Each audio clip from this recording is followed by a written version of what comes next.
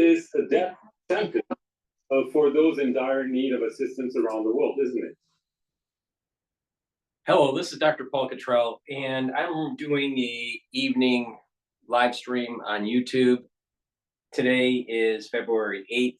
We'll go over the news, and I might open up the X spaces for you to do a call-in. Just a reminder, tomorrow I should be doing a show live with John Hogue at 10 p.m. New York time. So please stay tuned, watch that live stream. Also participate with the call-in with John Hogue tomorrow at 10 p.m. Eastern Standard Time. So with that said, we're going to go over the news, give you my take on it. Please help support my work by making sure you subscribe to all my channels. I have 4 channels on YouTube: Brighteon, Bitchute, and Rumble. I also have X spaces, or and X channels. I got 2 X channels. I have GETTR. So please follow me there. You can listen to my podcasts on Apple Podcasts, Podomatic, and the audio files that are on my website, the-studio-reykjavik.com, under broadcast radio. You can listen to the audio version of the show. You can also watch the live streams on YouTube and Rumble and my website, the-studio-reykjavik.com, again, under broadcast live. I'll set that up on the website shortly here. Right now, the live stream is only on YouTube, but I will set it up. Thank you for joining. For the ones that are watching live, for the ones that are watching in the re-release of the video, thank you for watching. I greatly appreciate it. Again, another way to support my work is to share the links and ask your social media to follow me. Very important. In addition, make sure that you take a look at some of the products that I have. I have lots of health products. I have even classes on pulmonology, so you can learn about pulmonology and immunology. So it's a great way to learn. Get the products, pay attention to the protocol, the health protocol that I follow every day.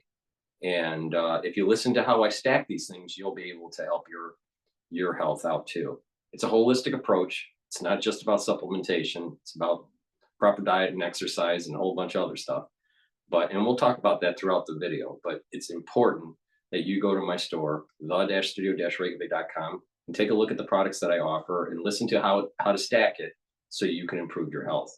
In addition, you can support by donating. You can donate through Stripe, PayPal, or buy me a coffee on my website, the-studio-reykjavik.com. On the homepage at the very bottom, you'll be able to donate through those 3 modalities. Or you can be a paid member to my Patreon channel. It's through the donations and the paid members on Patreon that help support the work that I do. I have thousands of videos for free to discuss about international relations and policy, domestic policy, health, wellness, scientific discoveries, current events, and economics and finance. So we talk about a lot of stuff on this show. So please help support the work by donating, by purchasing the products, by sharing the links, by subscribing, and by asking your followers to follow my work. With that said, let's start with, I want to start with Homan warning ICE raid protesters about what's going on with deporting the illegal immigrants. So let's start with Fox News here. From the border czar to protesters trying to block ICE raids against criminal migrants. Tom Homan now promising to investigate the leaks that disrupted an operation targeting suspected Tren de Aragua gang members. Jonathan Hunt is on this. He's live out of LA for us. Hi, Jonathan. Hey, Sandra. Hundreds of federal agents took part in the raids in Aurora, but instead of busting Tren de Aragua gang members, the raid itself was pretty much a total bust. There were no gang members at the targeted apartment buildings, but immigration activists were there using bullhorns to berate the ICE agents and to offer advice to any immigrants who might have been at home. Please remain silent. Don't open the door. That apparently infuriated Border Czar Tom Homan, who was on site in Colorado. They may find themselves in a pair of handcuffs very soon. So working with DOGE on that, get some legal guidance on that. I'm not an attorney. I know what SecOps is about. I know what crossing that line is.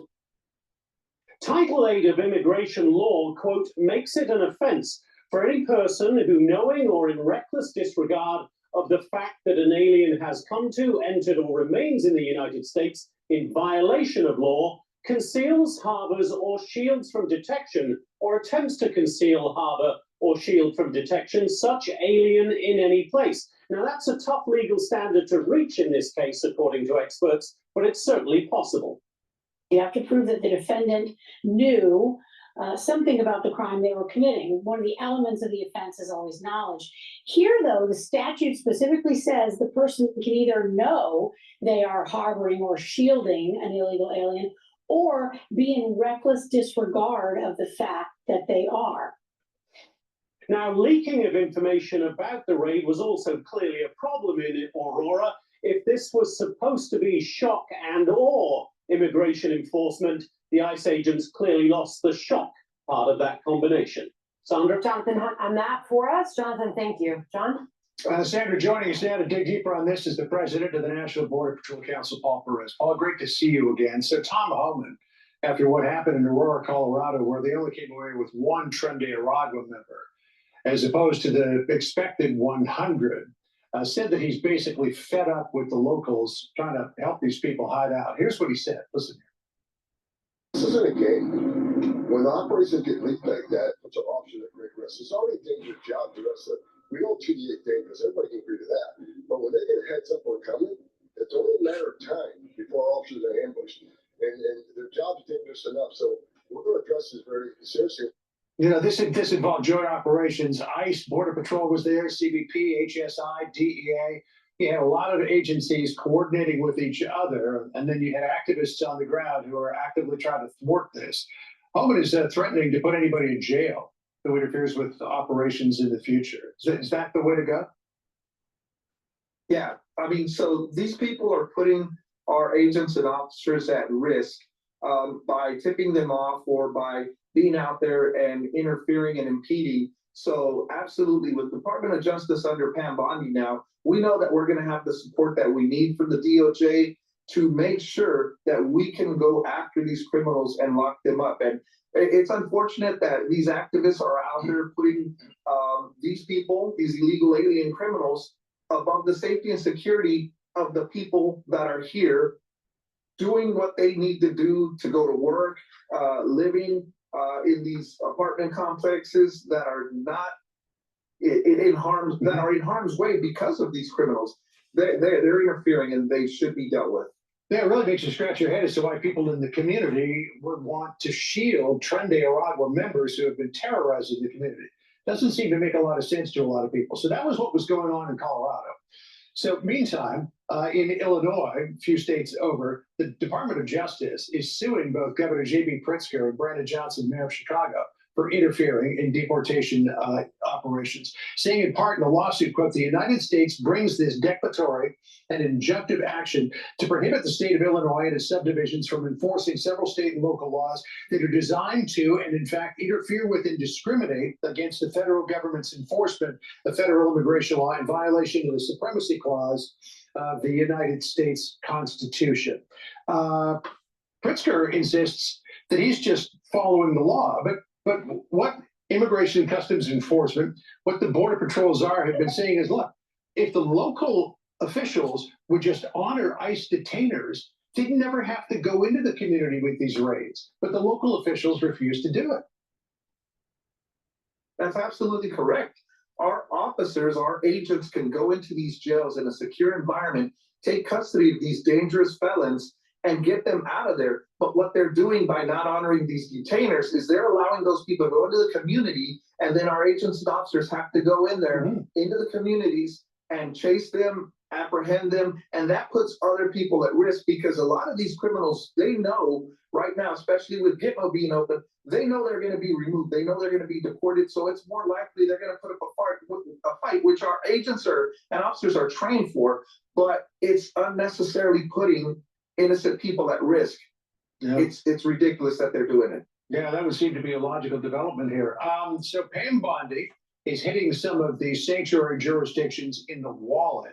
One of her first orders of business after being sworn in by Justice Thomas in the Oval Office was to put out this order, which says in part, quote, sanctuary jurisdictions should not receive access to federal grants administered by the Department of Justice. The department will exercise its own authority to impose any conditions of funding that do not violate applicable constitutional statutory limitations. So she wants to deny funds to sanctuary cities from the DOJ, which I think would probably squeeze them. It would probably hurt their budgets, but will it make a difference?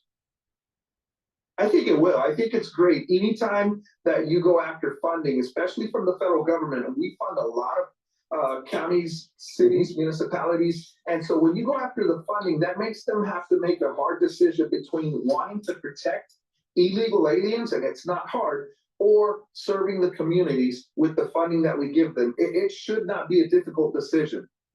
One would think that your priority should be to protect your communities, but apparently, absolutely. Apparently some folks don't see that as important. Paul, great to talk to you. Thank you. Have a good weekend, sir. I know it'll be a busy one. Well, the bottom line is you got ultra liberals trying to protect the illegal immigrants, and it'll become a problem during the 2025 year. It's unfortunate that these sanctuary cities, these ultra lib mayors, the ultra lib states are protecting illegal immigrants, especially the ones that have these gangs. It's a big problem in New York, and it'll become a big problem in the United States if we don't solve this problem.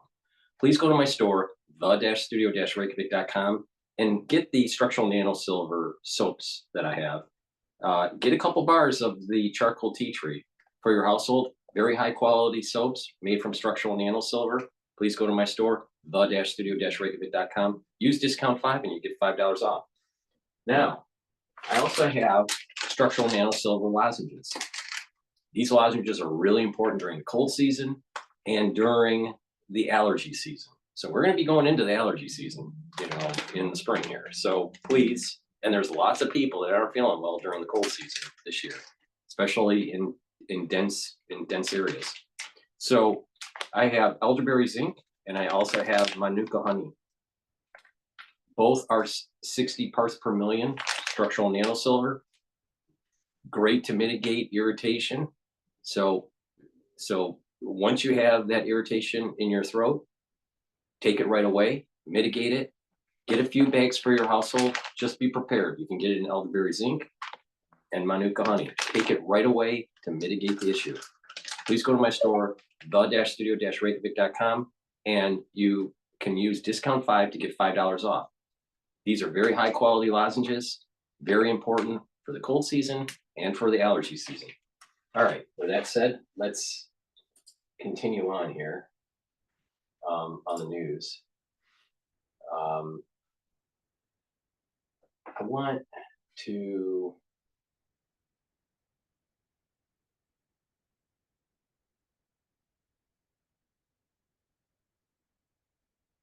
I want to go to MSNBC. Now, this is the liberal bias side of this, but this is they're talking about the consequences of dismantling USAID. So, but of course they're going to have a liberal bias, but I think it's important to play and comment on both sides.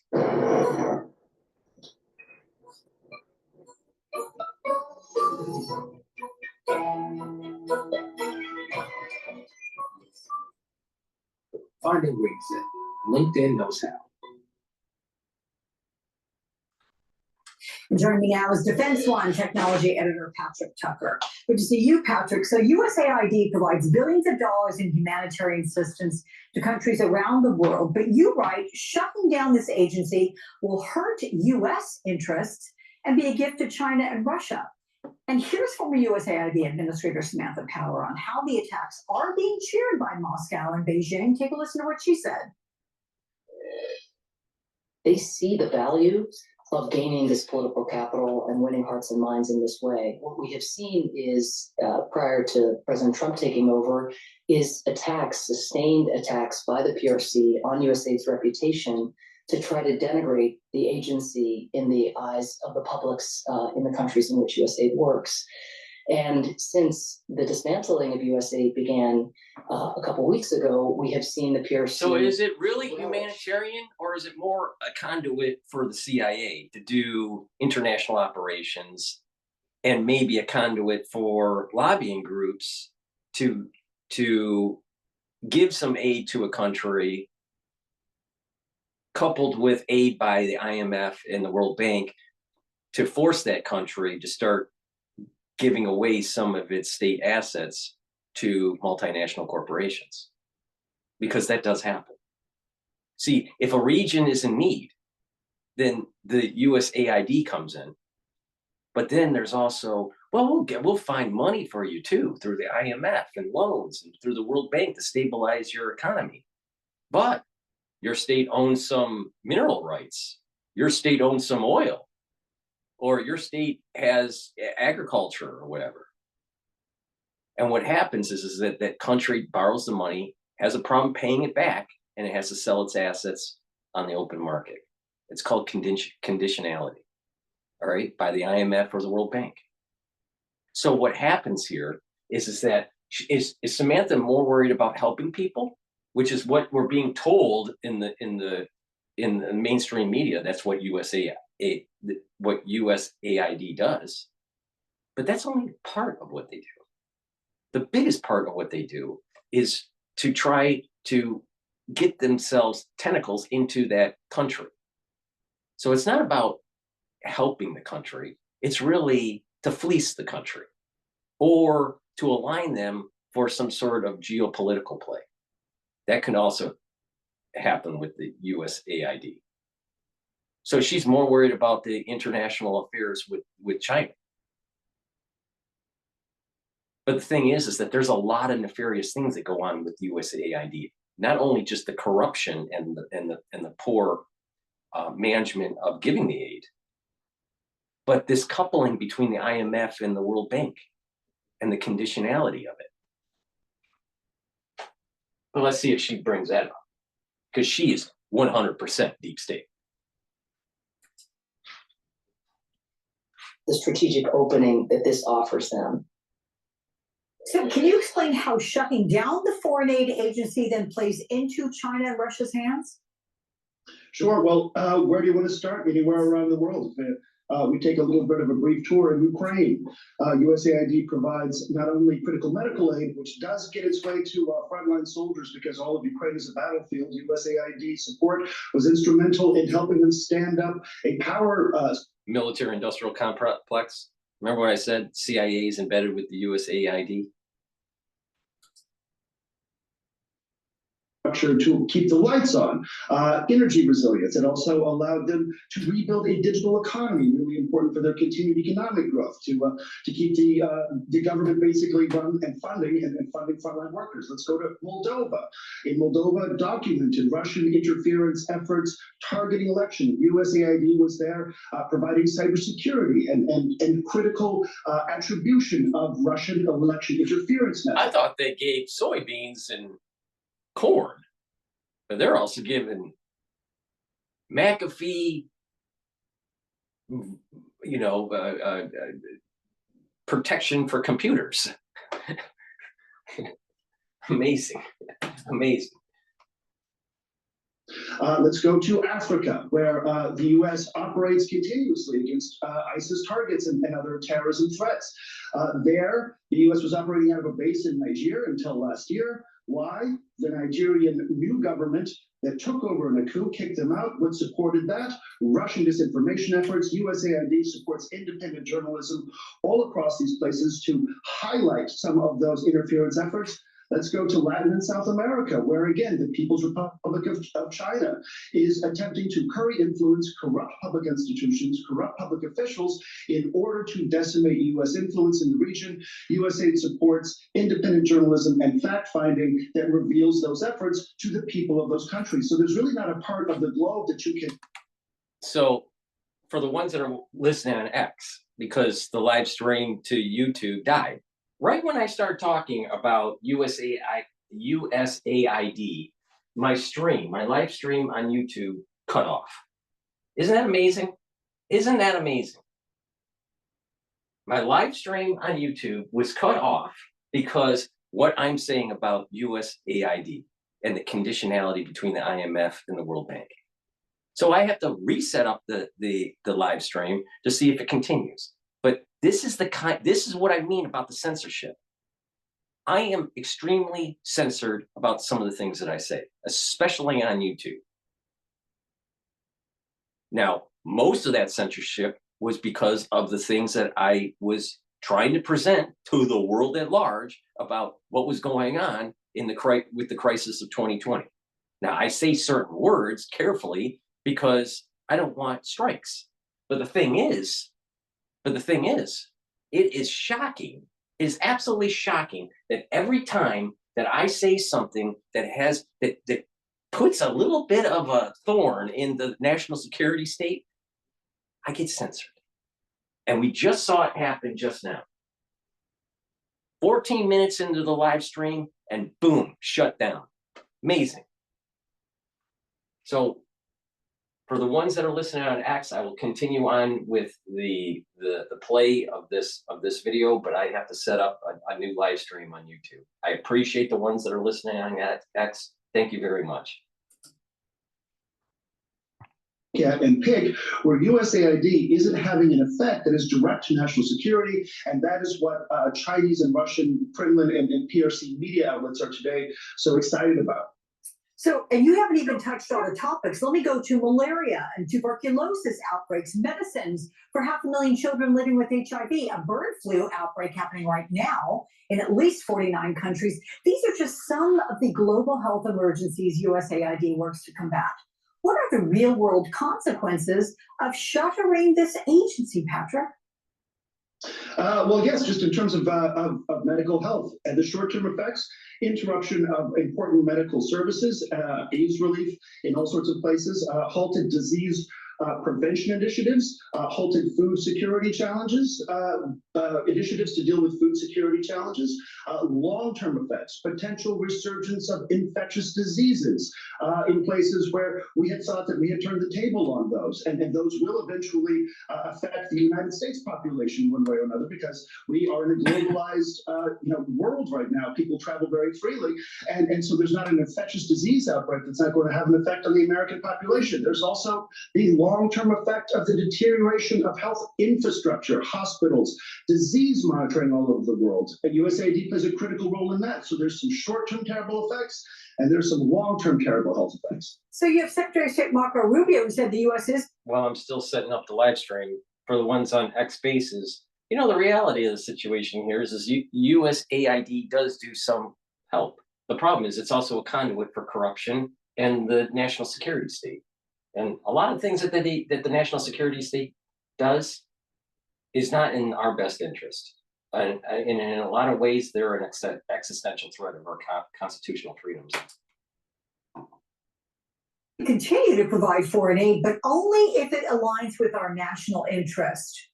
What are some examples of that? Let's leave healthcare aside. We all learned during the COVID pandemic that it's not like, oh, it stops at a state line or some international border. Right. Yes, Secretary Rubio was not particularly specific about exactly which of USAID's funding or programs is not in U.S. national interests, but he also said that different program managers can apply for waivers, emergency waivers, to have their funding restored.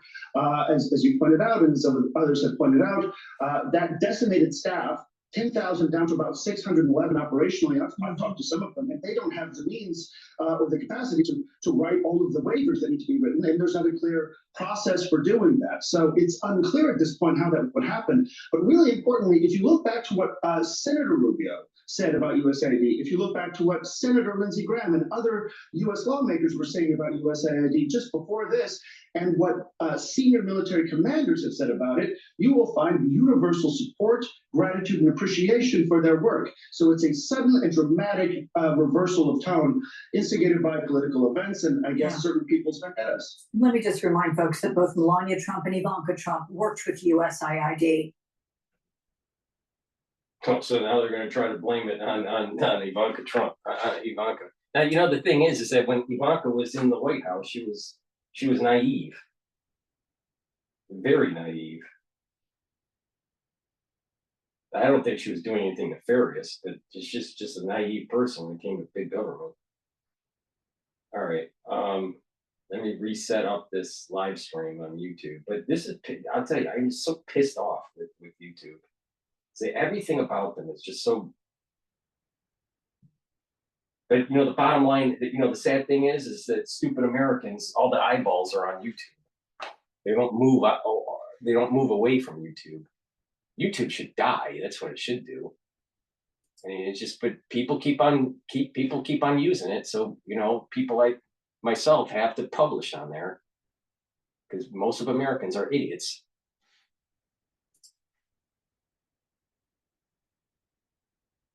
And then the thing, you know, let me play another video here. Restoring democracy, controlling the federal bureaucracy. This is Fox News. But you know, I set up the live stream on YouTube. For the ones that are watching the stream again, episode 104.2. Unfortunately, YouTube shut down my live stream because I was talking about USAID. You know, lovely, right?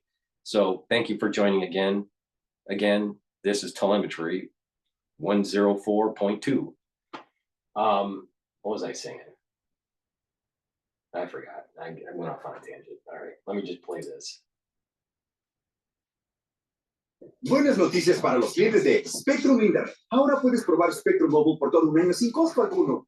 Trae tu propio teléfono y pagaremos el saldo pendiente hasta $500 por línea. Además, cambia tu teléfono cuando quieras. Can I even have a commercial in English? Oh my God, I mean, the commercials are bad enough, but it has to be in a different language.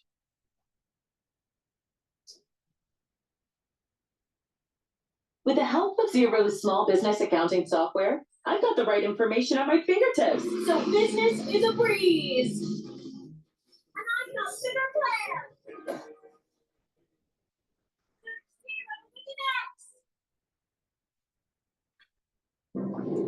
The Democrats ramping up their crusade against unelected Elon Musk. Here's the latest. Fire Elon Musk. An unelected, unaccountable billionaire now has seemingly unlimited powers. Elon Musk is seizing power from the American people. What we not gonna do is stand around with ain't pull this pull right now.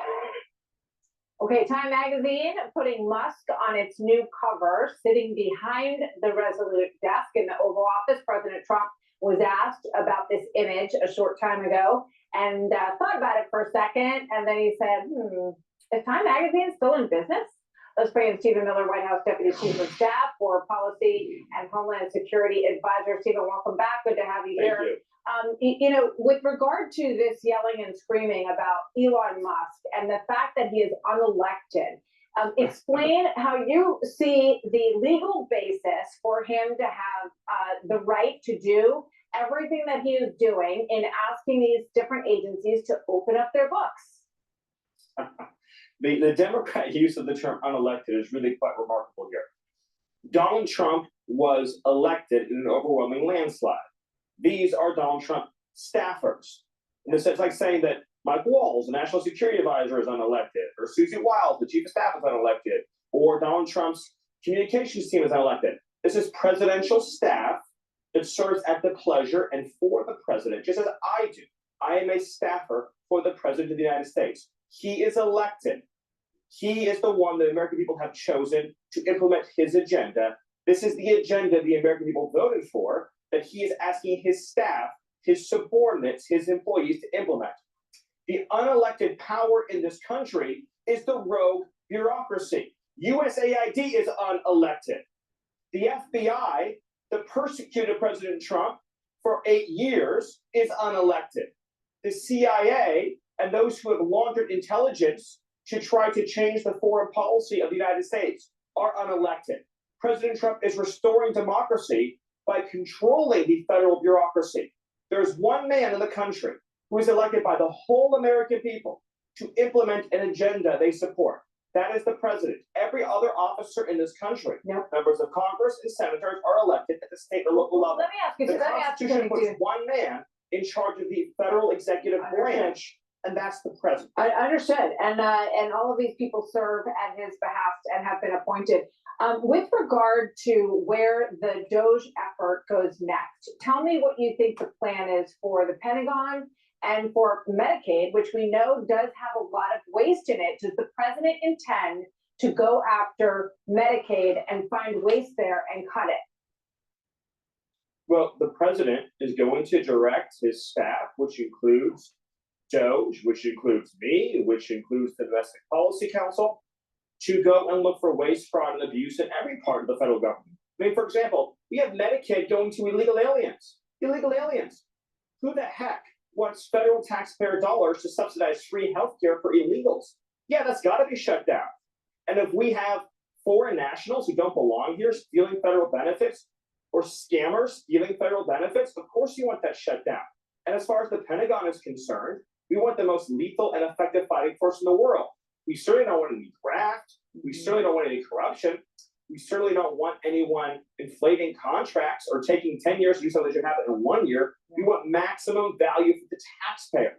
President Trump is a businessman, a business titan, who has made a living for decades, finding cost savings, delivering projects ahead of schedule under budget. And now he is our president.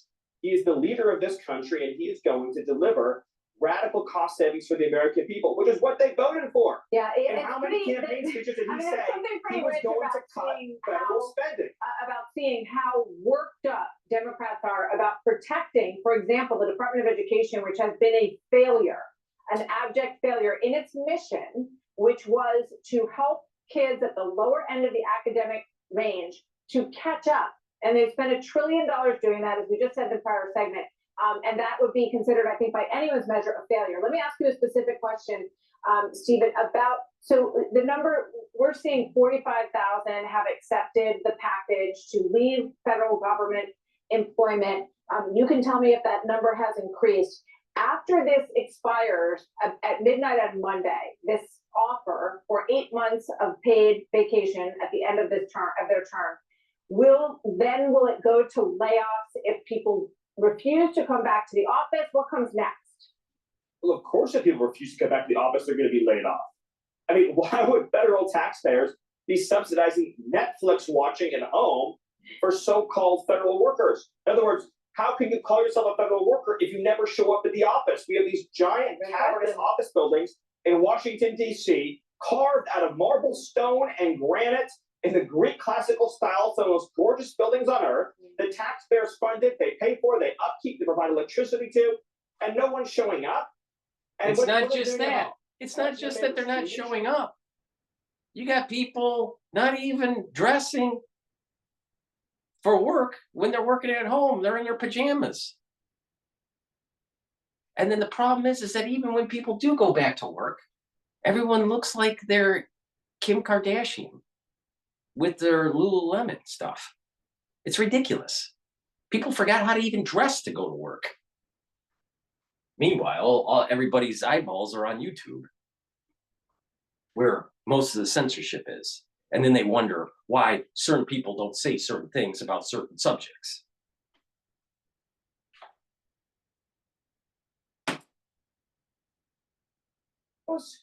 It's crazy.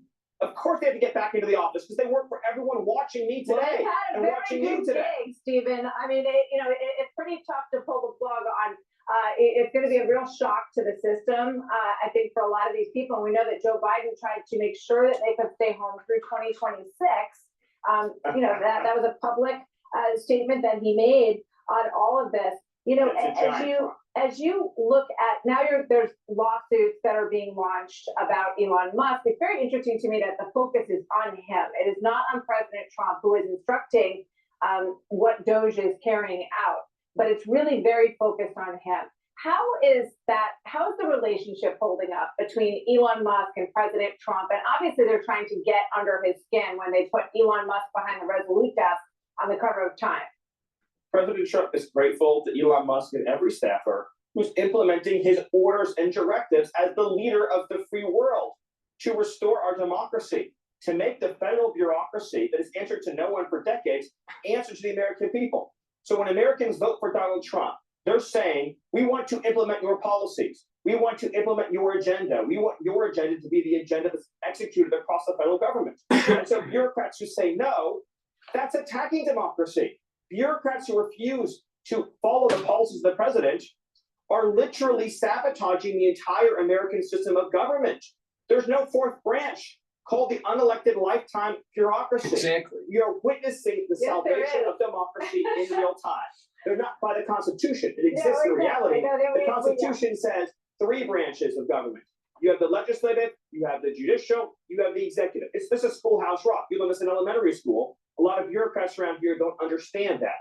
President Trump does, and he has overwhelming support for his agenda. Since he came into office, he has issued executive orders to reopen American energy to drive down prices. He has sealed the southern border. Border crossing has plummeted 90%. He has restored safety. He has restored security. He has restored stability. And he is slashing the wasteful federal bureaucracy to achieve a degree of accountability that we have never before seen in our lives. This is just a few weeks in. Can you imagine, Martha, what is coming next?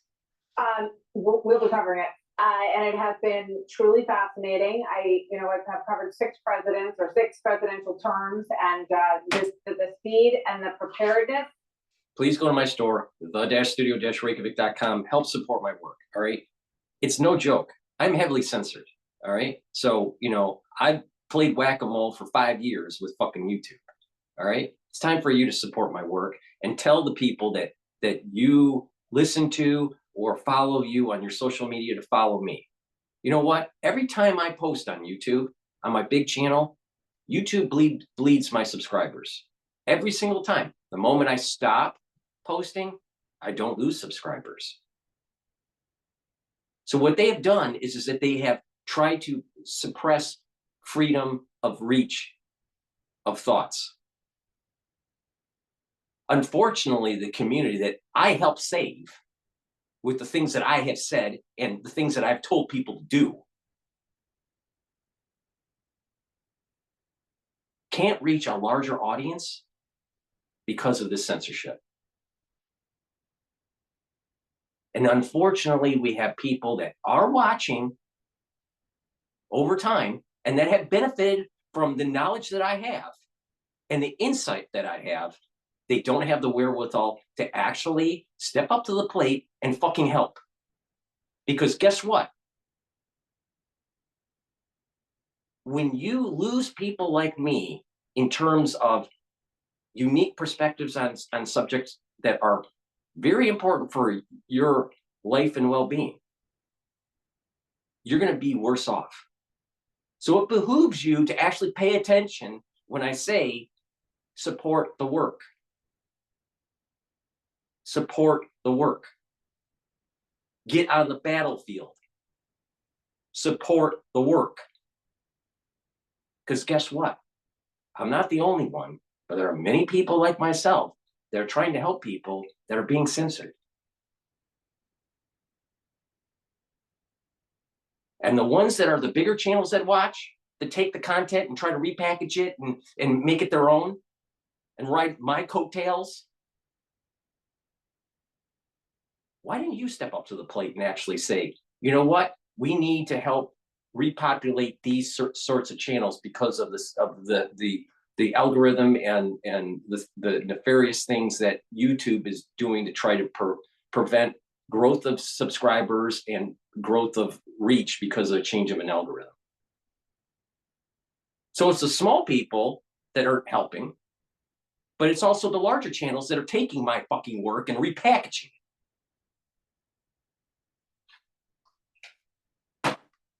Please go to my store, the-studio-reykjavik.com. Get the deodorants that I have partnered up with Rainbow Herbals. We've created a dual purpose product that are for males and females that helps with, the use of a deodorant, all natural ingredients made from essential oils from the Himalayas. Try to find that somewhere else. And also helps to detoxify your body. So it's a dual purpose product for males and females. You can get it in peppermint, lavender, and tea tree, and you can get it in citrus. I prefer the citrus. Other people prefer the peppermint, lavender, and tea tree. It's up to you. But the thing is, use it. It helps to detoxify the body. It's a very high quality deodorant. It helps support the work that I do. And it's going to help to support your health. It's for males and females. Use discount $5 off. Boom. Get a couple bars for your household. Make sure you use discount all caps number 5. But the censorship and the freedom of speech and the freedom of reach issue on YouTube is a real thing. But unfortunately, the community doesn't help. They just go and tune in and just watch. Like it's like, some sort of, sitcom. But the reality of the situation is things are starting in the world to emerge that is going to affect your life, your health, your job, your finances, your constitutional freedoms. This is not a joke. This is not a joke.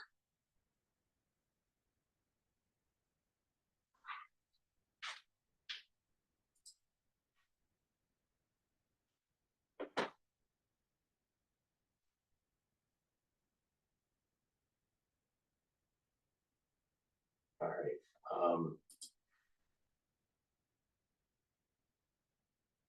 This is funny. Education department will squeal like a pig with DOGE efforts. All right, this is CNN. Let's play that. Those with Robinhood Gold can enjoy a 3% IRA match. Tremendous.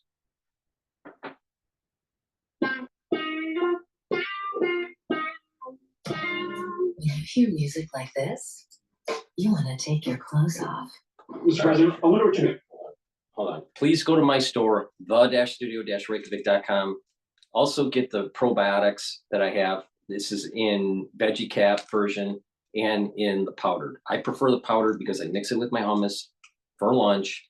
It's the easiest for me, but some people prefer the veggie cap. Take these probiotics. It's really important. Why do you take a probiotic? Guess what? Your gut health is super important for your overall health.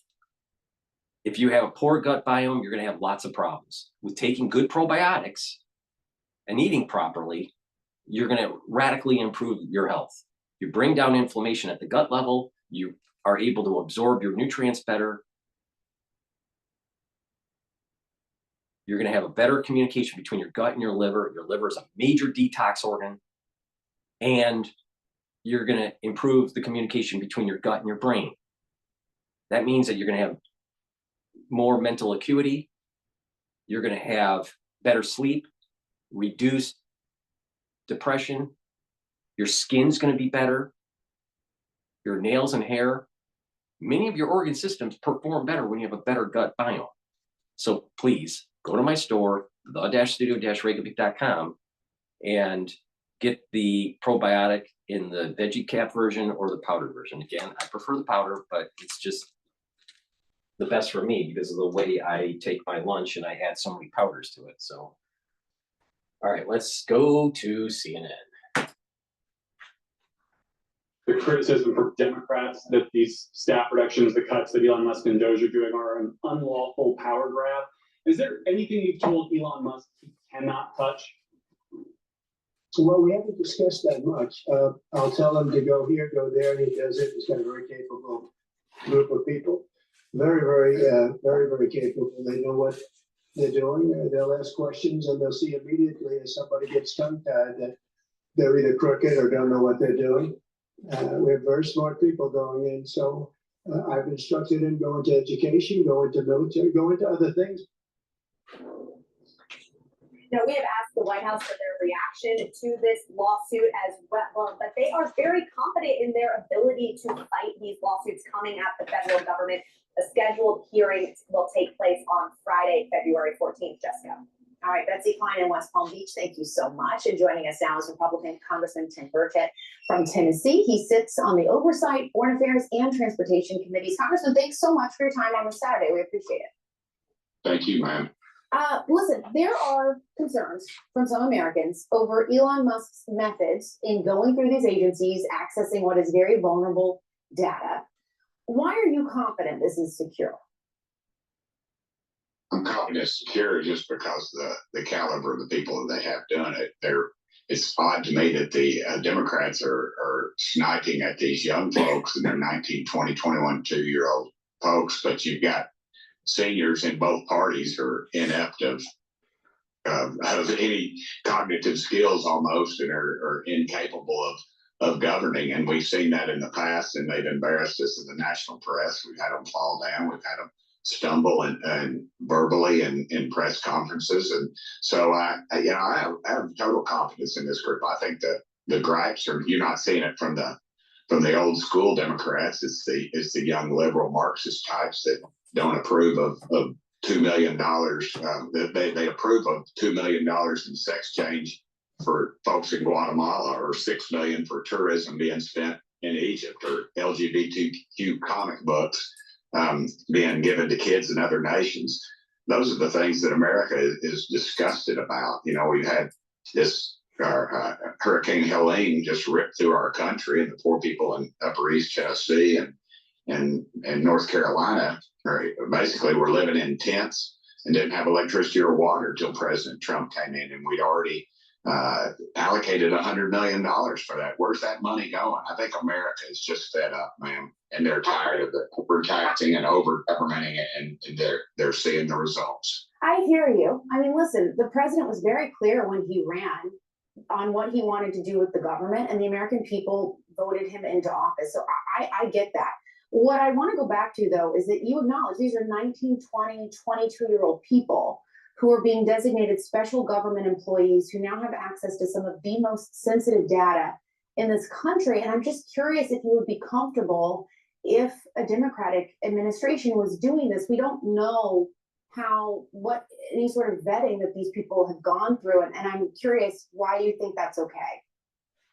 I don't know if you can see it or not, but these guns behind me, these are guns that my dad took off of dead Japanese soldiers that he actually killed in combat when he was 19, 20, or 21. That was the generation of young people that saved this world from tyranny. So I have a lot of confidence in young folks and in their knowledge of what's going on. I have complete confidence in Elon Musk and this group that he's put together. And again, I think you're not seeing it from your old school Democrats. It's the young left wing that are concerned about all this. And well, I don't think that's true, Congressman. I mean, we have heard from people. Why do they have to be vetted? All they're doing is looking to see if there's corruption within these different agencies and shining a light if there is corruption, because they're drilling down into the payments, following the money. And if there's some issues, then it should be elevated to the DOJ or to the president to decide what they want to do. Is it, going to be going down the vein of a political,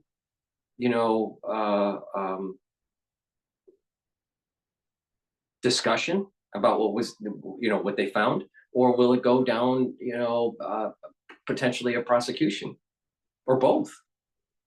But the thing is that they're finding corruption. They're finding wasteful spending. Not all spending is bad. Not all spending is good. There's somewhere in between. There's going to be some corruption, some just wasteful spending.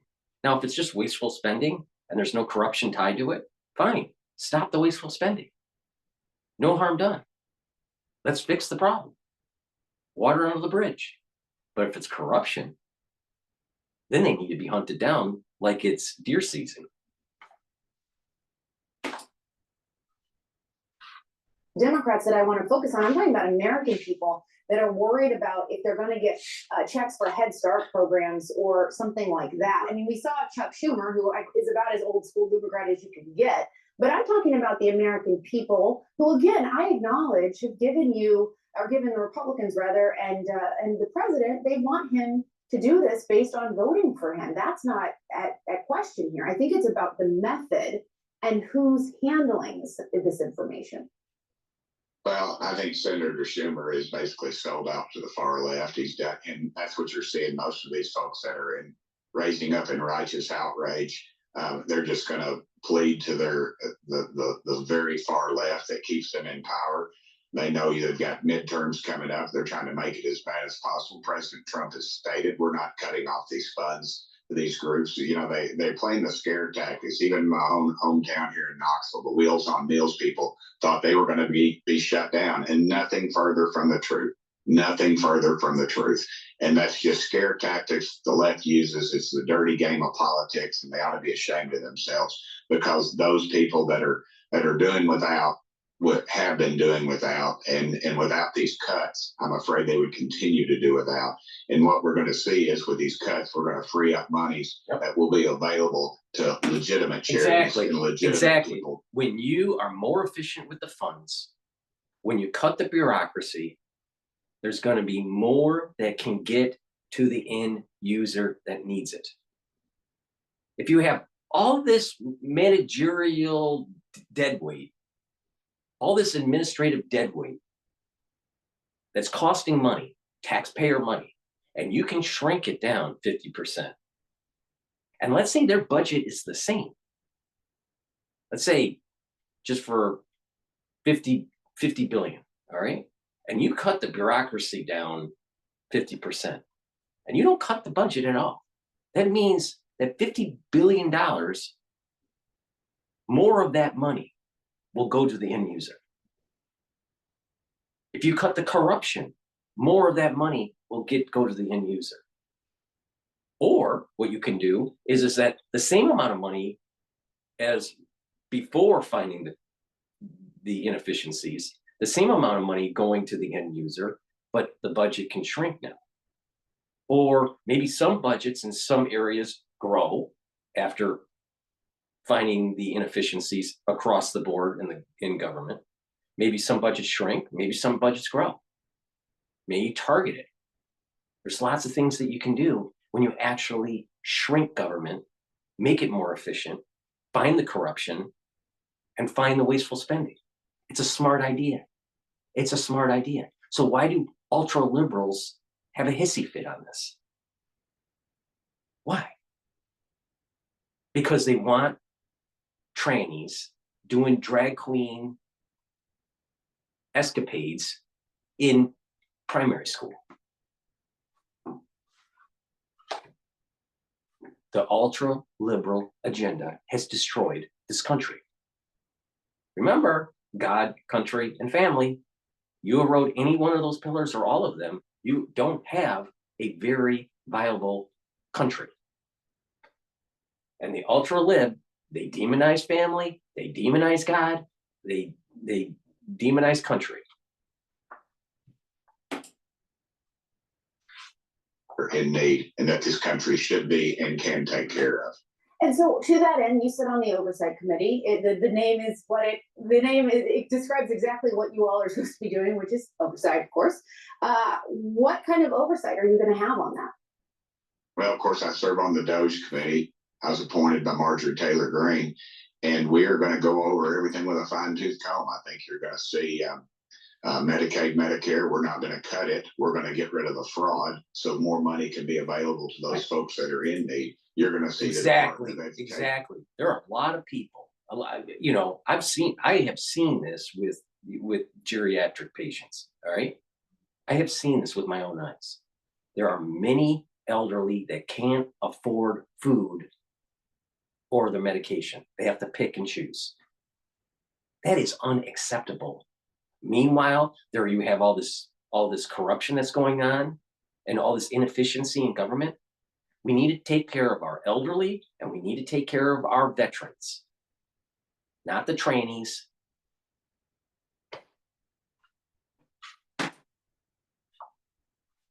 Squeal like a pig, because we're going to go after that. And here we are. We spent trillions of dollars. I want to replay that, because I'll tell you, I love that phrase.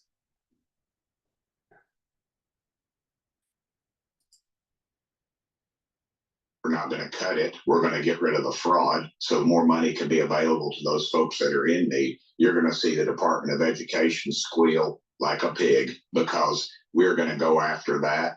And here we are. We spent trillions of dollars that Jimmy Carter made it a cabinet level position.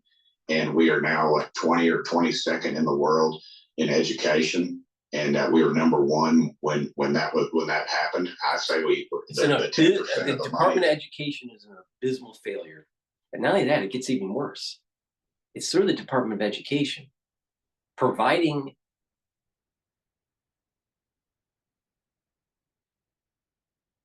co-signing loans for education that led to universities to jack up their tuition.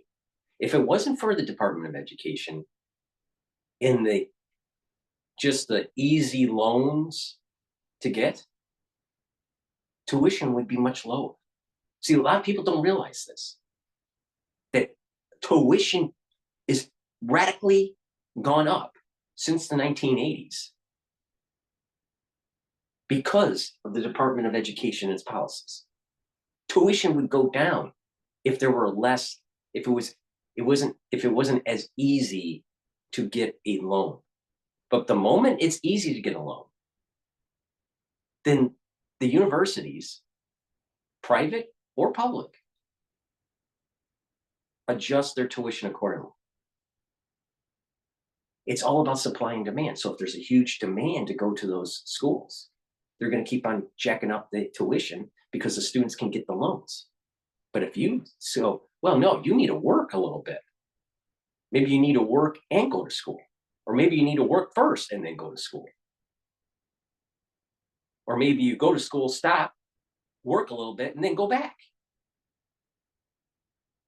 You do it that way, and you cut the Department of Education, or maybe abolish it, then what will happen is tuitions will start to drop.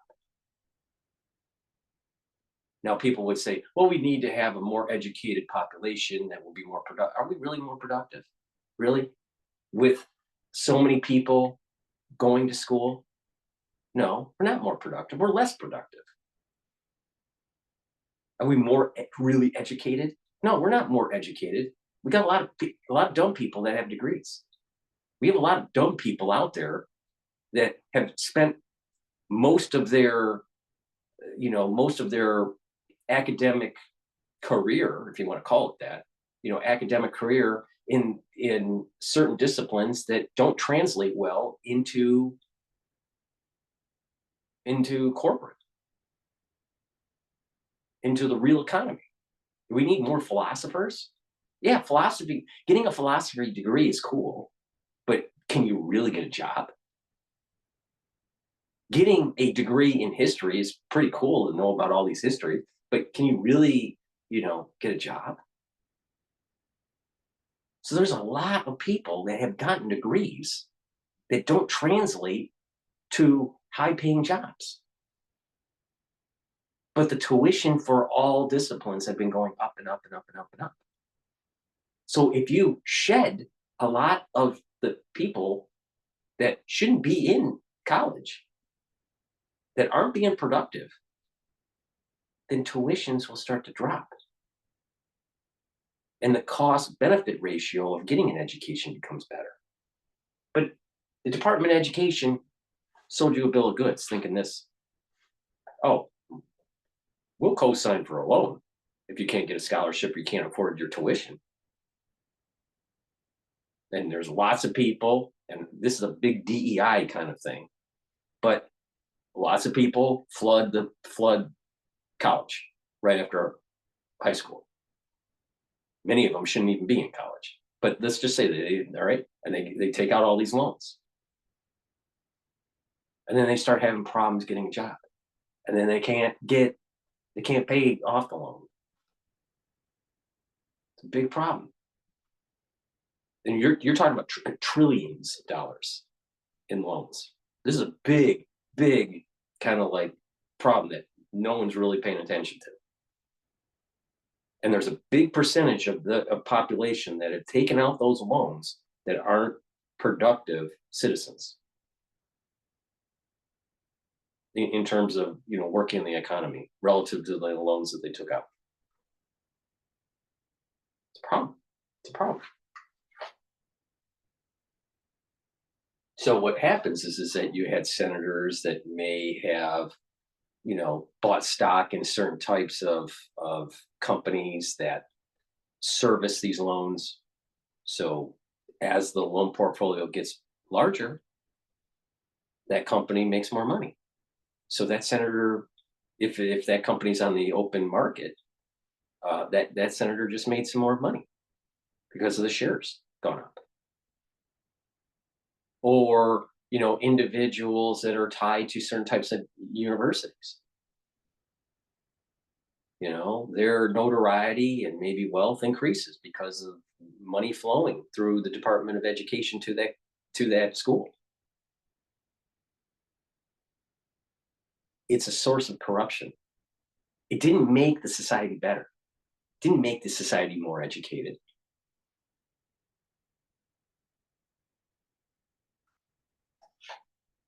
If that was true, why don't we have more engineers?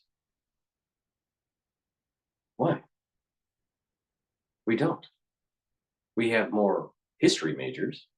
We have more gender studies, quote, experts. We even have more lawyers, which is not productive. If you have a litigious society, it's not a productive society.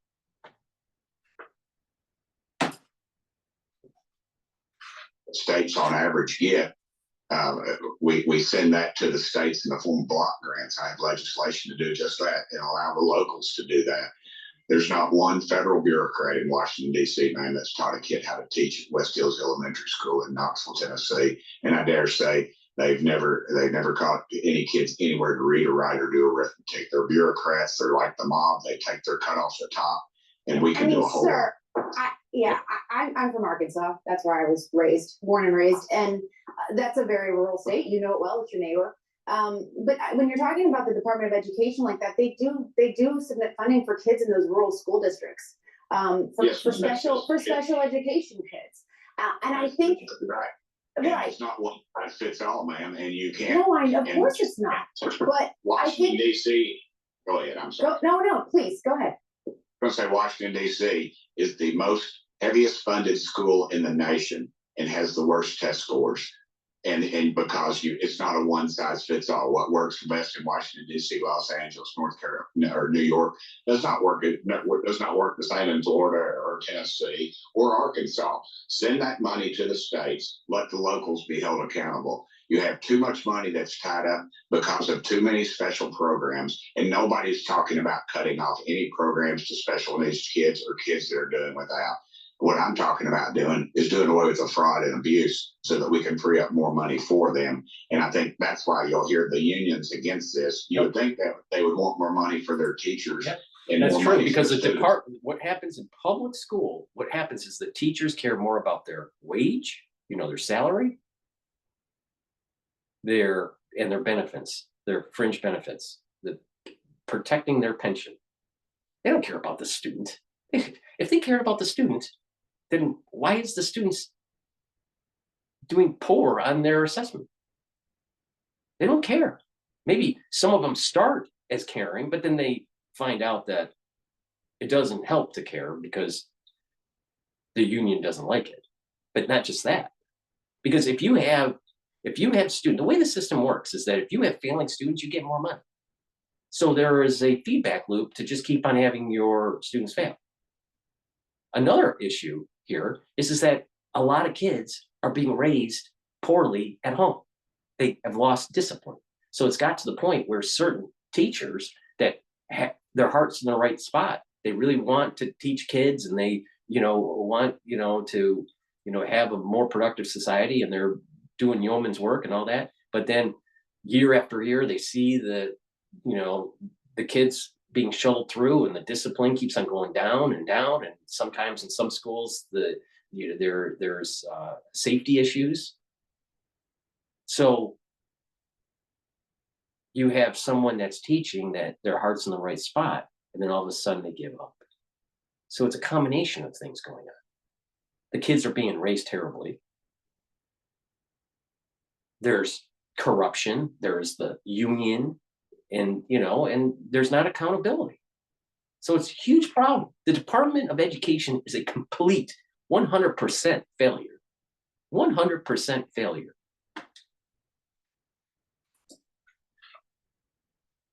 They don't. They want more money for the union and for the organization, and that's why you'll hear all the fighting and fussing. And just lastly, look, I think one thing that has emerged is it's about the way this is being done. It's not. I think almost anyone can agree that cut the wasteful spending. Please, make the government run more efficiently. But it's about the way in which it's being done, and then just going back to kind of where we started here. Just the way it's being done by Elon Musk, by these very young people who maybe aren't moving at the pace that I think some people are like, please just slow down for a second. No. Because the problem in the first administration with Trump was they slow walked it. And then they did, all the impeachments and Trump was losing traction and then COVID happened. And so, no, don't slow it down, speed it up.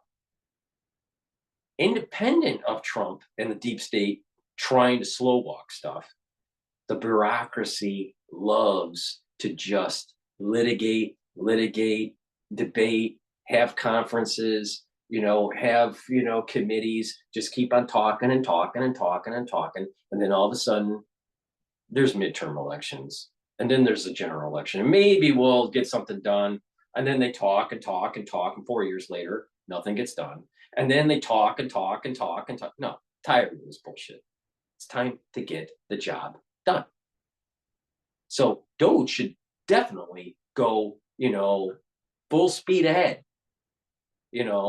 Warp 5, Scotty.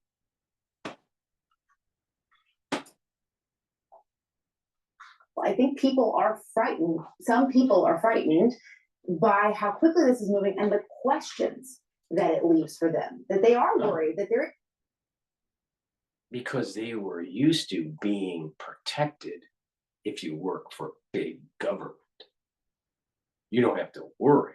You don't have to work too hard. You don't even have to change your clothes when you get out of bed because you can just turn on your computer and you can be in your pajamas doing nothing and just collecting a check from the federal government. Do we really want that? Do you think that's productive? See, what happens is that many people that work for, not all, but many people that work for government have found a cubicle or a desk, depending on where they're working, either at home or at the office. They found a desk to hide under.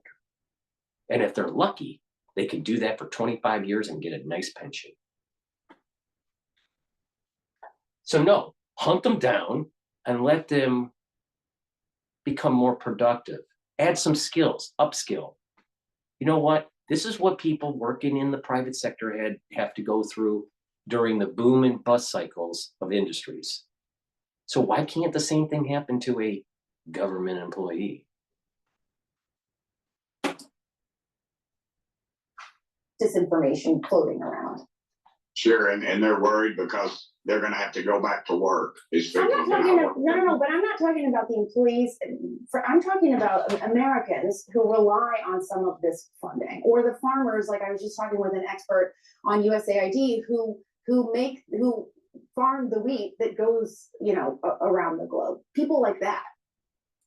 Yes, ma'am. And well, it's called an open market.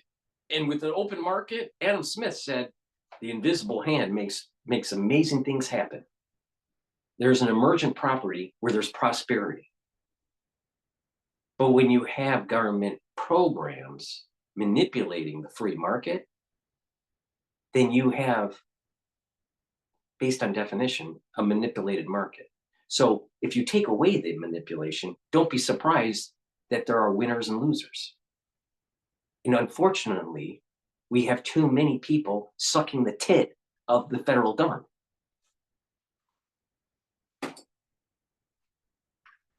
Been a complete ripoff of the American taxpayer. Shut it down. Yep. And regroup the system so that if the farmers are doing legitimate work, then they should get legitimate pay. But American taxpayers should not be in charge of policing or feeding the world. We need to take care of our own first. We're in the money that we send to USAID. Remember this: every dollar is borrowed. Every dollar is borrowed that we are giving away. That model does not work. Yep. It is a recipe for destruction. And the people that promote these things, these far left organizations, depleting our funds, that's where it's that is the end result right there. And you will see that he is 100% right, because we have to issue bonds. The Federal Reserve has to print money, and you're either, issuing new debt, increasing inflation, or a combination of both, and that's how it's paid for. Do you really want that? Meanwhile, our veterans are homeless and are unfed and aren't getting the medical care that they need, or our elderly are unfed and not getting the medical care that they need. Unacceptable, totally unacceptable. So some blue-haired bitch in elementary school teaching kids about some ultra-liberal bullshit? No. Feed the hungry, feed our veterans, feed our elderly. Please go to my store, the-studio-reykjavik.com. Get the magnesium and zinc, boost up your immune system. This works very well. If you're not feeling well during the cold season, take a double dose. Take one in the morning, take one in the evening. Make sure you drink it with filtered water. Also, to boost up your immune system, take vitamin C with magnesium. Take it every day. If you're not feeling well because of the cold season, take a double dose. Make sure you drink it with filtered water.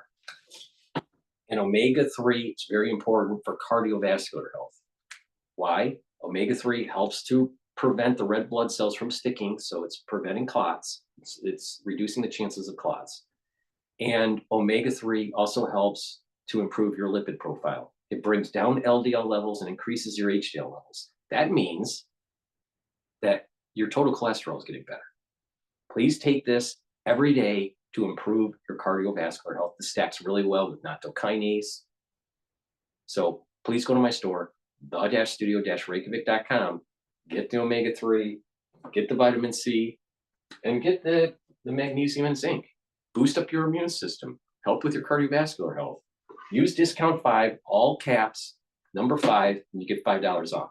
I've done a lot on my store to try to get different price points for you to get these supplements, stack them to improve your health. You follow my lead, you're gonna get healthy. All right? I know what I'm talking about on this. Like a lot of things. All right.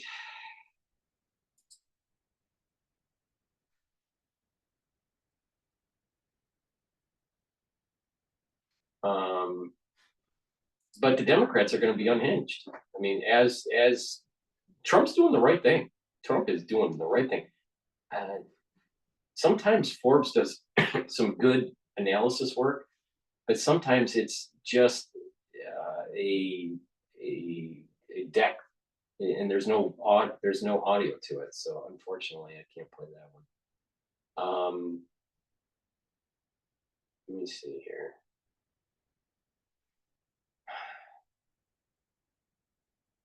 Okay, I want to hear Jesse Waters, what he had to say yesterday. The DOGE fathers on the loose and no federal job is safe. Their plan for the deep state, done it all. Over 40,000 federal bureaucrats have already taken buyouts, and we're only in week 3. We expect that number to increase, and that alone, just the 40,000, again, we expect it to increase. It's going to save the American people tens of millions of dollars, and we encourage federal workers in this city to accept the very generous offer. If they don't want to show up to the office, if they want to rip the American people off, then they're welcome to take this buyout, and we'll find highly competent individuals who want to fill these roles. Elon and his nerd army have been combing through agencies, blasting away bloat.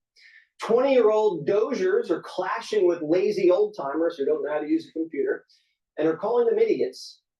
And breaking news, Secretary of State Marco Rubio has just fired 90% of the administrators at USAID. They took a 10,000-man agency and streamlined it to 300 employees. The media is calling it the Trumpocalypse. CNN castoff Oliver Darcy says the American experiment is convulsing before our eyes. And he's flabbergasted that the media hasn't gone into round-the-clock special coverage. quote, media executives need not fret about being the boy who cried wolf. The wolf is now in the barn and mauling the livestock. The Democrats in the media have never seen a president execute a mandate with speed and precision. The country voted for change, and we're watching representative government in the 21st century. The feds, they call that war. Nobody wants to work in this type of condition where we're going to be in a psychological warfare for how long? Other federal worker doesn't want to work. Details at 11. Workers not revealing their names because of concern over retribution described to NBC News fear and panic, an Orwellian nightmare. Federal workers are worried about payback and psychological warfare. How do you think the whole country's felt for the last 20 years? Having to tiptoe around DEI, hauled into HR for jokes, canceled for an opinion, watching Black Lives Matter light us on fire. A guy wearing a dress raped a girl in the bathroom, and the girl's dad got arrested for raising his voice. A DEI bureaucrat at the Department of Justice making six figures who's going to get a buyout with an 8-month severance deal. They're not a victim. They're getting a damn good buyout. They're getting a damn good buyout. Damn good buyout. Please go to my store, the-studio-reykjavik.com, and get the supplements that I'll be talking about shortly. But let me just mention about the buyout. You compare it to what they're getting in what large corporations do with buyouts. They're getting a pretty good deal. All right. They're, and then they can take the buyout and then they can go find another job. And they get like almost double pay, right? If they find a job while the payout is paid. There's different ways that the buyouts work. They either get, maybe a monthly check for 8 months, or they get one lump sum. Now, the ones that I've seen, most of them are not one lump sums. But they can be. They are usually like, an annuity for, 8 months or whatever. But, okay. Please go to my store, the-studio-reykjavik.com. Get the Myotrol. Myotrol is really important to take if you're 40 plus years of age and you need to maintain and build muscle. By maintaining and building muscle, when you're, in your 40s and 40 plus, right, you're going to do better in your geriatric years. The ones that are in their geriatric years, taking Myotrol is going to help you to gain muscle. You've atrophied. Most people that are in their geriatric years have atrophied, and you need to reverse that. You can do that by resistance training, proper supplementation and nutrition, and taking Myotrol. Myotrol is great for this. All right. If you're an athlete, take Myotrol and you're going to get strength gains in your sport, especially if you couple this with the Gladiator Barley. So do your weight training, take the Myotrol and take the Gladiator Barley, and boom, you're going to see strength benefits, for your workouts. For the ones that are older, that aren't athletes, take the Myotrol every day. If you want additional gains, take the Gladiator Barley with it. Please go to my store, take the Myotrol, improve your mitochondrial health, get the energy that you need to maintain the muscle and to gain muscle. Myotrol does that for you. Digestive enzyme complex. As we get older, we have a pancreas that doesn't work as efficiently compared to when we were younger. And our pancreas produces enzymes and insulin and a lot of other things. But let's just focus on the enzymes that break up food. Digestive enzyme complex breaks up carbohydrates, proteins, and lipids. That means that it's putting less stress onto your pancreas as you're digesting your food. You'll get better absorption. You'll get less stress on the pancreas. And if you work out and you do a pre or post workout nutrition intake, taking digestive enzyme complex is going to help you to refuel your body so you recover quicker. So this is for athletes and for people that are 40 plus that should be caring about their pancreatic health. So please go to my store, the-studio-reykjavik.com, get the digestive enzyme complex, help to digest the carbs, the proteins, and the lipids that you eat, so you're reducing the load on your pancreas. Pancreatic health is really important. Those unfeds, like their lives are in danger. What is the general feeling across government amongst your fellow federal workers right now? Grief. They're angry, many that are confused, but all kind of grieving in their own way. How does it feel to be targeted for the work that you're so passionate about?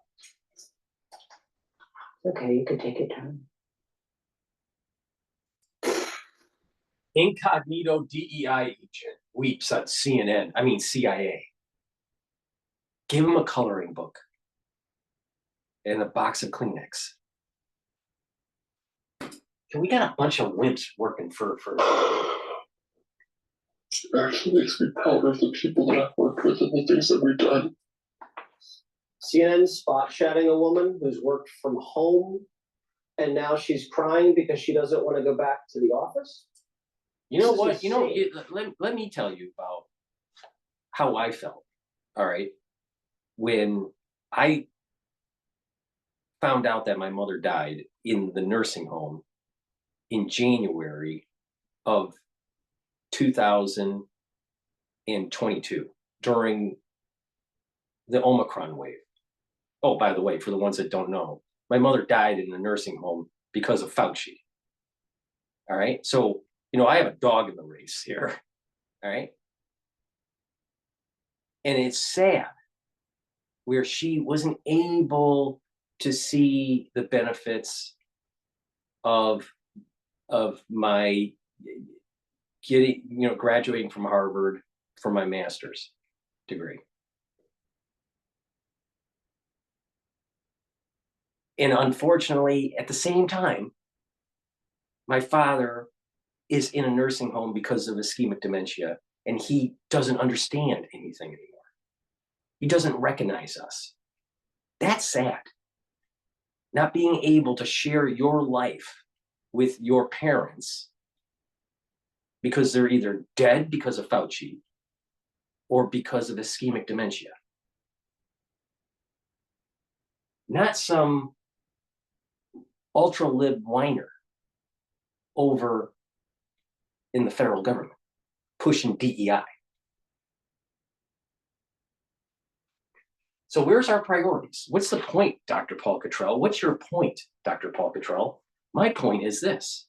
There are certain things you should focus on, and other things you should just treat it as this is just something not important. And in this case, the DEI whiner that's being told to go back to work is something that you should not really pay too much attention to. They should just go back to work. Don't care if you're whining, stop the excuses, blah, blah, blah, blah, blah, blah, blah. But there are other people that have been affected since 2020. Either their own health has gone down, or they've lost family members or friends during the crisis.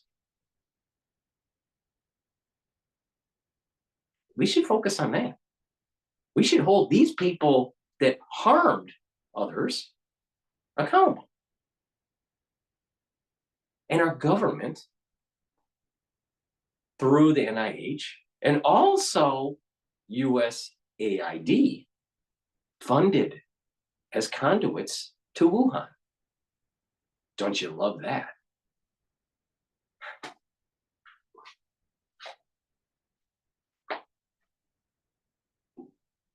That's what we should be mourning. That's what the society at large should be shedding a tear on. Not some woke, ultra-lib bullshit.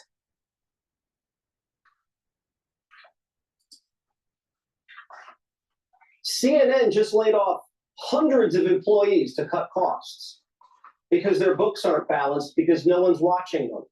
No one's interviewing fired CNN staff, not even Don Lemon. Getting fired isn't a war crime. I've been fired 4 times. And thank God, because it turned out all right. Since when has CNN cared about people losing their jobs? They didn't weep when Biden waxed the Keystone Pipeline workers. CNN's been trying to get everybody fired at Fox for years. If CNN doesn't like what you say, they call your boss, they call your advertisers, they try to bankrupt you and boycott you. Random Americans who crack jokes on Facebook, CNN was putting them on blast, trying to get them canceled. CNN cheered on Biden for firing Army officers who didn't get vaxxed. Guys who are willing to die for this country. CNN said, good, get them out of here. That's another thing. You know, you had this crazy agenda that harmed military careers because these veterans listen to people like myself to really pay attention to the side effects of what the government was pushing. And thank God they listened. But unfortunately, they couldn't continue their service because they were forced to leave. And now Trump is, you know, giving them back pay and reinstatement and all this. But some of these individuals probably aged out. I don't know. I mean, you know, maybe they go into the reserves. I don't know all the details. But the point here is that they harmed other people's careers. But we're supposed to whine.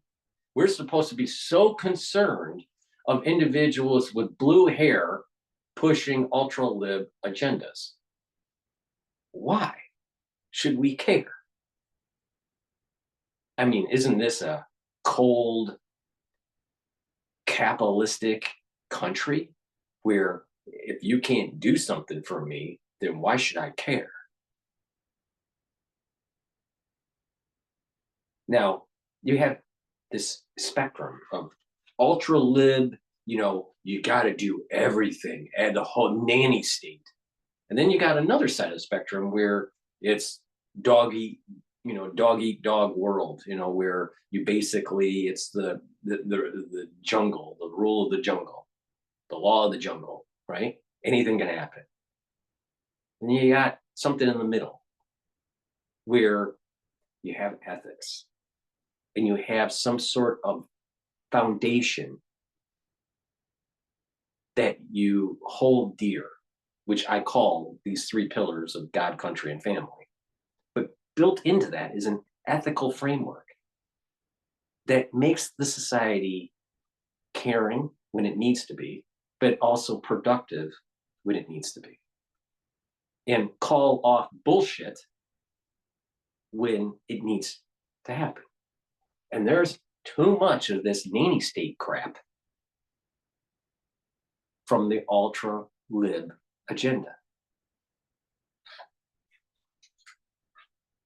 So they're going to try to just slow walk Trump, and they're going to try, you know, Trump's agenda, and they're going to try to get to the midterm, and they're going to demonize anyone that voted for Trump, anyone that's voted for a Republican. That's not a Republican that's aligned themselves with Trump.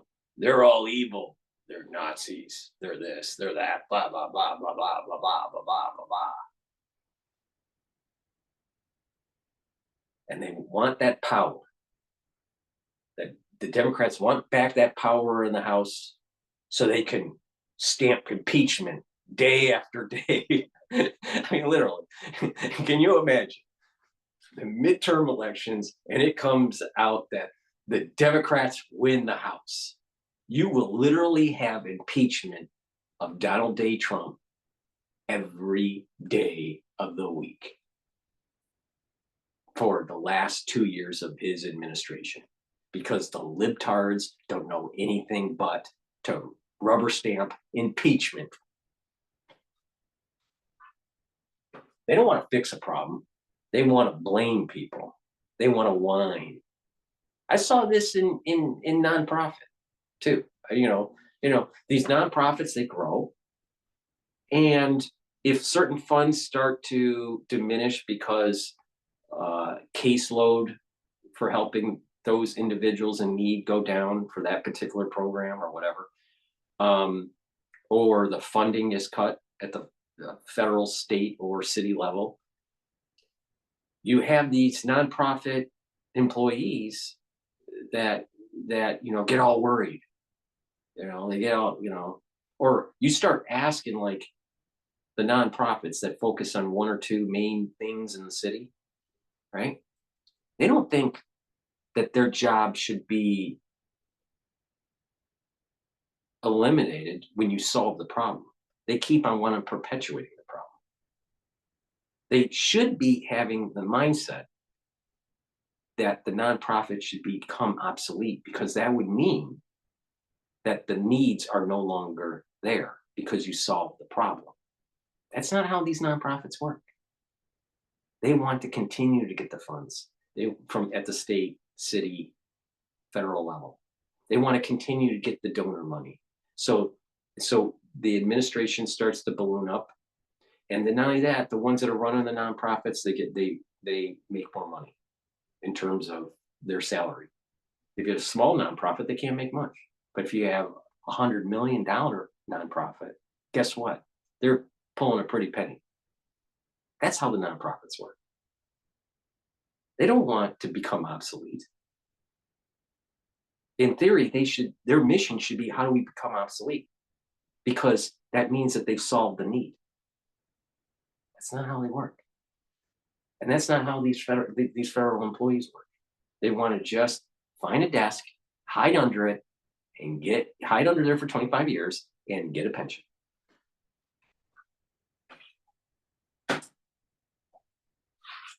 CNN's boss can lay off people. Why can't Trump? Bill Clinton fired almost 400,000 federal workers. That wasn't a constitutional crisis. The government had to slim down. Bill and Newt cut the fat, balanced the budget. And Democrats are acting like we're witnessing a genocide. Let me remind you who set the House on fire. It was y'all. It feels as if y'all have just decided that y'all are going to castrate your constitutional duty and hand it over to someone who is unelected. Fire Elon Musk. Elon Musk took control of our country's financial nuclear codes. House Republicans have allowed billionaire Elon Musk and his gang of thieves to enter the U.S. Treasury Department, fire the people entrusted with secret private information. If you think about this for a second. If you have a database of the Treasury Department issuing Social Security checks to dead people, and you find out that those dead people are registered Democrats, and you find out that they voted in the 2024 election or even the 2020 election while they were dead, haven't you discovered voter fraud?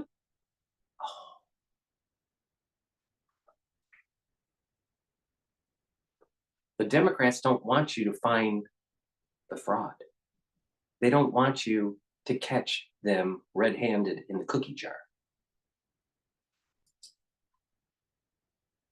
About Americans and give them that access. Elon Musk is destroying our federal government. He feels he bought himself a president. Now we've got Donald Trump and his co-president Elon Musk, and they're just running a wrecking ball through it. Democrats want to audit you for a $600 Venmo payment. But when Elon audits the $1 trillion government, they're ready to storm the castle. Why are Democrats shocked? We're putting the government on a diet. Trump and Musk campaigned on it and won on it. We're going to be very open and transparent and be very clear about this is what we're doing. Here are the issues. This is the math for what's being spent and what, and we're going to make it. We're going to make the spending lower. And if somebody's got a better idea for how to make the spending lower, tell us. But if we don't, we're going to bankrupt the country. I will create a government efficiency commission tasked with conducting a complete financial and performance audit of the entire federal government and making recommendations for drastic reforms. As the first order of business, this commission will develop an action plan to totally eliminate fraud and improper payments within 6 months. This will save trillions of dollars, trillions, Democrats aren't surprised this is Trump's agenda. They're surprised he's able to execute it. Because after years of incompetence, no one thought anyone was capable of doing anything in Washington. Elon says there's a way to know when you're over the target. Well, one of the things I remember from the PayPal days was that, you know who complains the loudest is the fraudsters. Okay, so like so when somebody is trying to fraud a PayPal, where we would see the most amount of righteous indignation, like it would be like immediate over-the-top righteous indignation was from the fraudsters, not from honest people. Because honest people are like, oh, I think there's something wrong with my account. I guess I wonder what's wrong. Let me inquire.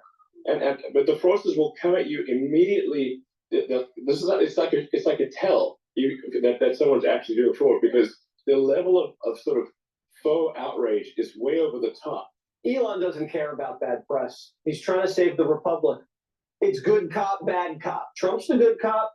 He's the bad cop. We're catching. I think from a public view of this, I think that that assessment is true. Trump is playing that good cop, bad cop kind of thing going on there. That's true. That's a good observation.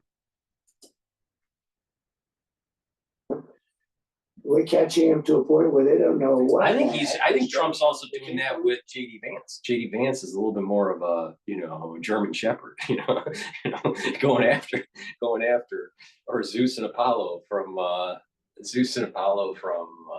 Magnum P.I., And J.D. Vance is kind of like that dog that goes after and hunts.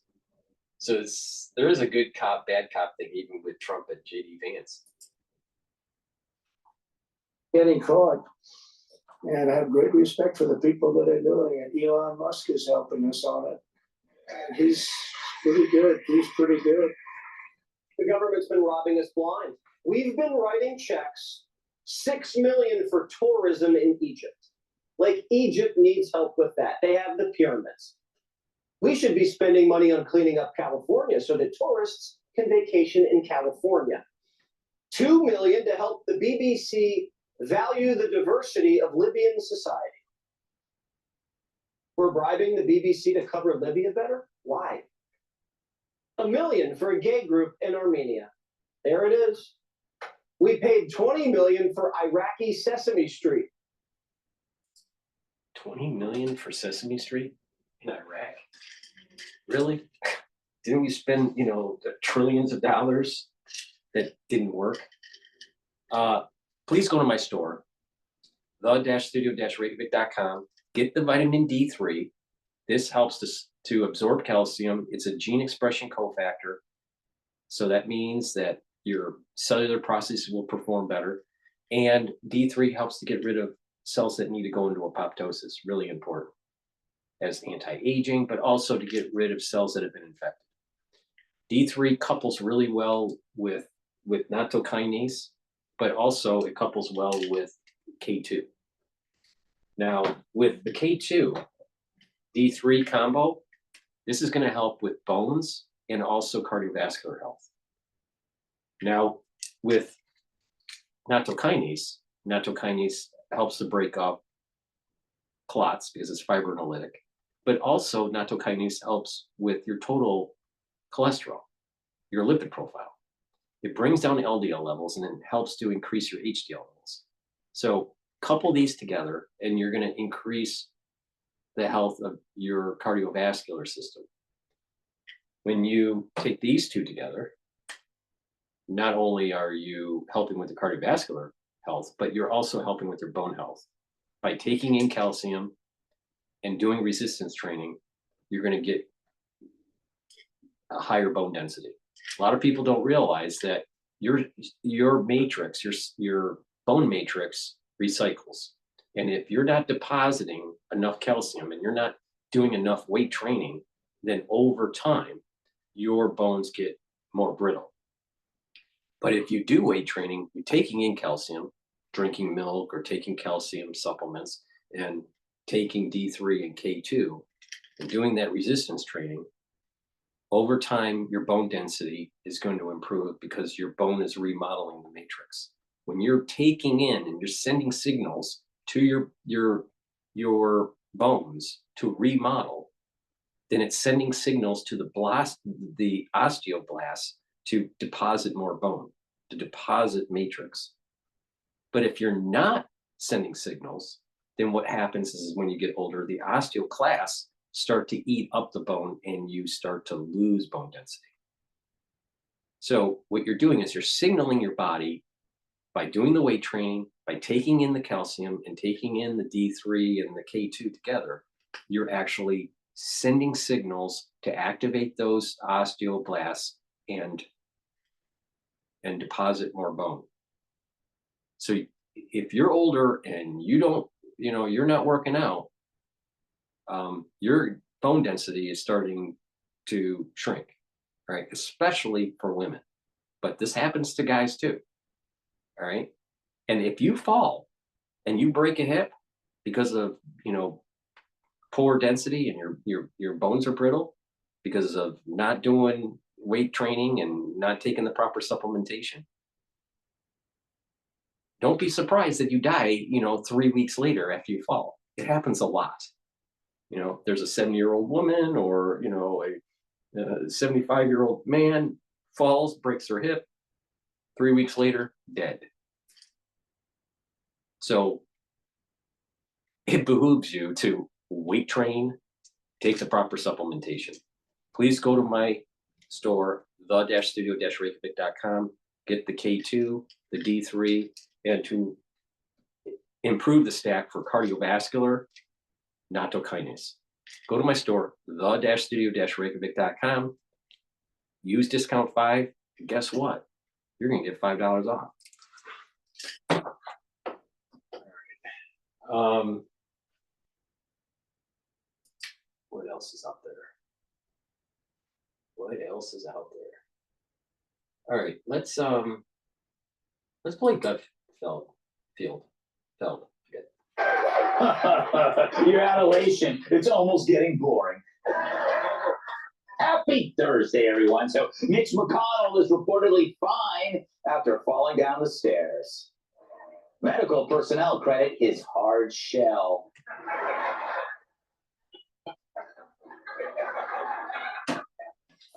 CBS has released their full unedited 60-minute interview with Kamala Harris. Apparently, they left out a part where Kamala said she was allergic to mold, which could explain why you rarely saw her standing next to Joe Biden.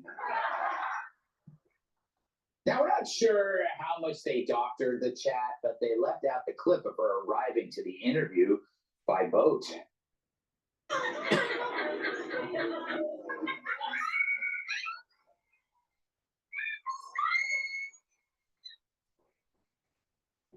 This is just his routine is just a comedy. So I thought he was going to talk about some news because he does news too. But let's see here. What else do we want to look at? Ooh, 19 hours ago with Mad Cow. Let's take a look at Mad Cow. If a man really hated ads, here's what he would do. Day one, he would install Pi on his computer without spending a dime because it's 100% free. Just after the election, 3 days after the election, a right-wing streaming network started airing a 6-part Russian propaganda special attacking the FBI. Now, I say it was a Russian propaganda special because everything is Russian propaganda by Mad Cow.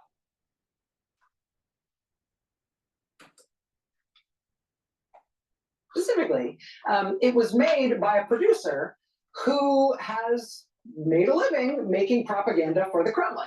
One of the producers, the guy who financed and produced this film, this docu-series, this attack on the FBI, he has been paid by the Kremlin to produce videos that are designed to lure Westerners, including Americans, to leave the West and move to Mother Russia.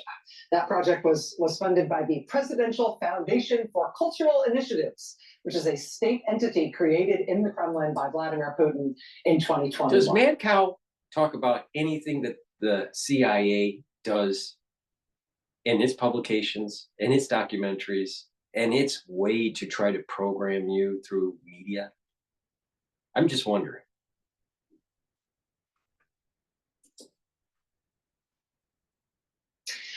This guy served on the board of a Russian propaganda outlet that was designed to look like an American news site.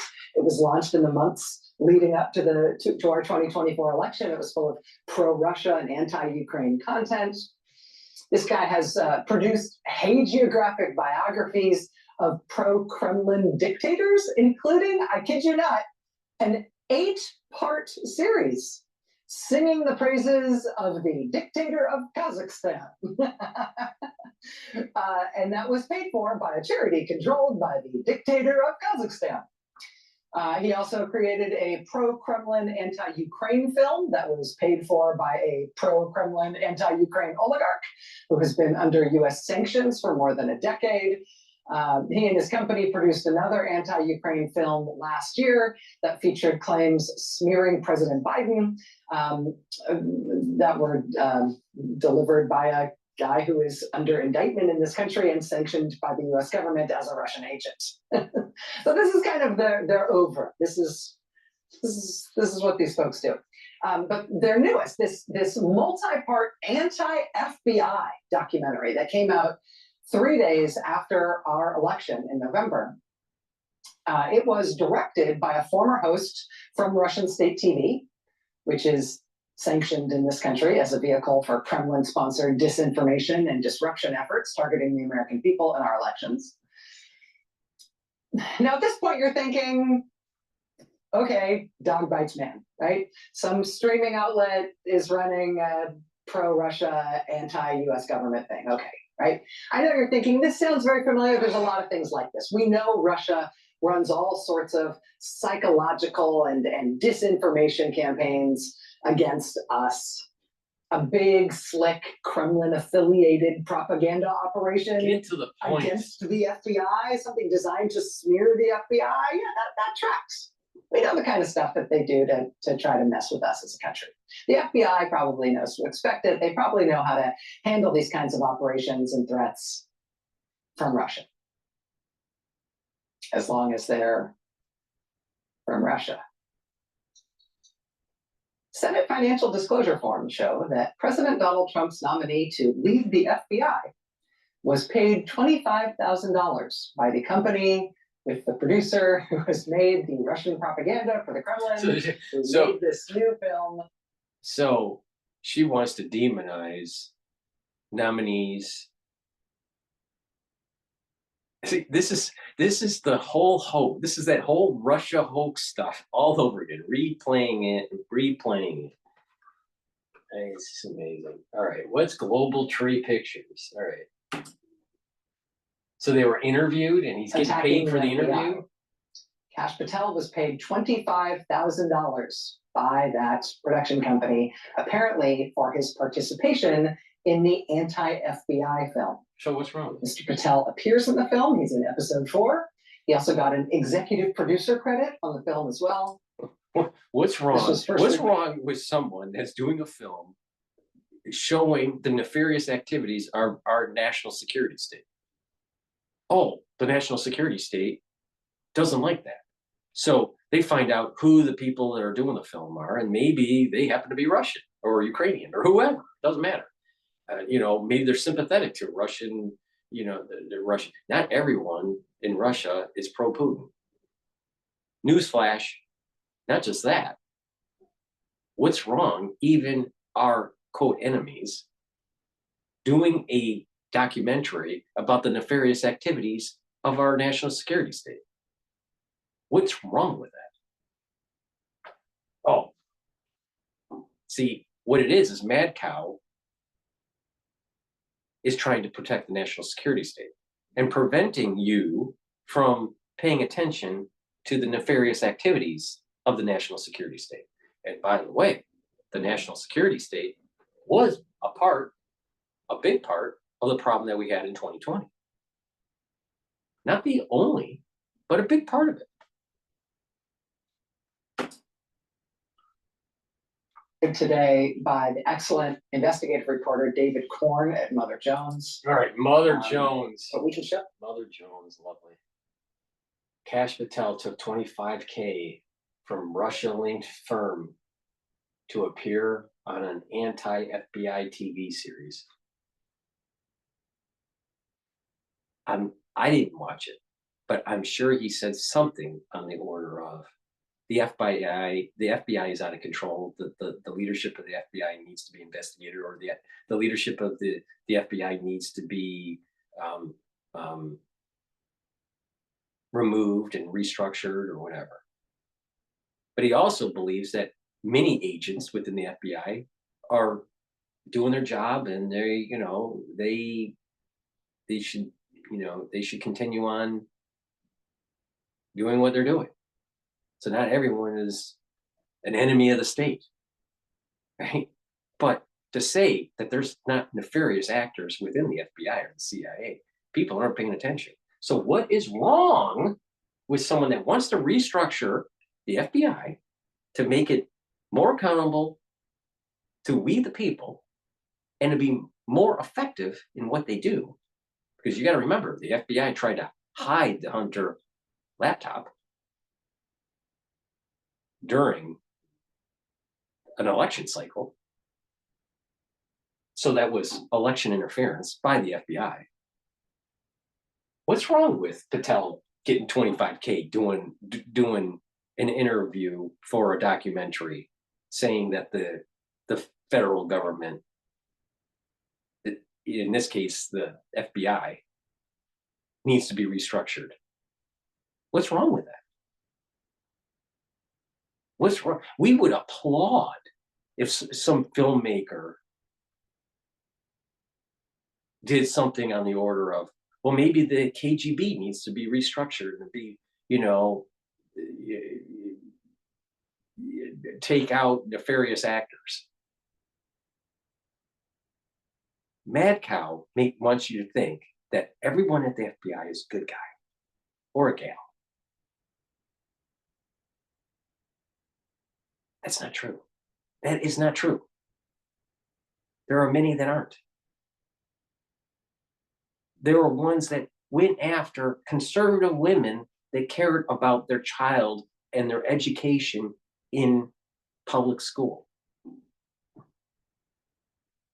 And you had Homeland Security and the FBI targeting them as conspiracy theorists or right-wingers. So what happened was the FBI, under the Biden administration, ended up becoming the Gestapo. Where's Mad Cow about that? No, she's going to be worried about $25K doing an interview saying the FBI needs to be restructured. This is the reason why Mad Cow needs to go out into the pasture.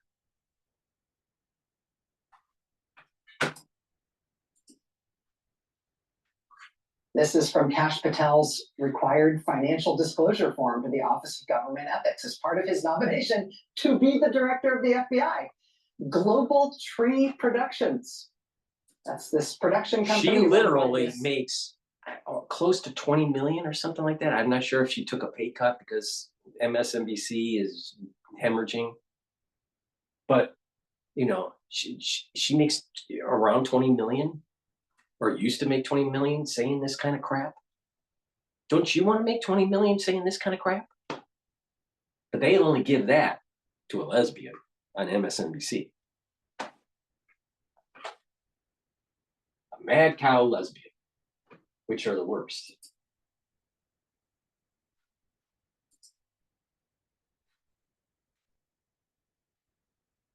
All right.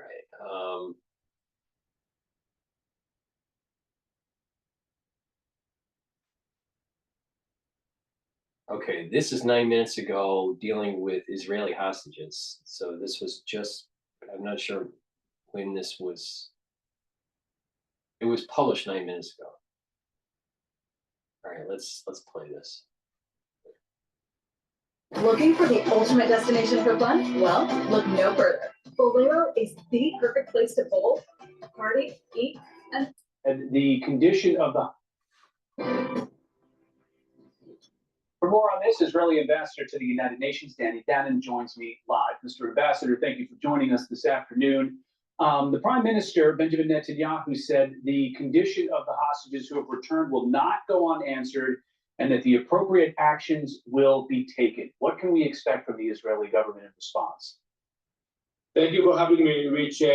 We are in shock. We are in shock seeing the faces of the emaciated prisoners, coming back, the hostages. We knew that they're in a bad shape, but once you see them, you understand that the starvation, the tortures, what are happening there in the tunnel, it's unbearable. We will take actions against that.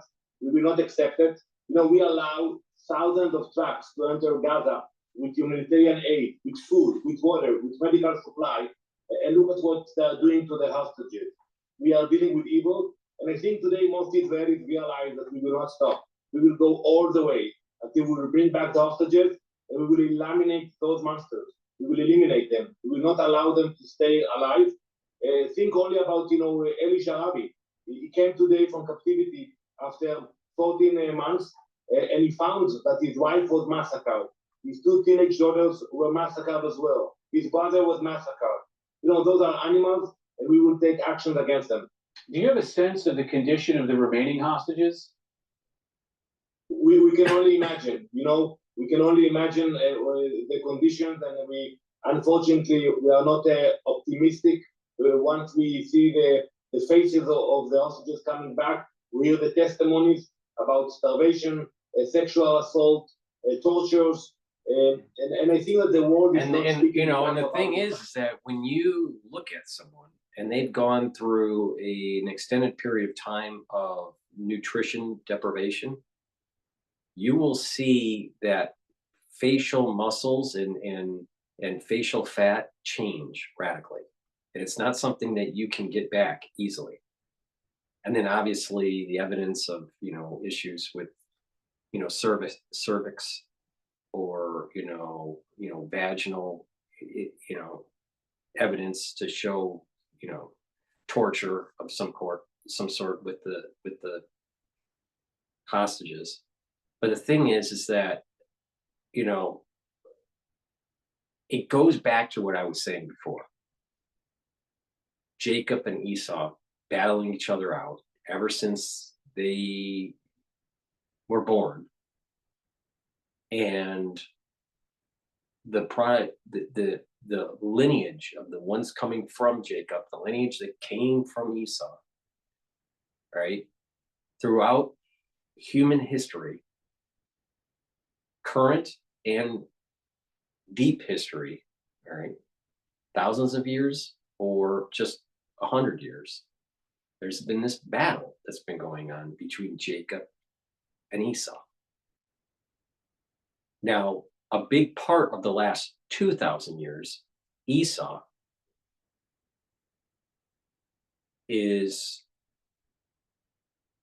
has been winning.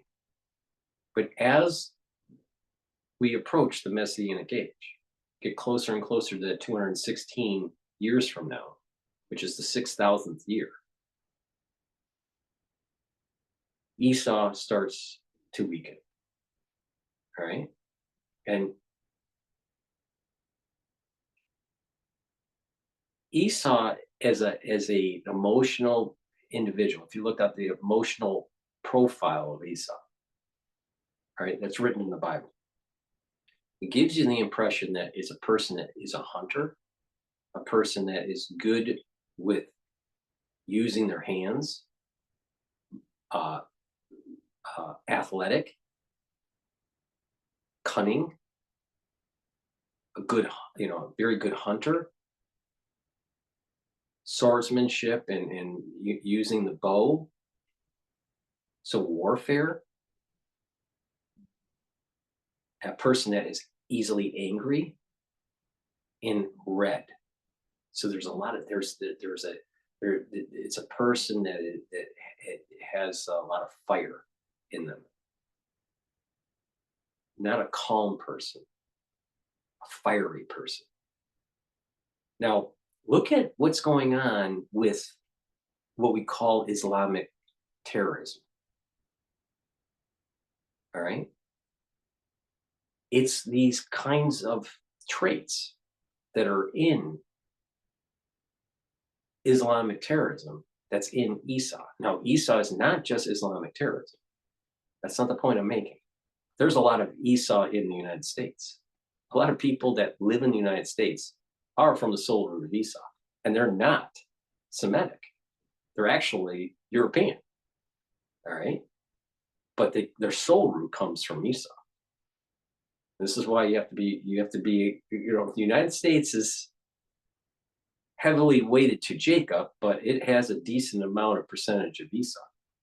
And the question is Edom, are we Rome? Or are we not? Esau governs Edom.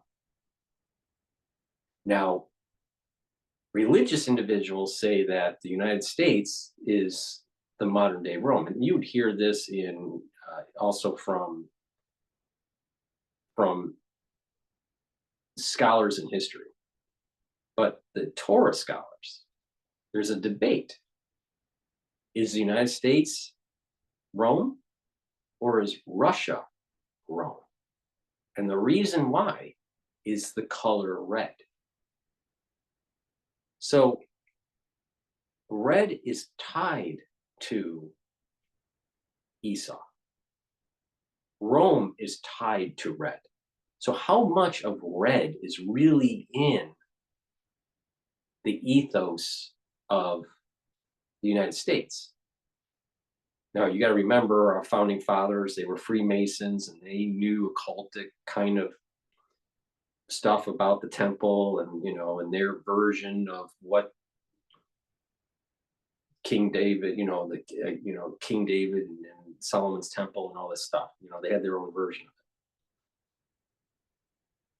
it. But when they decided to create the flag of the United States, and it's 13 stripes, white, red, and blue, it's not a whole lot of red. There is red in it.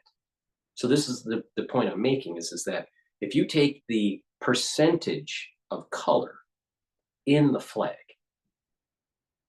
the percentage of Esau that's in the United States, in its soul root, is the percentage of red. But it's not the dominating color. There's a lot of white. There's quite a bit of blue. So it's not dominated by Esau, but Esau is part of its ethos. It's part of its soul. It's getting flow from Jacob and Esau. The founders, especially the ones that were tied to the Freemasons, they understood this. So Rome, even though we are a very powerful nation, very similar to Rome, isn't necessarily Edom or Rome that's mentioned in these ancient texts. It's not clear if the United States is Edom. It seems more clear that Russia is Edom. And this, in a real metaphysical, weird way, somehow and I haven't fully thought this through yet, but somehow the warnings of Rome or Edom through Esau is of the north. And where is Russia? It's of the north. Russia aligned itself to some of these countries, satellite countries that are surrounding Israel of the north. You're talking Lebanon, you're talking about Syria. All right. They even tried to get Afghanistan and we kicked them out. So the point I'm making is that there's a pressure from Edom, from the north, through Russia. And Russia's red. It's not a little blue, not a little white, it's red. So it's not clear that the United States is Edom. It seems more clear from the Torah scholars that Russia is Edom.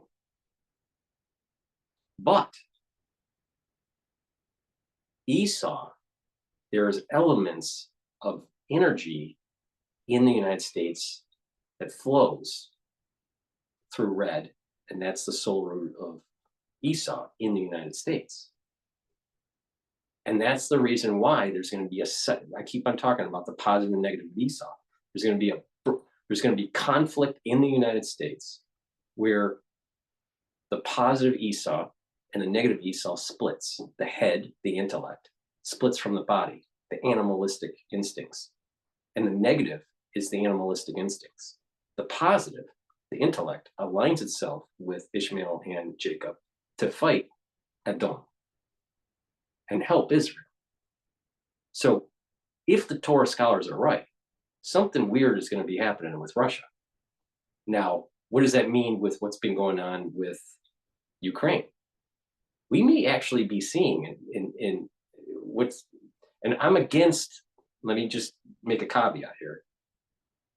I'm against the Eastern movement of NATO. All right, the expansion of NATO. I think that it's a poor strategic mission, but there may be something that is very biblical dealing with red from the north that is talking about Edom. And if that's the case, the best contender of this is Russia. So we may de-escalate what's going on in Ukraine, or maybe Trump tries and something happens and it gets worse. With that in mind, you can see something is happening with Esau and Russia. Now, maybe I'm wrong, but the color red isn't fully in it's not the full ethos of the United States. So the United States isn't really wrong from the warnings of the biblical texts. It's not Edom. It's something different, but it has a mixture of Esau. But Esau is going to die. There's no doubt about that. The Esau is going to be killed. There's going to be a war that happens. And the negative, the animal soul, the animal side, the people that are aligned with Esau, negative, are going to die. There's no doubt about that. Now the question is who's wrong? From a biblical point of view, who's Edom? We don't know. There's a debate with the scholars, the historical scholars that are secular. They think it's the United States. And there is about a 65-35 split where, some people think it's Russia, some people think it's the United States. But someone's Edom.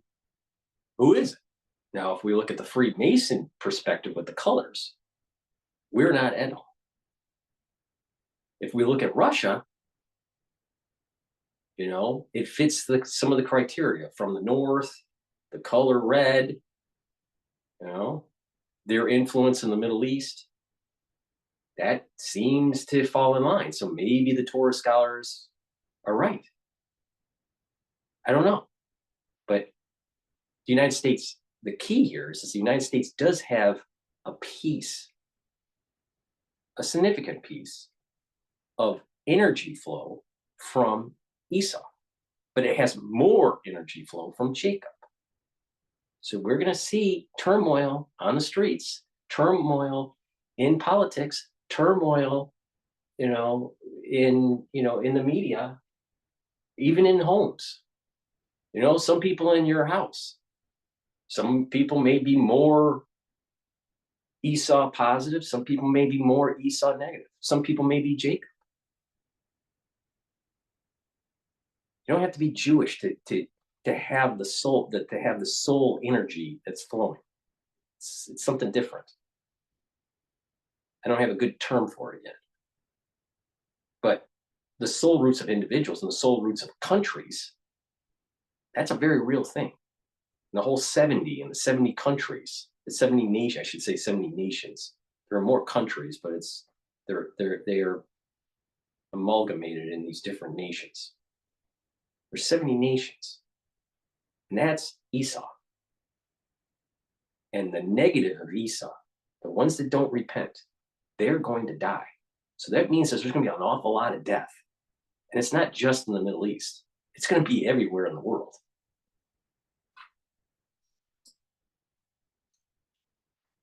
That the Red Cross never visited the hostages. No UN agency actually took any action in order to support the hostages. That's unacceptable. So for us, Israelis, it means... In the background, when they're releasing these hostages, all right, but Hamas releasing the Israeli hostages, what's in the background? The background, you know, for the ones that are watching the live stream on YouTube, it has a fist in the air. These are elements of the ethos of Esau hating Jacob. Esau is a hunter. Esau, in addition, Esau's smart. He's not dumb. Esau's smart.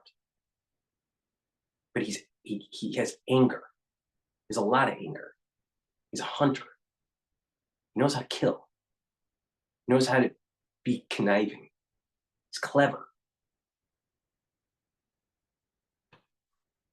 But what do you see in the background? You don't have, you know, trying to have peace and continue, you know, the ceasefire and somehow reach homeostasis in the region. No, they have a fist pumping in the air on a mural.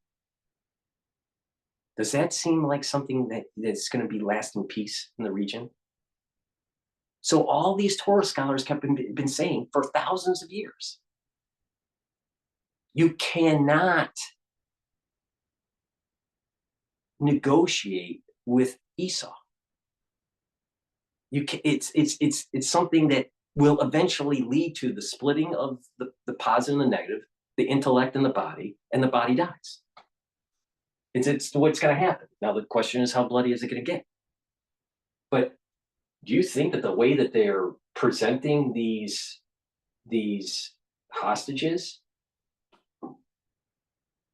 is in the right vein of continued ceasefire and peace and homeostasis, or continued conflict? Esau would rather bring the whole world. I mean, this I'm not making this up. This is just written in the Bible. Esau would rather take everybody down if he doesn't get what he wants. He'd rather destroy the whole world just so Jacob doesn't have something. Now, in the context that we're talking about, this is about the Temple Mount. But Esau's willing to destroy the whole world for that. That's insanity.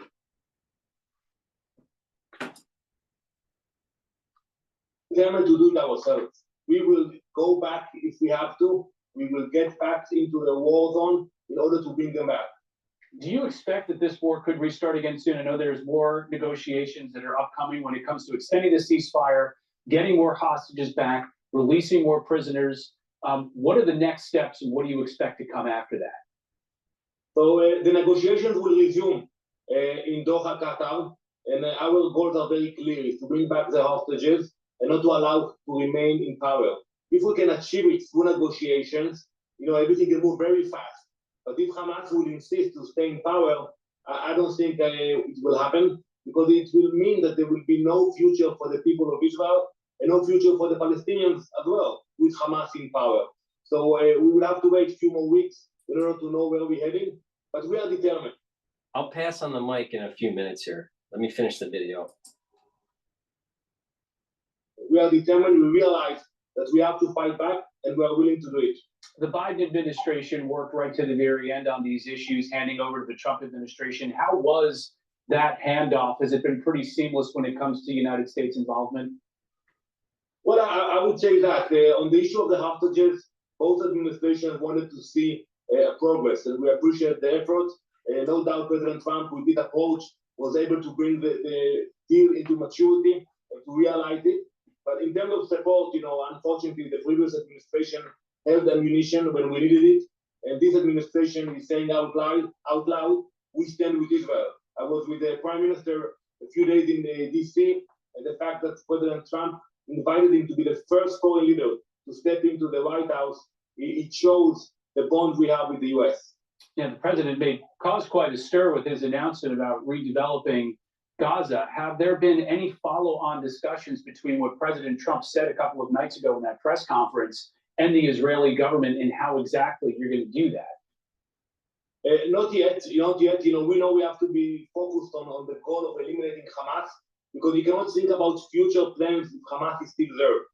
We appreciate that the president is thinking out of the box, coming with new ideas. It's about time, because so many leaders spoke about the Palestinian cause without offering something tangible. So I think it's a good idea, but we have to finish the job. We have to eliminate Hamas and then allow the international organizations and international players to go step in and build a future for the region. The idea, though, that some 2 million Palestinians who are not going to be in Gaza at some point seems pretty far-fetched, doesn't it? Well, it's not easy to implement it, but I think Palestinians should be allowed to relocate if they do it with consent. People move from country to country. So I don't understand why people are against the idea of allowing Palestinians that wants to go to places that will be willing to receive them. We saw it happening all over the world, in conflict area, in Syria, in Ukraine. So why they are doomed to stay in Gaza? I think if they have the option to relocate and they want to do it, they should be allowed to do it. Ambassador Danny Danner, Israeli ambassador to the United Nations, thanks so much for joining us this afternoon. Thank you, Rich. All right, let me just plug just a few products here really quick, and then I'm going to pass on the mic to Don. Please go to my store, the-studio-reykjavik.com. Get the NED Plus. It helps to boost up your energy levels. It helps to repair DNA damage, and it helps to protect your neurons. I've added this to my stack. As you get older, it's very important to protect your neurons. Trust me, you don't want gait issues when you get older. Ubiquinol also boosts up energy levels, helps to improve your mitochondrial health. You'll increase ATP. It's an antioxidant, so it's going to soak up free radicals, and it protects your neurons. It's synergistic with NAD Plus and C60. Take this every day. By the way, this ubiquinol is the highest bioavailable CoQ10 that you can buy. All right, let me repeat that. It's the most bioavailable CoQ10 that you can buy. Most people take CoQ10 and it's not ubiquinol. So you're not getting high bioavailability. That's why you go to my store. I got very high quality products that I take every day. So take the ubiquinol every day, protect your neurons, and maintain the mitochondrial health. Resveratrol, been taking this for decades. Resveratrol is very important. It's an antioxidant.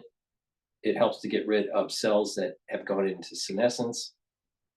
You don't want that. You don't want cells building up toxins, right? So when cells stop dividing, they just sit there, all right? Sometimes they go into apoptosis, but sometimes they just sit there and they're just collecting garbage. But you want to get rid of that garbage, all right? And then if it's in tissues that have adult stem cells, then you're regenerating the tissue, and guess what? The tissue's healthier and performing better. Please go to my store, the-studio-reykjavik.com. Get the resveratrol. It stacks really well. To get the full benefits of resveratrol, you should stack it with like ubiquinol and C60. And lastly, there is no lastly. It's only doing 3 of them. All right.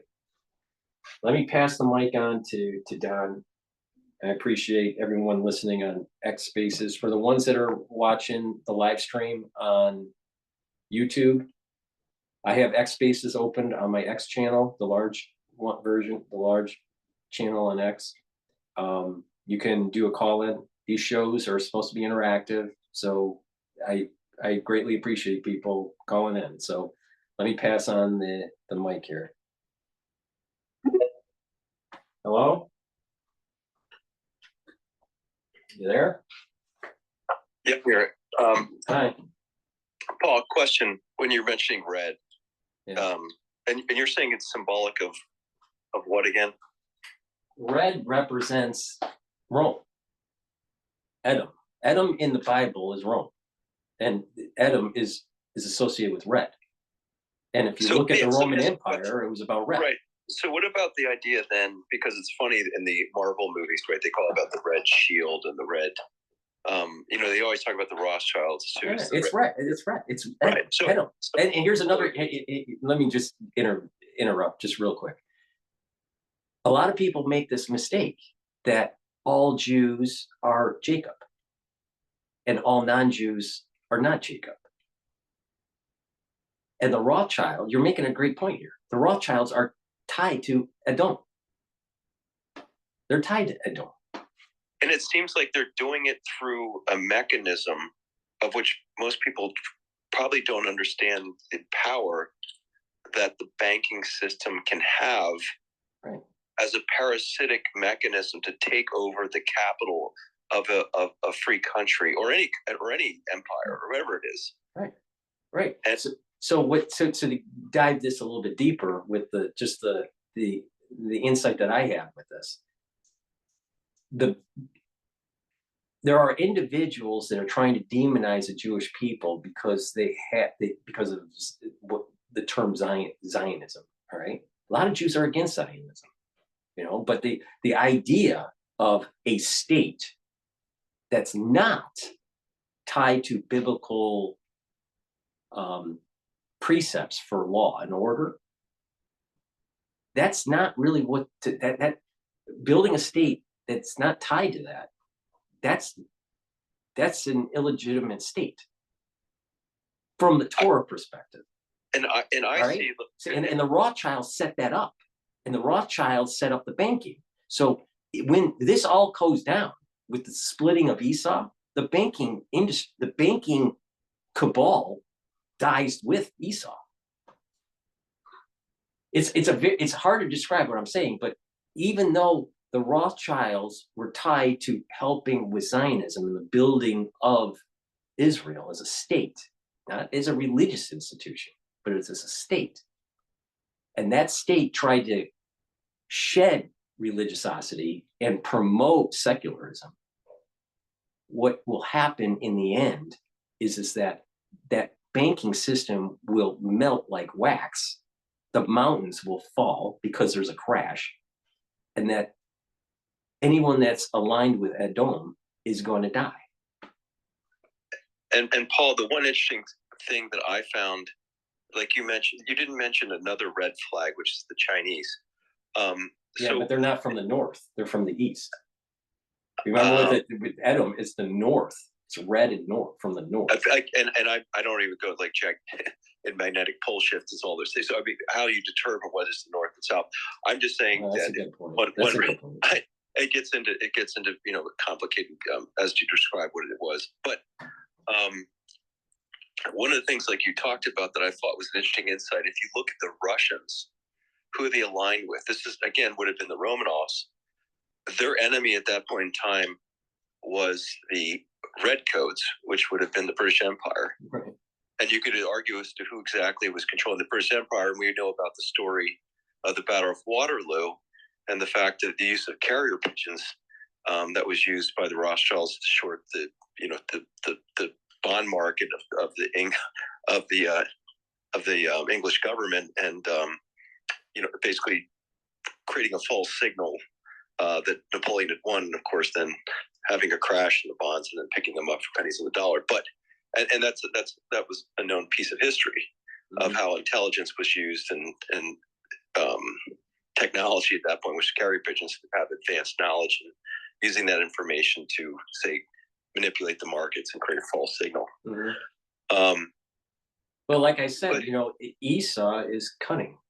Esau can slither between nations. So what's interesting to me, the other aspect of it is how I always look at like children again as having closest to God because they don't have a framework yet before they even language as they even try to interpret the world, right? So they're coming into the world, and then the world is constructed by these language words that are used to say whether it's religion or political structures and so forth, and then their world views they come into a world view that's imposed upon them.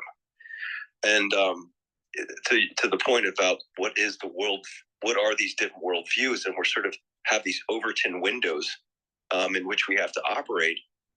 But perhaps, like I said, there's a larger one. I think maybe you're trying to shed light on as to who are the puppeteers that would be creating these Overton windows that direct events and allow people to be caught in these sort of very narrow understandings of how events are truly unfolding and who benefits from these arrangements or this construction of the events as they occur. Mm-hmm. Yeah, I mean, it's the thing is that when it's like unraveling a knot that's really difficult, and once in a while you get these little a glimpse of clarity when you see certain events or even pictures. I mean, another glimpse of clarity is that when you look at the Security Council at the UN, I'll tell you, I get a moment of clarity when I see that camera that's in the center of that semicircle, where it's actually kind of like, this seems to be a physical manifestation of this Satan aligning with Edom or Esau. And, there's a manipulation that is happening within countries or by country leaders or representatives that makes you think that, well, the society should be going this way while the society really should be going the other way, because Satan is trying to stay alive. Satan dies when Esau dies. So, and that ushers in, if one is a believer, ushers in a messianic age. So Satan doesn't want to lose power. Satan needs to convince people, the 70 nations, that Jacob's bad, or the positive intellect of Esau is bad. Or Ishmael's bad, because this grand battle that takes place is going to be a not only will it be a physical battle, but it will be a spiritual battle. The spiritual and the physical are starting to collide. We always in secularism, we think that, well, there's spirituality, maybe meditation, and then there's this thing called science. Well, I think that what's happening is that they're colliding now. And I think there's new views, of course, in the medicine of looking at things holistically. And I think in the physics as well, they're starting to look at, again, this sort of more, perhaps a Heraclitean view of physics that perhaps has been reduced from Descartes' influence in science. But I agree, like everything seems to be up for grabs. And there's now this decentralization of now competing views, and we'll see which ones actually have the most benefit to humanity and to be allowed to play out now versus being controlled by these centralized structures that may have been compartmentalizing it, using the ones to their benefit in sort of a breakaway civilization scenario. Here's a really weird thing. We in previous conversations, we talked about Bitcoin and cryptocurrencies and blockchain and all this stuff. And I told you my take on it. But another way to look at this is that something that may actually be surveillance technology that I'm concerned about, when used with a different soul root, may actually be the mechanism to break the Rothschilds, and I'm using this in a broad way, the Rothschilds grasp the red of Edom, grasp on central banking, or the grasp of world finance, the transnational capitalists. So it's maybe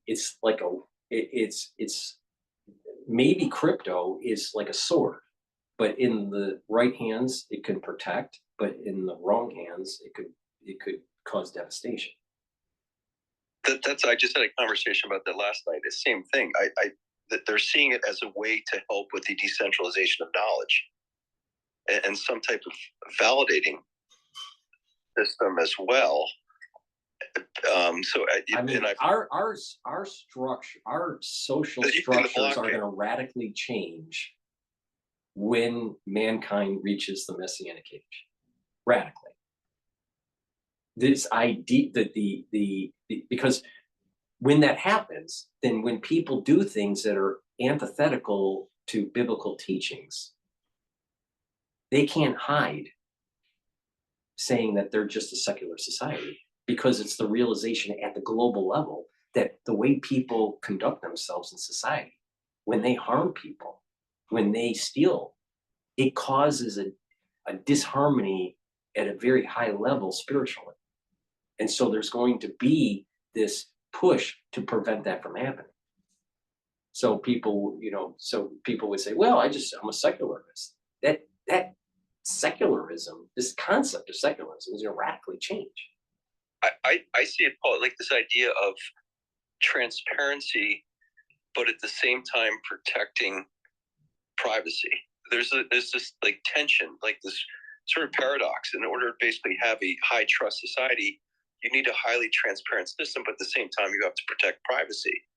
And then when you're saying you're protecting privacy, you assume the actors that are involved in the system would want to be participating in a transparent system because there would be nothing to hide, because they're behaving in a way that we all believe are beneficial to all. So there's just like this paradox I see between privacy and transparency. And what is the foundation of liberty? Is it to protect privacy at all costs?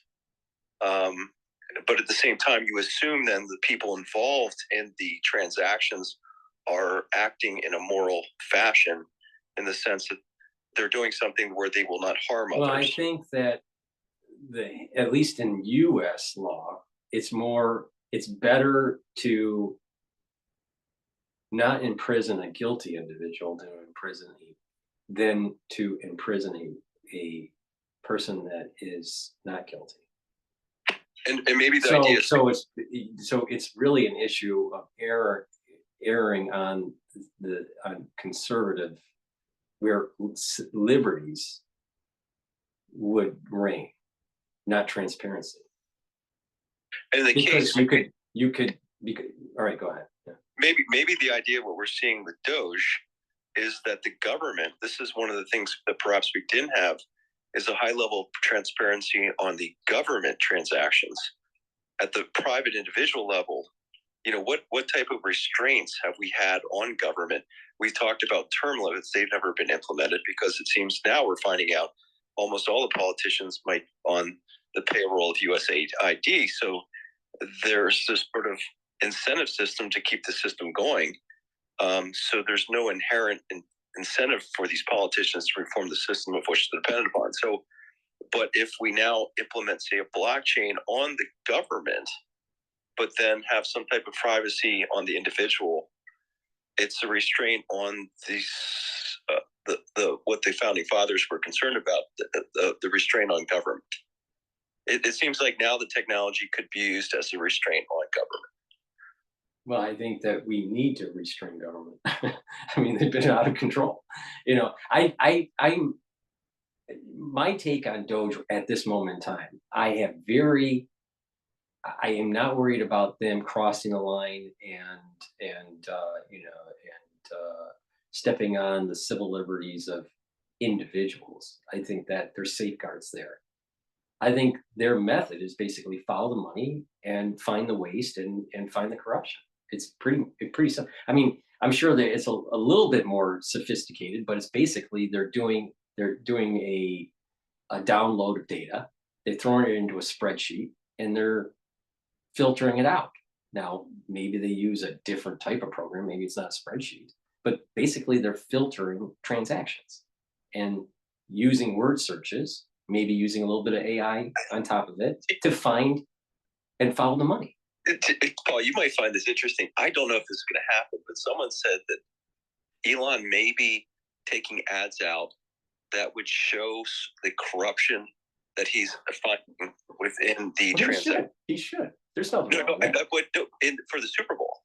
That would be hilarious. I don't think he's going to do that, but that would be hilarious. But that's what I'm saying. If you talk about an act that say represents, what do you say, Adam?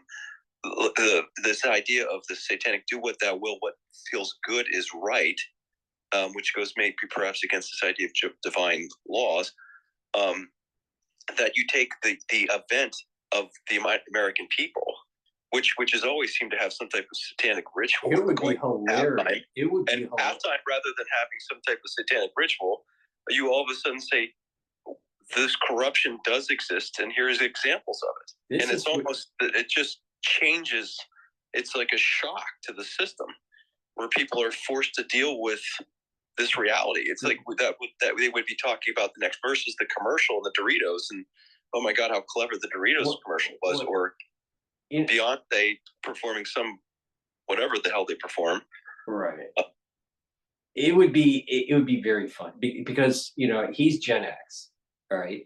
Most people in Gen X would say that their first experience with computers is either Commodore 64 or Apple.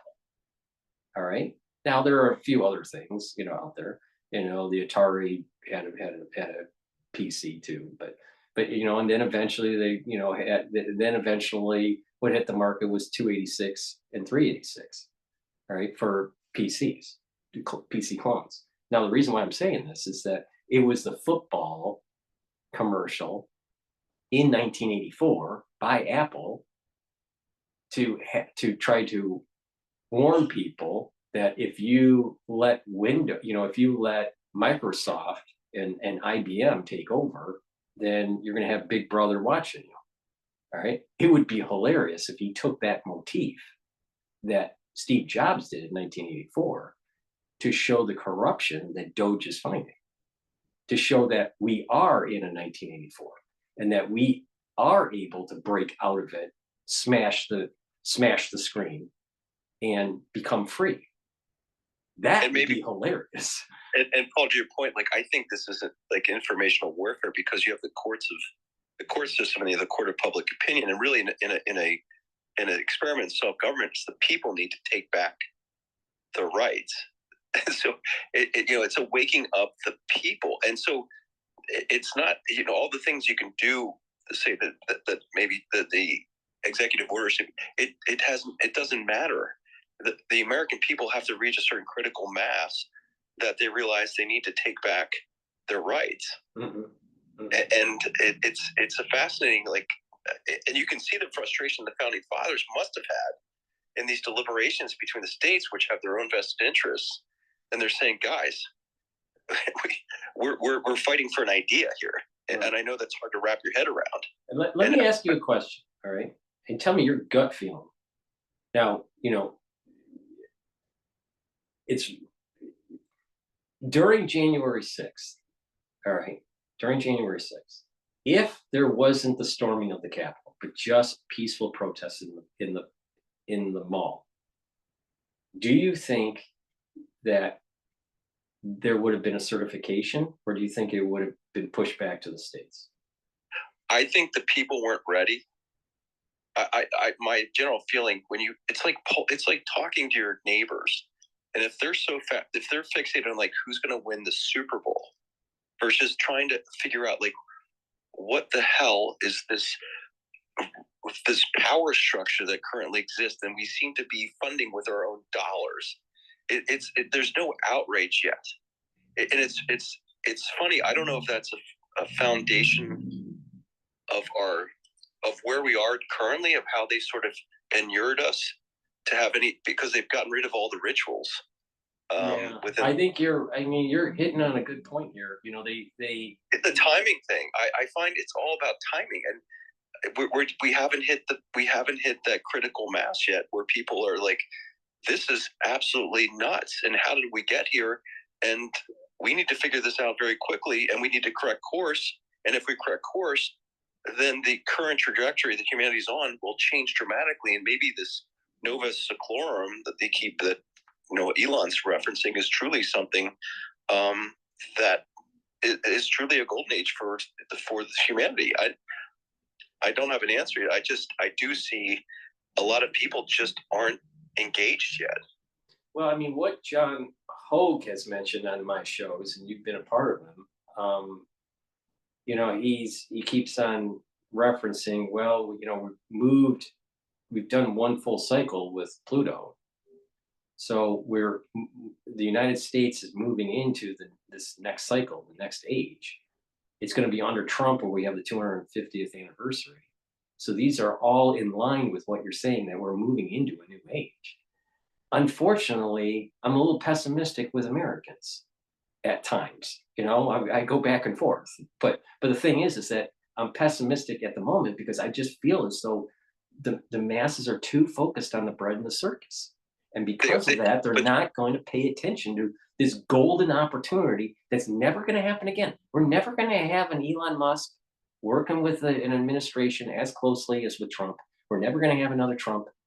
Even if JD Vance becomes the 48th president, he's never going to be a Trump. So this is a once in maybe a 250-year moment where we can get our house in order. But unfortunately, there's a lot of Americans that are just dumb, just flat out dumb, and all they care about is their the next day. You know, they're not thinking, you know, in generationally. And I think to your point, I think it starts with the family. And so when you look at again what's happened, and there are a lot of people throughout. I forget the guy from Moynihan wrote about this. Just the destruction of the families, just the United States, and Murray as well, who wrote also about IQ as well, which is controversial because it just nobody wants to deal with facts. But the idea is Murray with the bell curve. He wrote something called "Coming Apart." This at the blue collar level, and it's not necessarily a race issue. It's even within all the different communities, and so there's with the lack of blue collar jobs to create a middle class from this globalization, along with along with meth and all of these drugs moving into the communities. It's just destroyed the ethos of the United States, which was built on strong families, and tied to Christianity. Because whatever you want to say, it seems like the founding fathers, Jefferson himself, recognized the teachings of Christ as sort of he could not ignore them, even though he came from the Enlightenment, wanted to get rid of all the paranormal aspects of the Bible.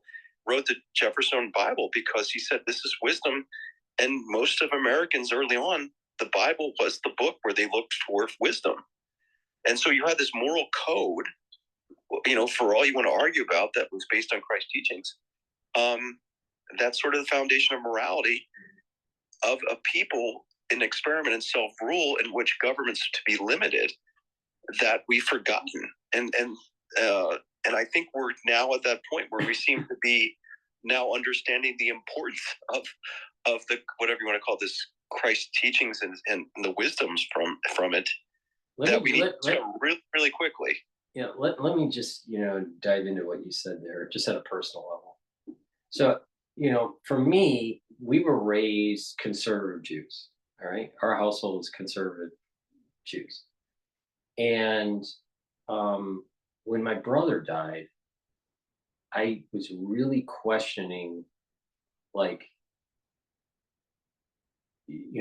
the significance of religion. I really was, because it was just a shock when my brother died. I mean, it was just dying at age 36. It's like a nuclear bomb going off in the family. And, it took me a few years, but, I started reading Hitchens, started paying attention. I must have watched every single video that there is of Hitchens on YouTube. And I appreciate his intellect. And the space that I was at the moment after my brother passed away, and absorbing Hitchens and listening to Dennett and Sam Harris and Dawkins, that I kind of like drifted away from religion and tried to rationalize that we could reach some sort of morality with just secularism, just, being moral. And as I was healing through the process of my brother leaving this world, I eventually came back to the religion much stronger, much stronger. But I do appreciate some of the arguments that the atheists or the agnostics make about society sometimes is worse off if it's too religious, if it's too parochial. But society can also be non-functional if it doesn't have some sort of, moral foundation. So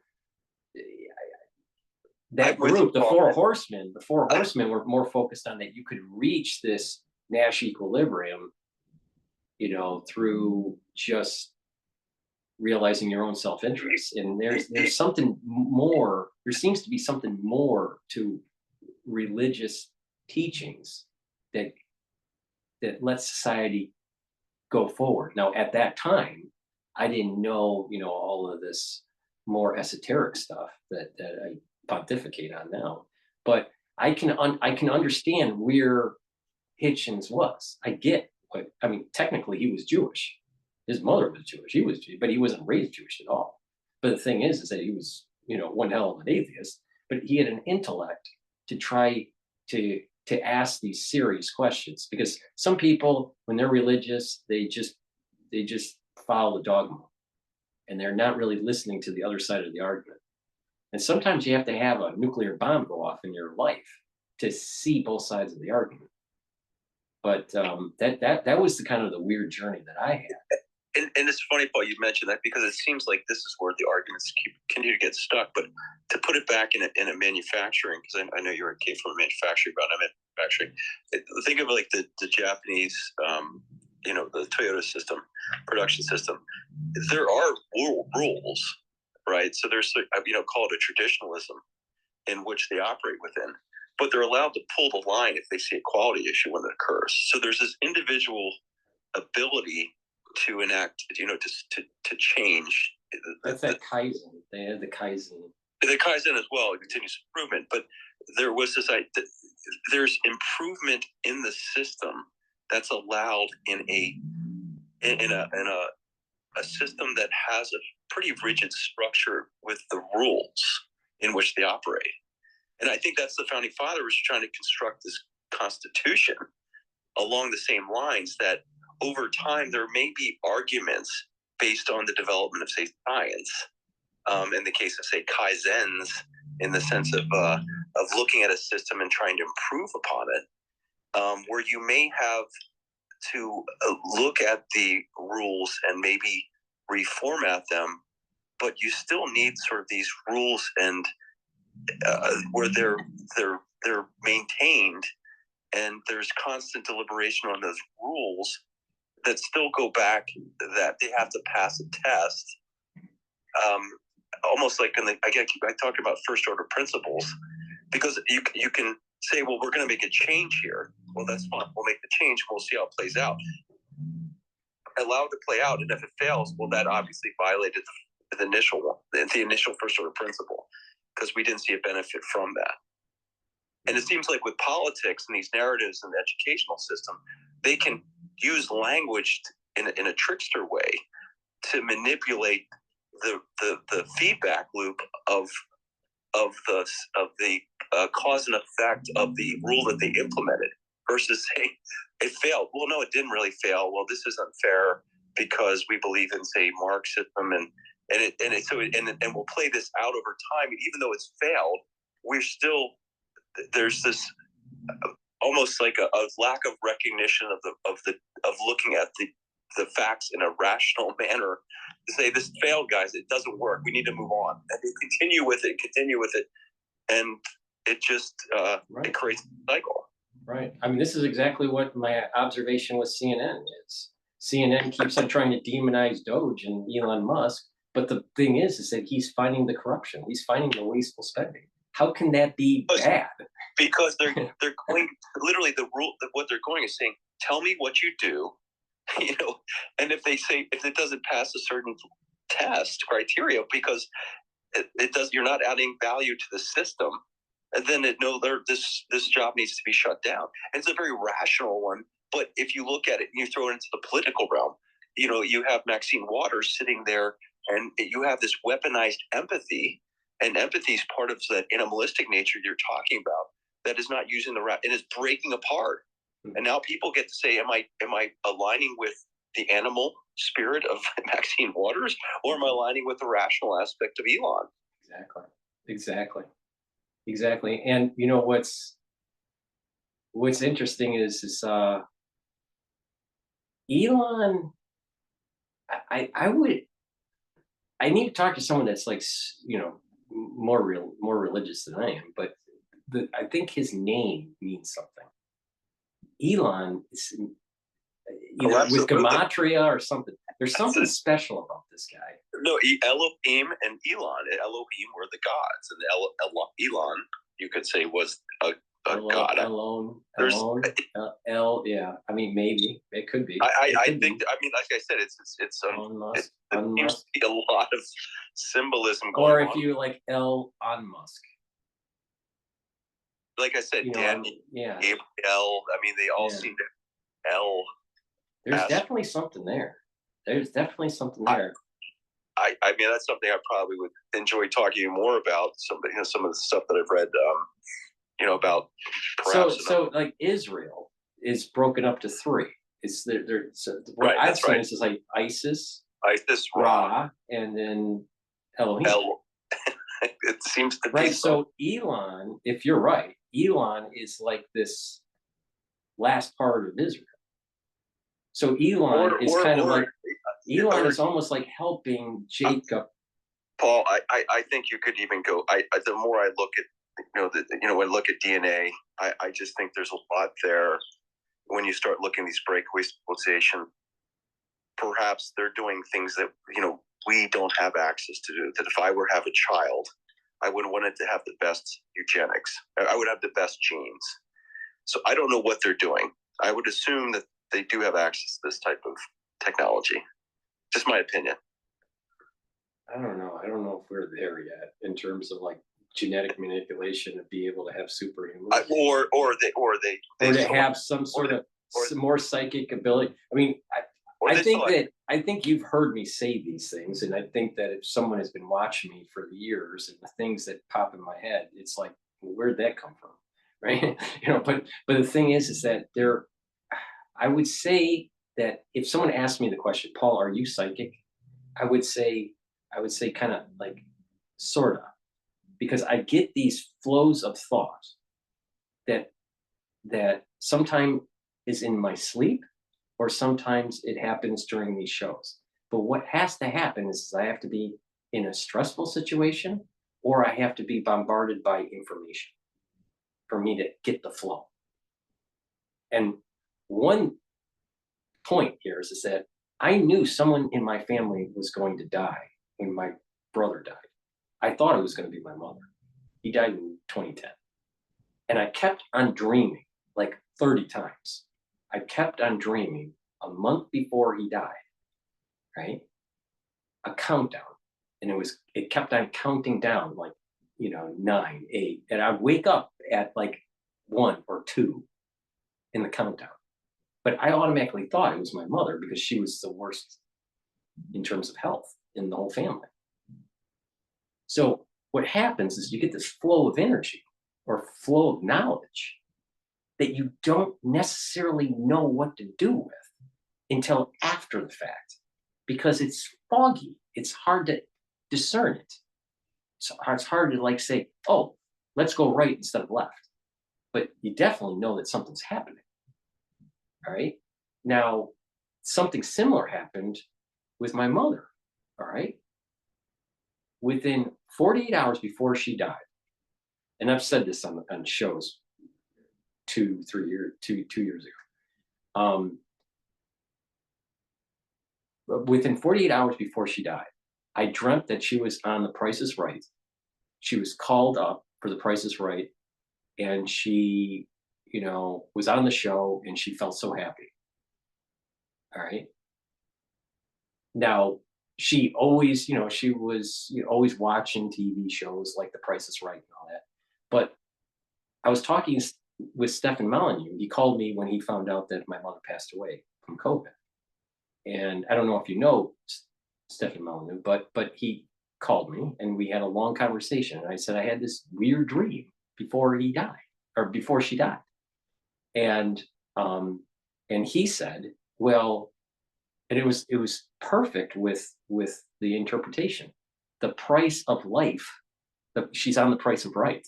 The price of life is death. So these are kind of things that happen. Now, I'm not so sure that if a breakaway society has all these abilities to be able to manipulate genetics to improve the antenna, to be able to tap into this code or tap into this information flow. I'm not sure if we even. I'm not too sure that. I'm just saying that perhaps they may take the genes of certain geniuses, and I don't know what they're. My point is, I'm speculating here, but I do see the potential for a breakaway civilization, because I do see, read Plato and the philosopher kings, and seeing the vulnerabilities in a democracy, like you're saying, in this bell curve of analytical capability. Yeah, but where are they? If there is a breakaway civilization already, what do you think the population density is, and where are they living? I mean, is it something like Atlas Shrugged, where it's behind a cloud? Where are they? I think you may find that the breakaway civilization, and maybe we'll know more. It seems to me like with Stephen, there's something obviously happening and accelerating with the UAP disclosure, and it's becoming front and center when you start seeing more and more people talking about UFOs. Even though we saw it happen, and we really have moved on since we saw these things moving around, and Trump having the governors around him saying that they're really concerned because no one's telling them what's going on with these unidentified objects flying over military installations. I mean, that's a major. You would think as citizens would be majorly concerned that we don't have a true answer on it yet. Well, I mean, you know Dr. Greer, right? You know of him. I know, yes, absolutely, I know of him. All right. So have you tried the E5 that he does, the meditation? No. All right, I tried this back years ago. All right, years ago. I mean, probably. I want to say I tried the E5 technique, meditative technique, in 2014, somewhere in there. All right, maybe it was 2015, somewhere in there. And there's an app that you can download for free, I think it is. And there's certain meditative techniques that are on the app. And if you follow it, then you get in this meditative state, and then supposedly you can communicate, or you can see or bring in these beings, that they're there, but they're like hidden, and they can like uncloak. All right. So I did this for 6 or 7 days, maybe around 6 days. Nothing happened. So I thought it's all garbage, right? But it was free app, no big deal. The 7th day, the next day, either the 7th or 8th day, I had a dream, and there was this information flow that's very similar to these psychic type things that I was talking about earlier. There was an information flow that came in that showed technology that is way above anything that we have. But the interpretation that I had from that information flow, from the E5 technique, was that this was that humans are doing this. And the feeling that I had was it's not spiritual entities or aliens from another planet, but us in the future communicating back to us. It's United States I don't know, year 4000. That's interesting. And it's coming back to us saying hello, But that was the impression that I had. I tell you what, I'm gonna send you something Gene Ho posted. You might find this interesting. There's, it's funny. You've just mentioned that I was watching 12 Monkeys, right? Which I don't know if you know about. 12 Monkeys. I remember when it came out. Yeah. So it's about someone going back into the past from the future to stop a biological weapon release. Like I said, I don't know. Is that predictive programming that's going on? So I jumped on your space. I saw you were on, and I jumped on it while I'm watching this. And that was Bruce Willis. Now there's a series on that's going over the same scenario of a release of a bioweapon, and they're trying to prevent the release of it. There, I would say that it was 12 Monkeys was an important one. Hot Zones was another movie that came out that's in line with this problem. But it talks about this, what you were mentioning about people from the future going back into the past, and it's like this constant set of timelines that are created, and people that have access to some type of technology. Now, again, but it was like human technology. The impression I had was it was human technology. No, that's what this is saying.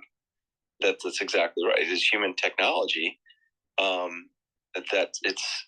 And we're playing out from the future back to the past. And there seem to be these forces that are sort of, and I don't know what exactly the game is that they're playing, because I think that's what we're trying to find out, because what are we, in a spiritual battle, because in essence, back in the 1960s, and I think RFK Jr. made this point, they had already said that they could kill everybody on the planet for like 20 cents. And to your point, like what you've been covering, is decided we need to shut down these bioweapons programs, and yet they're showing, Elon is now showing, well, looks like he's exposing some of the funding that was going on, these direct evolution. Well, this is one thing that I didn't know about, and I thought I covered it pretty extensively over the 5 years, but I didn't know that USAID sent money to Wuhan. So your point, so not only did the NIH through Fauci, but USAID sent funds through Wuhan. Which would be our taxpayers. We're doing it to ourselves. That's like this karma part of it. Well, and this is the reason why I keep on saying this. Not only do we need to shut down these gain of function laboratories and these bioweapon programs, but we need to really shine a light on the nefarious activities of the national security state, because they are an existential threat to our livelihood. But that's the point. Like, think about this, Paul. And I don't, this gets into like this. What is the philosophical framework of how we govern these institutions that are running these programs? Because what you're finding, it was done under defense. And when I talk to smart people, they go, well, I talk to these top epidemiologists, and they're just trying to, the sword and shield, they're just trying to preempt a possible, our enemy weaponizing this. And so we end up basically into this loop of, it's a developmental loop, and it's an escalatory arms race. We're breaking away from the natural world. We're saying, well, we're going to create this synthetic world where we're going to manipulate these viruses, and we're not going to allow evolutionary processes in order to. Isn't this very similar to what the snake in the Garden of Eden is all about? Like I said, it's like crazy. And I talk to very smart people, and they're just, well, we've rationalized it. Yeah. And you probably can. And that's the whole point, is like, there's this paradox between ultimate rationalization, which you could rationalize this, but at the same time, under this underlying connection to the divine, that once you start playing with these rules that and start to manipulate them in ways that you think you're God, there are things that you unleash, like Pandora's box, that you have no idea how you're going to control it. Exactly. No, I totally agree. But there's the other side of the coin. All right. It's possible that this technology and the things that are happening lead to not just the potentiality of a negative externality that we're more worried about, but the potentiality of a positive externality. As society as the generations have gone on since Adam, we have been getting weaker. Our genetic code isn't strengthening.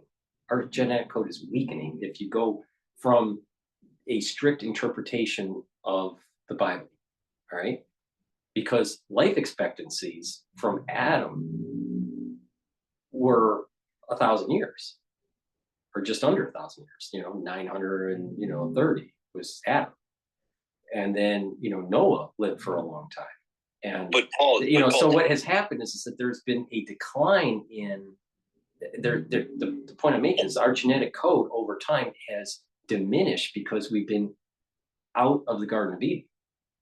But maybe this technology is going to potentially get us back up and heal the genetic code up to the point, and this may be where you're getting with the breakaway civilization, where we get back closer to the genetic code of Adam. Our code is not like Adam. Our code is diminished. Now, what in the code is diminished? I have no idea. But there's something in the code that's diminished, where our ability to be able to hear the Akashi record, if you want to use that as a term, or to live a longer life, or to have a more understanding of the spiritual and be more in tune with the world and live longer. If we assume that Adam lived for 930 years, but the average person can't live beyond 70, or 75, there has to be some way to get back to Adam. But maybe the thing about it is like this.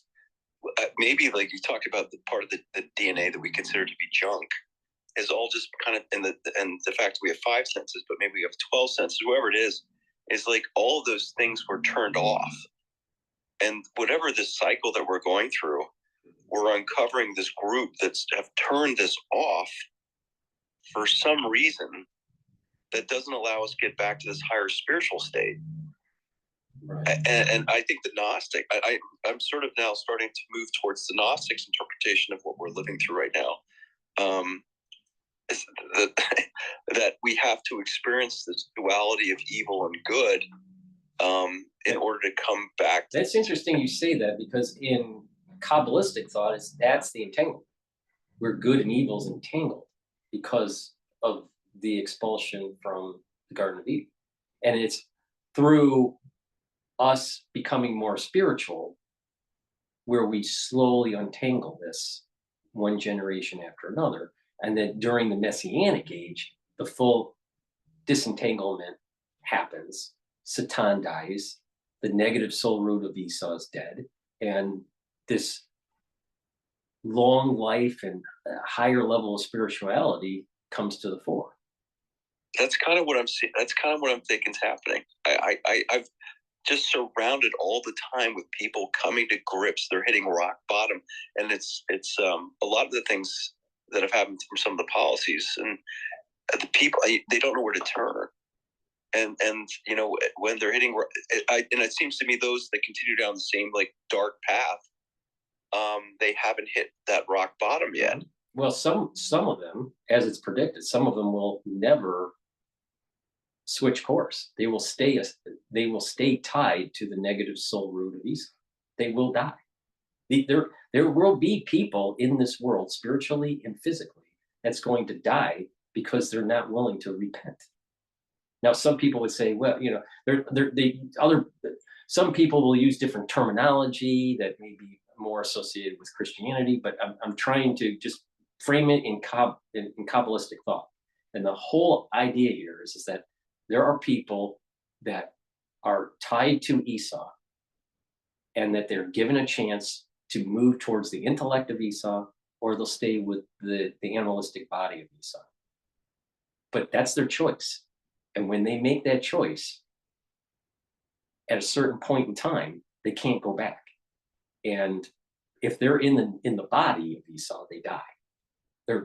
Now how that happens, I think there's a great war that takes place, but there's many people that will you would hope that they hit rock bottom and then they move towards the positive. They repent. They find ways to move forward in a positive way. but there'll be others that won't. There'll be others that won't. I agree with, and I've seen the few that have turned their lives around and have successful families, and they find Christ. I don't think that's the only thing I can say is that the majority of people that I find, they find.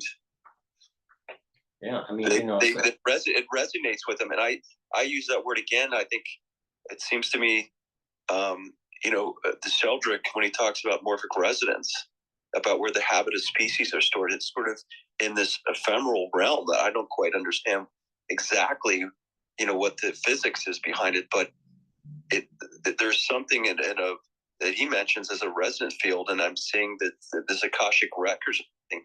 It's somehow the habit of our species is stored somewhere, and we need to get back to that resonant frequency, and that we're kept at a very low vibrational level right now. So in Kabbalism, the idea is that our plane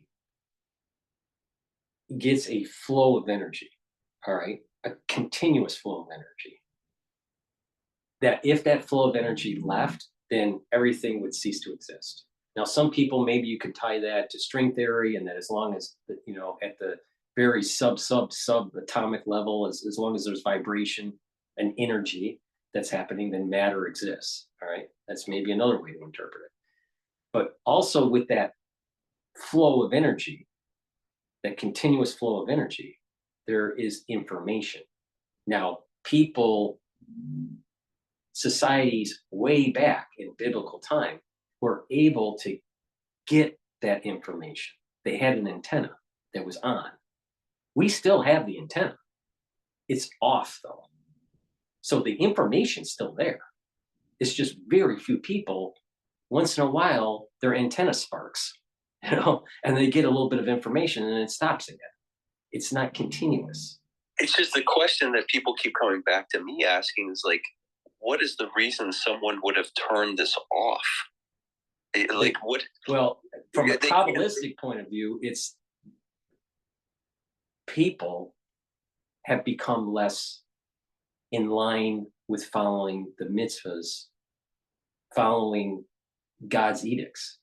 When people don't follow positive and negative commandments, then there is filth in the system, and that filth of the system prevents you from getting that spiritual connection to the information. See, society in general would have to stop stealing, stop adultery, stop, doing bad business deals, and and all these things, all these nefarious things that are happening in the society. Then over time, generation after generation, will improve the code to be able to get the antenna to work more continuously. And to me, Paul, the fascinating thing, and I've gone back to a lot of different, I'd say politicians. And one of the most interesting guys I stumbled upon was Lyndon LaRouche. And he actually was one of these people that said, I could have protected Reagan, but I can't anymore. And that'll probably be assassinated and so forth. And he had his own intelligence network. And one of the things he brought up is he brings up the fact that there's 200,000 missing children. And I remember, that's a staggering number. And now I'm seeing on the border crisis, people bring up 300,000 missing children. And I look at an issue like that, and I'm looking around. Why are we tomorrow? Imagine if we, instead of watching football, turned our attention, and this is just the United States. I can only imagine what's going on in the world. We're the most vulnerable, the most innocent. I say the most probably connected to God because they're not corrupted by the worldviews, right? That are say being manipulated by these corrupt power structures. This crime continues to go on, and it's almost like a judgment upon our civilization. It's like we can't even protect those that probably are close to the divine. And what's so strange is that you have the media, the mainstream media, fighting the Trump administration from closing the border down and protecting children. I mean, how it doesn't it's crazy how the media is trying to defend a bad policy. But the funny one thing I told people, I said the road to hell is paved with good intentions. And I think, like I said, they've weaponized empathy around open borders and this idea of they created this story of families trying to have a better life. And they're not talking about the cartels essentially having a payday on using humans over and over again, which is probably more profitable than the drugs. And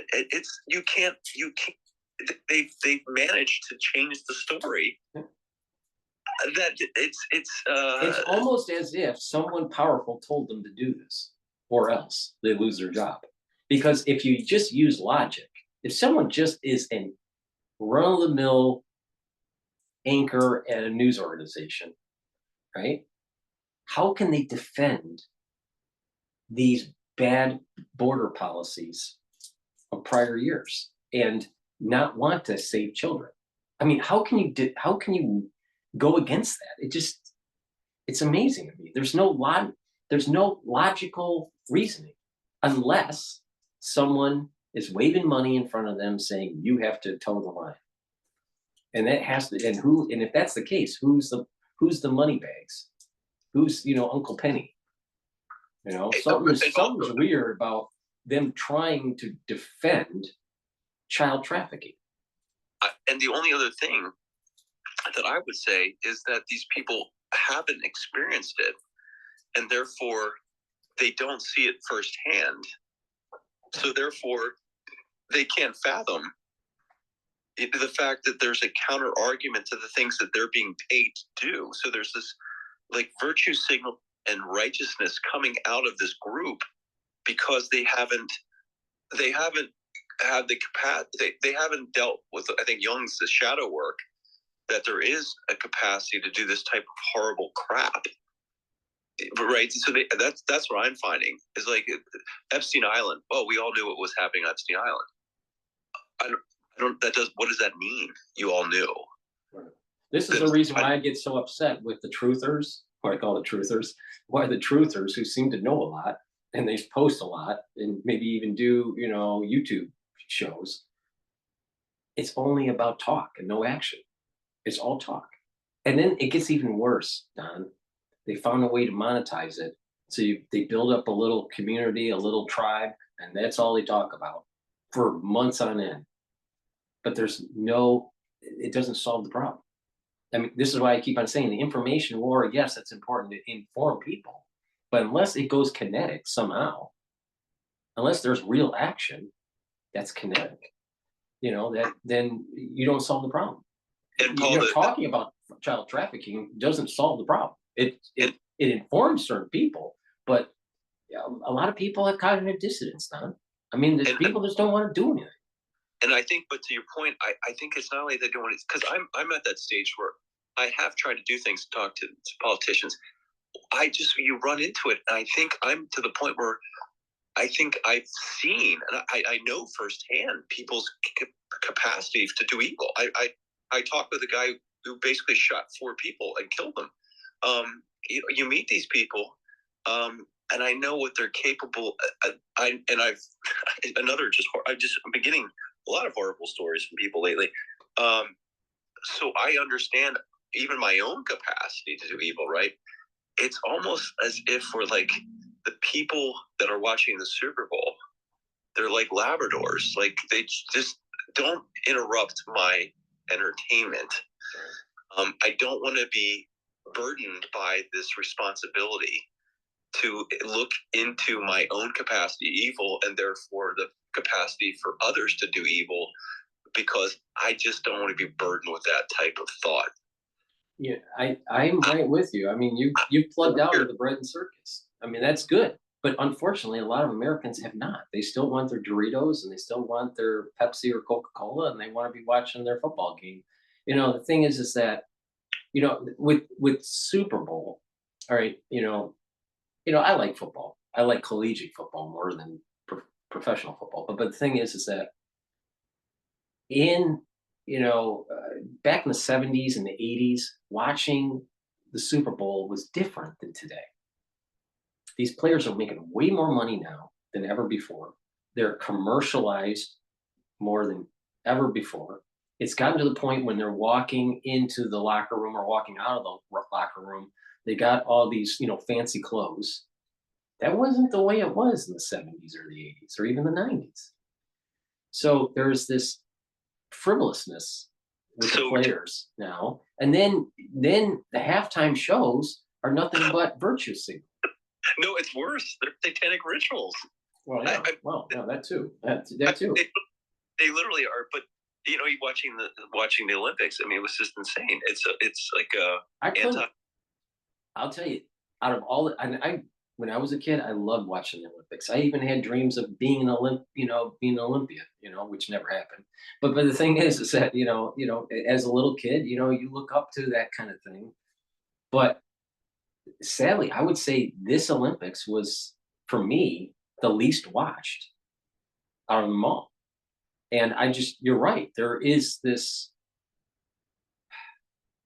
I mean, when I saw that Last Supper rendition that they did for the opening, I think it was the opening. Maybe it was the closing, but I think it was the opening. I mean, that was just like totally wrong. I mean, everyone flipped out about it. So, I'm trying to plug away from that, but yeah. The funny thing about it is it's hard for me too. And I look at the subconscious, and that's why I said, when I look at people like Bernays, who was the nephew of Sigmund Freud, these people, they seem to understand how they can manipulate our, what Jung calls the collective unconscious, that the things that act upon us that we may not even understand how we're forming the decision, how we're forming how we're deciding on what actions we should take. And I think it's somehow, like I said, there's this occult knowledge that you were saying that you're sort of had this epiphany of like looking at this occult knowledge, and perhaps people like John Dee or whatever are saying, "Oh, this is how we can control the masses." I think they understand this, and so what we're seeing is sort of like this programming going on, and as things start to come to light, it's like the spell's being broken. But as it's being broken, there's a lot of chaos here, because a lot of the things that they're either the success in their work or their job, or that they thought was there. They have to re-rationalize their positions again. It's. Mm-hmm. I think there are things that I said that I didn't necessarily think were true in the case of the metaphysicians, about this idea of the subconscious element, especially these archetypes that Jung talks about. When you say, like, give me a symbol of unconditional love, and then that symbol, I'm going to proliferate to the world with this mother and this child, the Madonna and the child, that has a really powerful, it's a powerful influencer in your behavior. You don't even understand how it's working, but it does. Mm-hmm. And now we have I have a mother who's literally having a baby for someone else, right? This is like a new industry. Right. How can you give up your own child? But like the whole archetypes are just being broken. Yeah. I mean, even with test tubes and test tube babies and everything.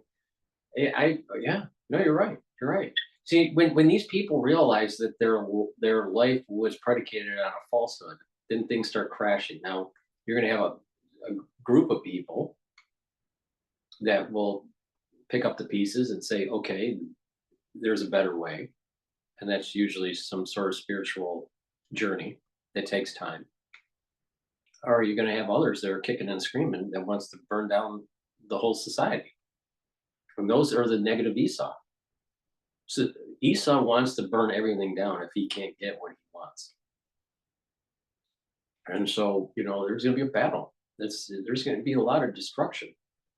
And then you look at it look at the financial mountain that has been built up inequities and in just in debt for the country.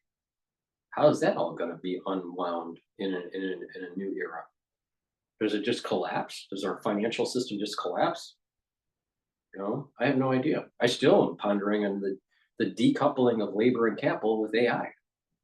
I don't think we fully understand the full economics of what this means, the economic theory behind it.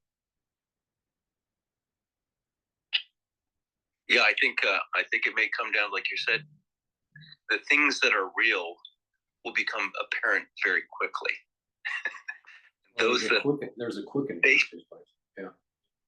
That's what I said. I think it's real thing. And if I'm part of this breakaway group, then I will be in a position to have the ability to, as this collapse happens, to then pick up the real things for pennies on the dollar.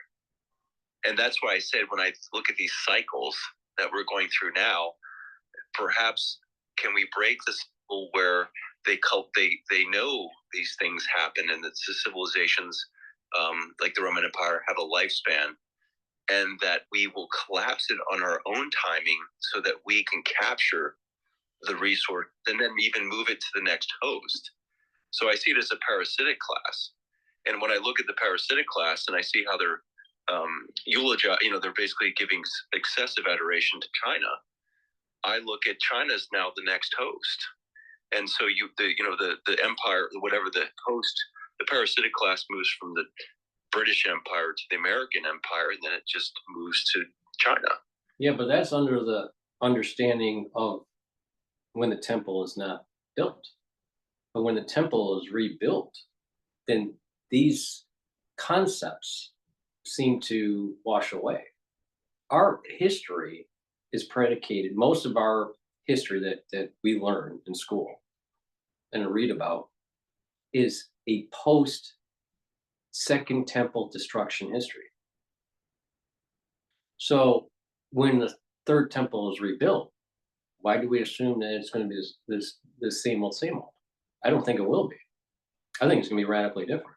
I don't think there's going to be a shift between one host to another, because we're talking about when these things start to unravel, these things are unraveled during a messianic age. And so it's totally different. Mankind's never seen anything like this before. The nations, the 70 nations, are supposed to provide peace offerings annually to the temple.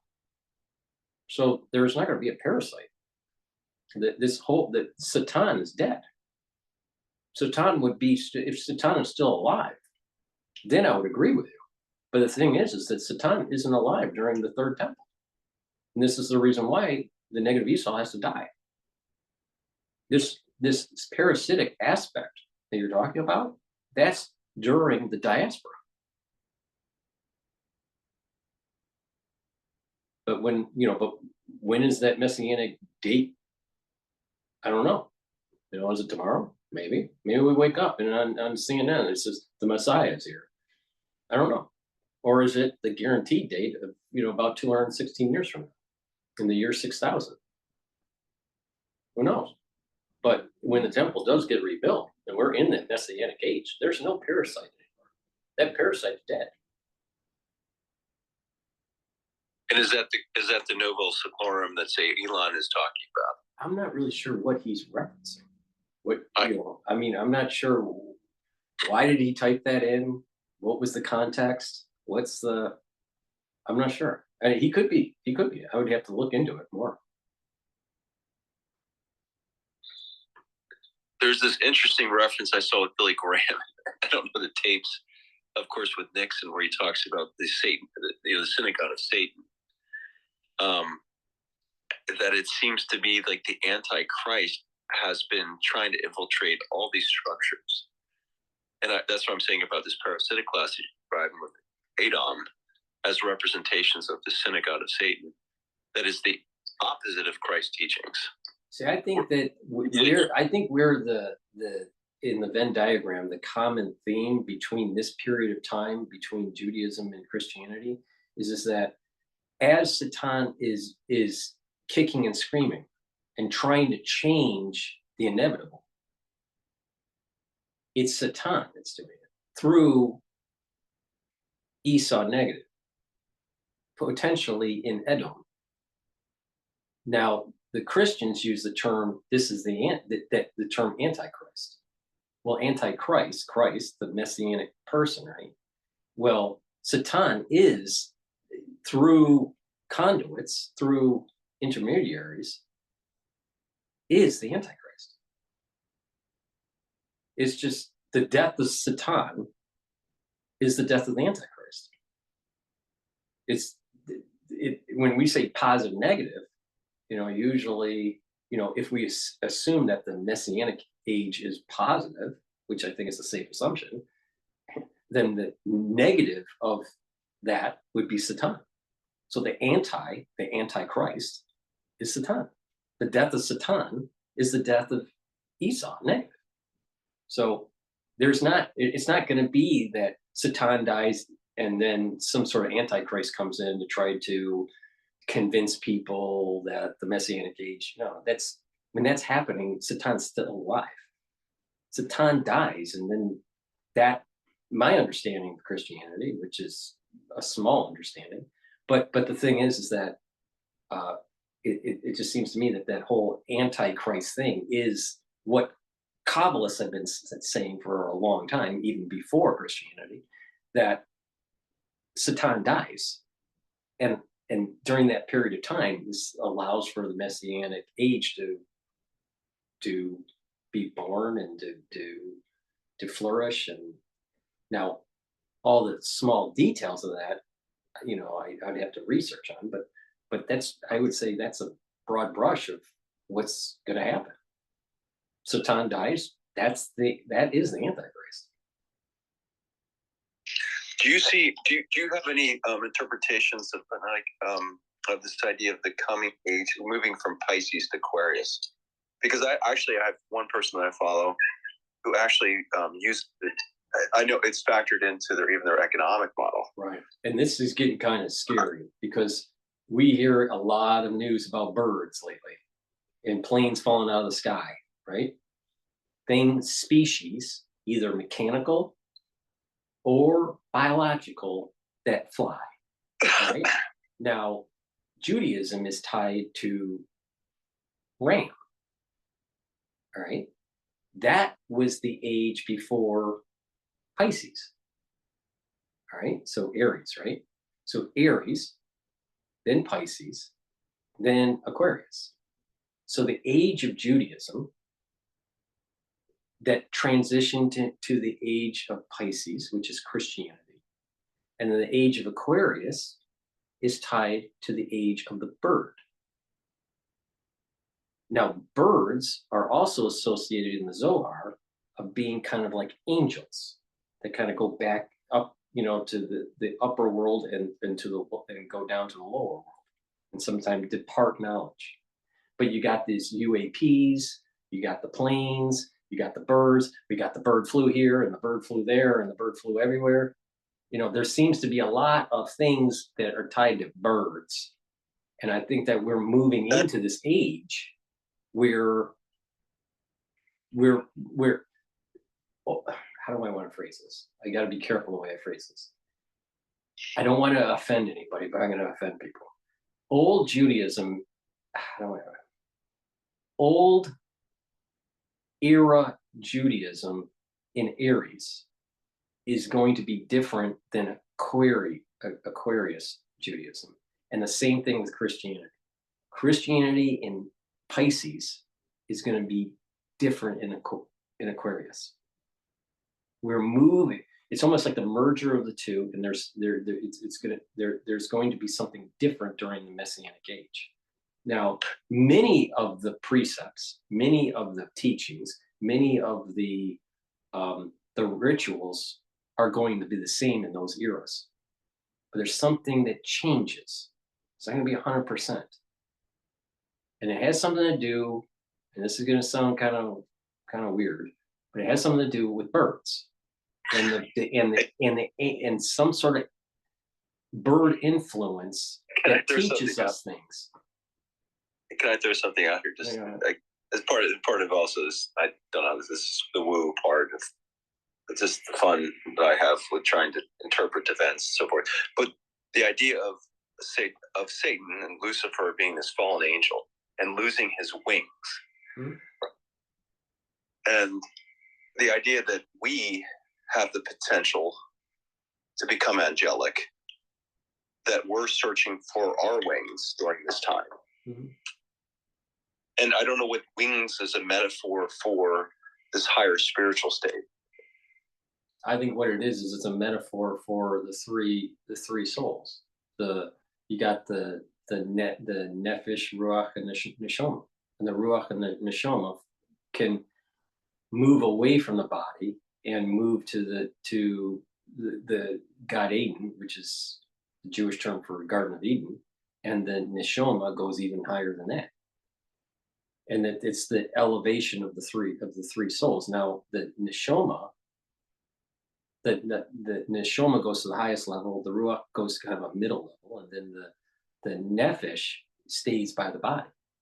So if the body is dead, the nefesh stays with the bones, waiting for the resurrection. So the ability to, if you have wings, then that's for the ruach and the neshama. But it's also stated that the angels that have the wings are jealous of man, because man has free will, sort of. You know, we think we have free will. Let's put it that way. So we have, so we can do good things in this world or not do good things in this world. The angels, the Malach, cannot. They have a purpose. They're created for a purpose, and they can't deviate from the purpose. They don't have free will. They have wings. So they're jealous of us because we have free will, and that we're bigger than these Malachs. We have more potential because we can change things in this world through our free will and elevate the sparks. So now, getting back to what you were saying about Lucifer or Satan, that angel, if you want to use that term, that Malach that lost the wings and no longer could ascend back up, it stayed below, and that's the entanglement. That's that whole Satan entanglement with the good and the evil, and strife and trying to trick society to go into another path than the spiritual path.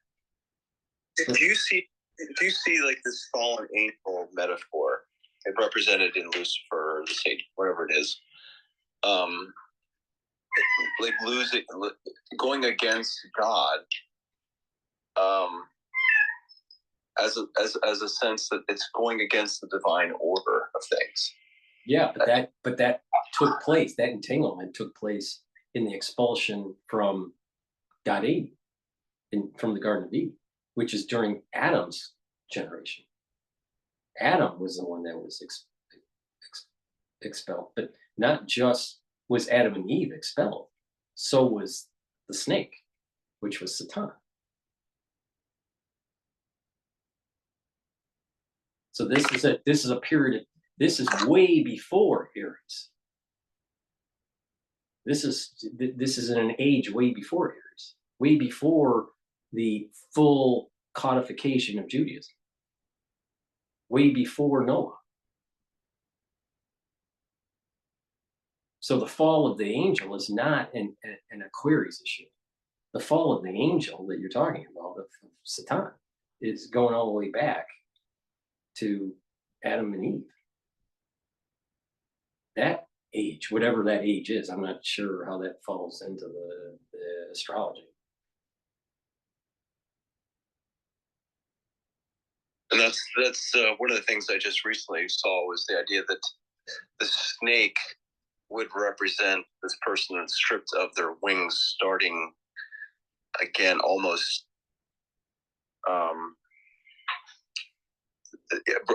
I just recently saw this, and I don't know how to interpret it, but it was the idea that perhaps the thing that gets confusing, I've seen so many people trying to interpret what the snake represents.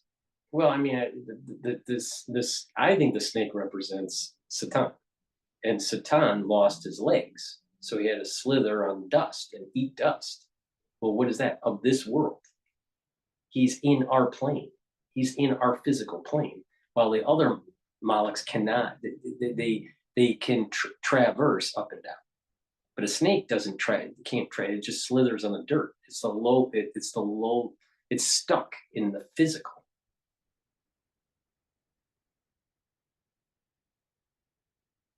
And it's attached to the earth. Which and that goes back to these Gnostics. I'm thinking the Gnostics again because they were so much. Well, I think the Gnostics are tied to using a computer term, the kernel of Kabbalah. So you have like Christianity Kabbalah. You may have Judaic Kabbalah. There's even Kabbalistic teachings in Islam, but I think that the Gnostics are tapping into this kernel of Kabbalah that is true throughout all these different religions. Now there's different flavors, like eunuchs. Eunuchs was, had different flavors of eunuchs, right? Well, the same thing here. There's different flavors of Kabbalah, but there's a kernel to it. There's a foundation that the Gnostics are tied to. I think there's something even within the computer language called a daimon. Right. I'm not sure what that is. I'll send you. I should send you the definition of it, but I thought it was essentially. But it's even within the computer language, they use some of this. I would call it Gnostic language, which is, you have the demiurge, and you have, I think, the what I just described there, the daimons. It's like this. There's something about, and again, the Matrix and so forth, the people that construct these stories, that there's like this overlapping, which just confuses people to the ancient teachings, and only those that truly know the occult language can interpret what they're actually presenting. The way I start to look at things, there's a lot of teachings going on in the movie making industry that I think it's almost, again, part of like what they do is they allow certain aspects of what they know to be presented, but only they can kind of interpret what exactly is they're presenting. It was I don't know if it's true or not, because I don't remember seeing this in the movie when I saw it, but in the Matrix with him, with Neo, with the passport, was September 11th, 2001. That was kind of freaky. That's freaky. Exactly. And so it's like, where's that coming from? Where, I mean, how did, I know, so I'm wondering, if you're in the creative arts, right? Because of people being creative, they may have their antenna on to the information. I think it's worse than that. I think, like I said, when I studied some of these actors, whether it was David Bowie or the Beatles, these people, they want to they're looking for a creative edge. And so what do? They look for a source to get them that edge in creativity.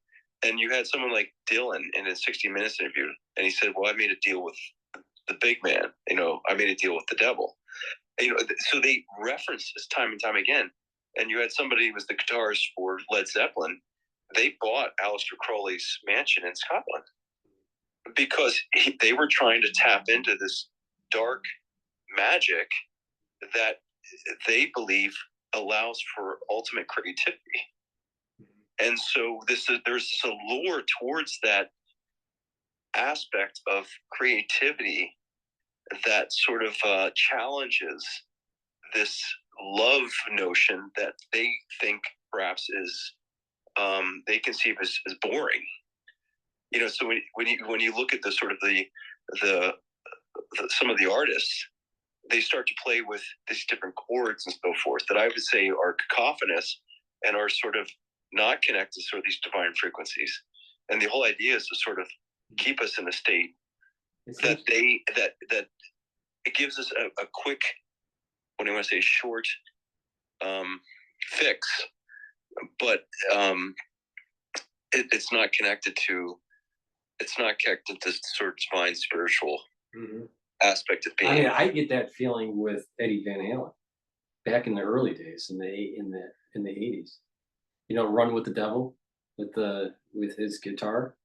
Look at if you listen to the lyrics of the Rolling Stones on I never forget the name of the song, The Devil. I mean, he talks about the killing of the Romanov family. Right. I mean, it's like it's almost if they're and people. I wasn't even aware of the lyrics. I love the song. I love the lyrics. I love the beat. But I was never aware of the words. No, and it's almost like it's a spell. Yeah. No, they're doing dark magic through these. Like, you know, I wonder if it's that when you are in these realms of creativity that, and you in ones that can tap in, depends on if you're a good person or a bad person. And if you're a creative person that's good, then you'll be able to get something out of this realm that's positive. Well, but if you're not so good, you'll get something that's negative. So in Kabbalistic thought, it warns people, don't go there, wherever there is. But they say, don't go there.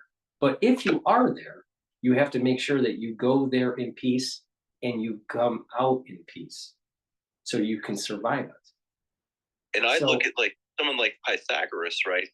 There was a story of him, because he studied harmonics. And he was noticed like there was a person banging at the door of a girlfriend or went going in to try to kill her. But there was this freaking music in the past that probably, again, had some type of music that was only encouraging his behavior. Just it was appealing to his animalistic behavior. And he changed the chords. And the person sort of came to their senses. And I see that, like I said, with mob rule. And I think in the case of someone like Plato, who saw the same problems with democracy and so forth, with the mob rule of how the mob and lynchings and so forth, they will act in an immoral behavior because it like the resonance, whatever it is surrounding them, it moves them in a direction that is amoral. Let me give you an example that happened just recently. Okay.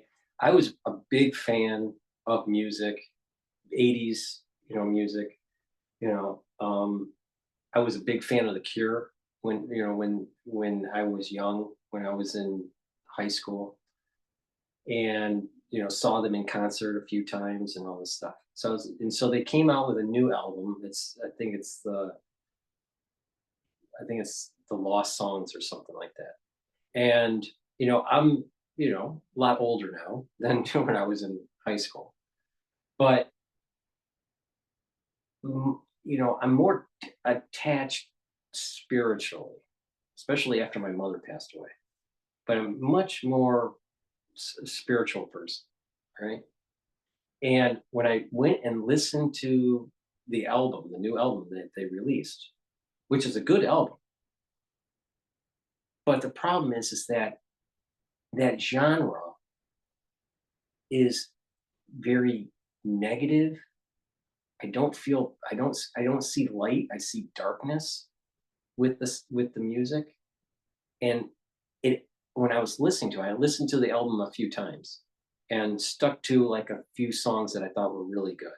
And there's a song called End Song that's an excellent song, but it's a dark song and it's about death and it's about growing old. And you can see that Robert Smith, he doesn't look good at all.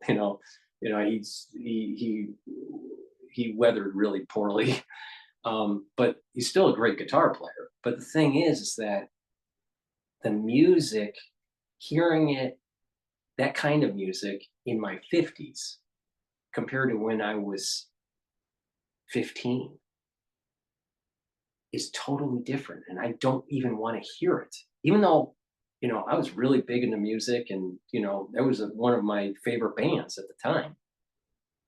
I don't want to hear it because it puts me in a negative harmonic. Well, the spiritual growth that I have right now, I'm in a more positive harmonic. and I was getting discoherence. It wasn't good music. Sometimes you listen to music from a band that you used to like, and it's like terrible music.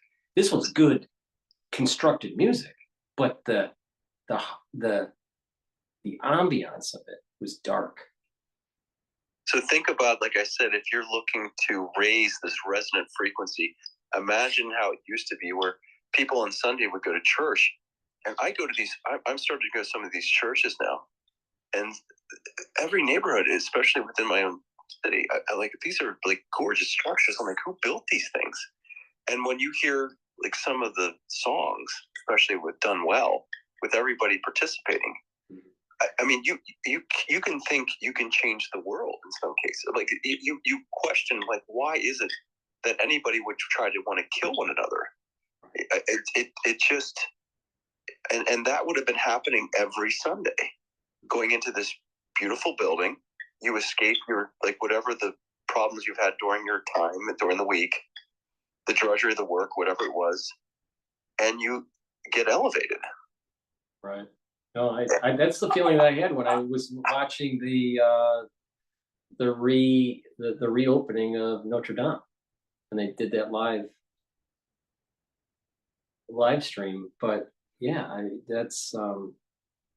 I agree with you. Like, more people need to have spirituality in their life, and that they move in a positive direction. We need more positive harmonic than negative harmonic. But the thing is, we are bombarded by negative. I mean, we're just saturated with negative. You would appreciate this. I had an incident with my employees. We were housing one of them. I had the cops call me over, and he was on meth, and he thought people were coming up from the first floor, which was impossible. But I looked in his room, and he had a Chucky doll, and I said, "Why?" I knew this guy's in his 50s. I said, "Why do you have a Chucky doll?" I said, "You're 50 years old. Why would you surround yourself with that type of negative energy?" I felt like the dark magics were in his room, right? And he's taking a drug along, and I said, along with doing video games, which are completely like the video games are all about sex and violence, and so his whole release after work was going into this dark space. And that's what I feel like. That's what I feel, and people are unknowing exactly what they're participating within. Yeah, no, I see this in New York. I mean, there's a darkness that's happening. This is why I'm against the legalization of certain drugs, because I think it's either a gateway or it just creates further crime within the community.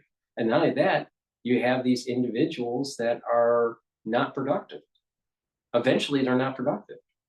Think about this too. The kids used to watch Bambi. Right. I mean, imagine if I showed a 10-year-old like that, they would be bored, stiff. Right. Like, can I play Call of Duty?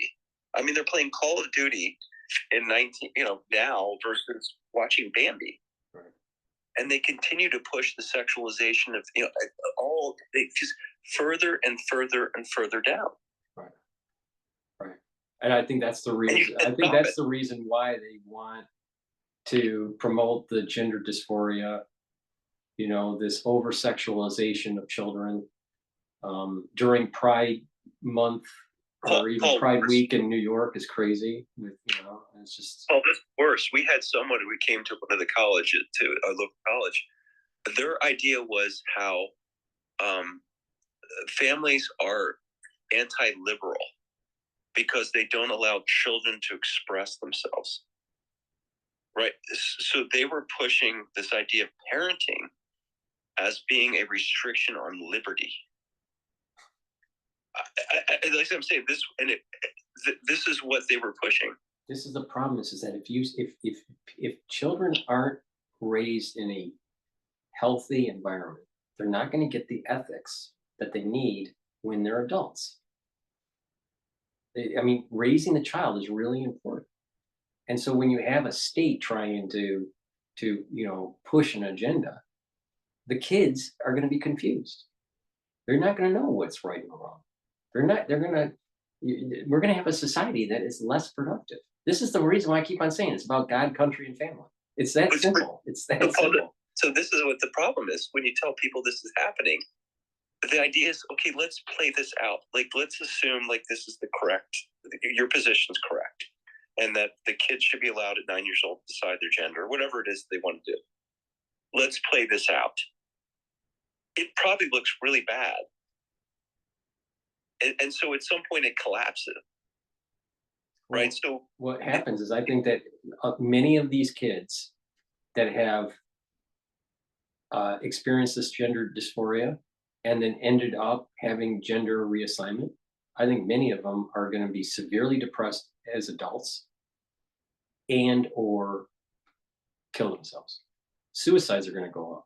But Paul, this is my point. So if I'm looking at it, okay, so we're going to play this out time, and we're going to go with your framework here. And yes, they're allowed to do whatever. The parents are not allowed to decide for their children anymore, and that the kids, the teachers, and so forth, their experience in the public school system, whatever that they're being directed to do, will be the major influences in their lives.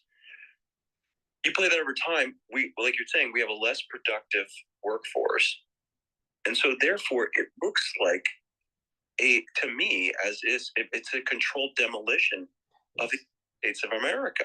It is. You're right. And so then the question is this who's doing this? It's almost like, it's this death cult. They hate people that do this stuff.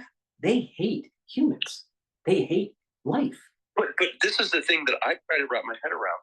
This United States as an experiment that shouldn't have happened in the first place. It was like kind of a miracle, the fact that we actually were able to construct some type of consensus. So we're going to end an experiment. And the question is, like, once you but I take this stance that even though we had a low probability of success as a nation, we were blessed, and that God allowed it to happen. So I'm hoping that God still blesses us and prevents us going over the cliff with this whole gender dysphoria, or just fighting this death cult. I'm more positive about America in the long term, but I do have negativity on many people that are Americans, because they're not awake. They're too bred in circus. And then my point to you, I think, to me, it looks like someone is going to benefit. They see the United States as a threat. But they're assuming that they can control the landscape.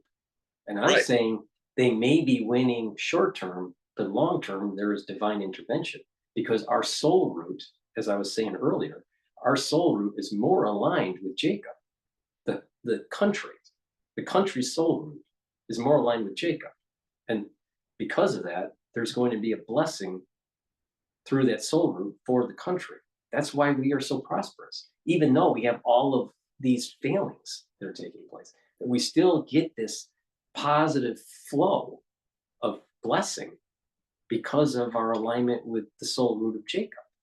So these others that think that they have control, that they can somehow nullify the blessing from God, they feel as though they'll move the ball forward, and their end game is destruction.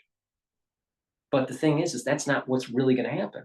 There's going to be an intervention that takes place, a spiritual intervention, where it wakes up many people, but also the blessing from God that prevents these death cultists from winning, because they're part of the negative root of Esau. Paul, to this point, and I agree with you, it's hard to imagine those that fought in World War II, right? The Vietnam War. And so what does it look like now in what you're describing with the spiritual intervention? What does it look like? Because is it kinetic? What is it? Well, how do you prepare if you're to prepare yourself and your family for what's coming, because you don't know who the enemy is. Before we had a very clear enemy, say World War II, and it was already presented to us, like, here's the enemy. This is like the enemy is emerging, and people are still struggling to recognize that what even is being identified as the enemy, they can't wrap their head around that is the enemy. I think it starts with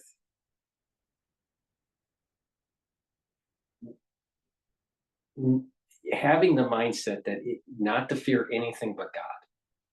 Because the moment you don't do that, if you have fear of something else, then what you're doing is you're supplanting God with that fear that you have. Let's say you're afraid of heights. Well, you're not afraid of God.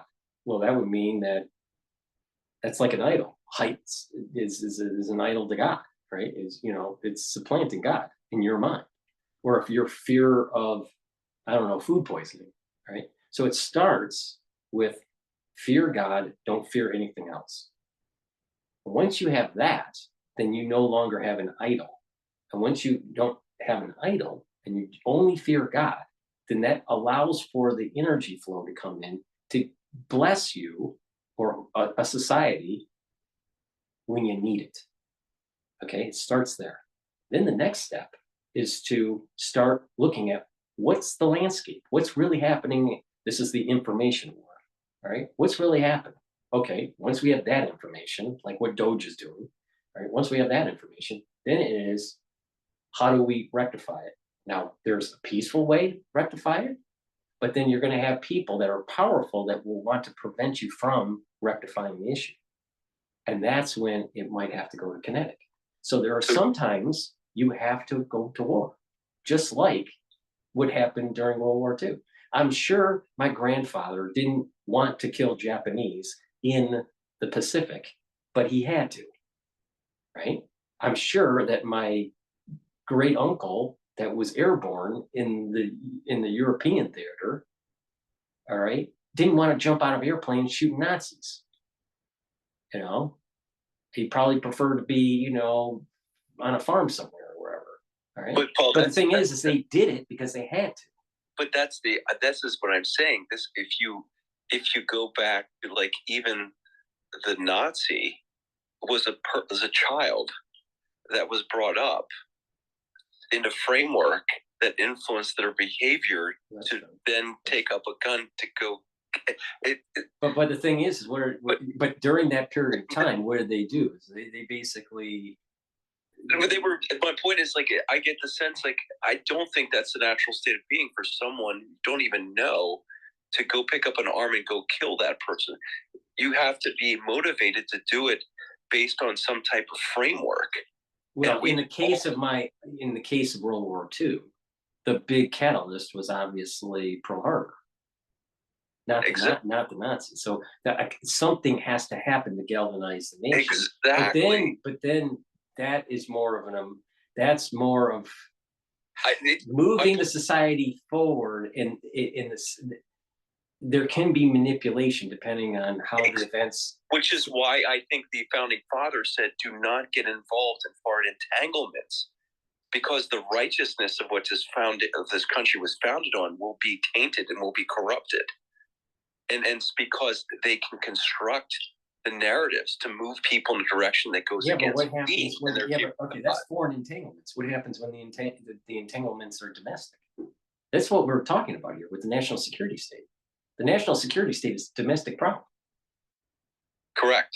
So we have to fight it. Correct, as well. I would say that our founding fathers thought the same thing. That if the state, if there are enemies, every 20 years, I think Jefferson said. Well, you seem to be like a bloodletting. I don't know, but the thing is, if it was every 20 years, how do you grow? Because I think your that's probably the generation it takes you. I think Jefferson. Who was it? Reagan said it. It's one generation away from forgetting liberty. It's this idea of, like I said, the fourth turning. They talk about generations because why? They forget. And the rituals that preserved what it was that made us what we were are forgotten.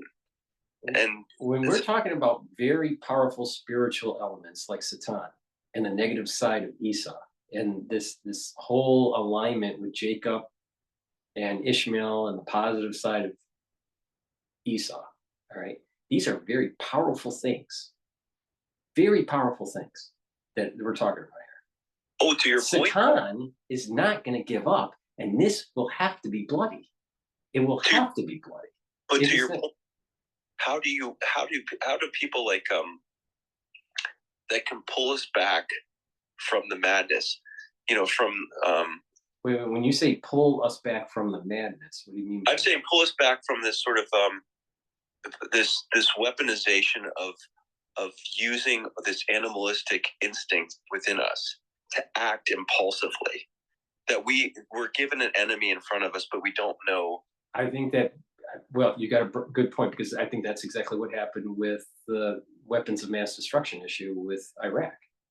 Everyone bought into it and moved forward right after right after 9/11. So the problem comes in is that there's too many people in the United States that fall into the emotional fallacy. Now, why do they fall into the emotional fallacy? Because of the bread and circus. They're used to watching the gladiators playing football on the screen, and there's a team that you hate and there's a team you love, and and there's beer involved and pizza. But the thing is that it's easy to rile people up in an emotional fallacy when they're constantly focused on bread and circus. So when you step away and you look at people that are not tied to bread and circus, and you start asking the same question, should we go into Iraq because of weapons of mass destruction? Then the more even-keeled individual would probably say, where's the proof? And Paul, I would even say there's even another level of complexity, because the person I got attracted to Jordan Peterson mostly because he studied psychopathic behavior and studied all the people like Stalin and Mao. It was actually even worse. People don't realize, like I said, what happened to Stalin with his pogroms and his farming programs, where you had millions of, I don't know how many it was, I'm going to forget the number, but let's say 8 million people starved in Ukraine, right? What was that? That wasn't a bread and circuses. That was an ideology. It was an idea. Much like the United States is based upon an idea. That was an idea that all of a sudden neighbor turned on neighbor over a formulation of some type of ideology.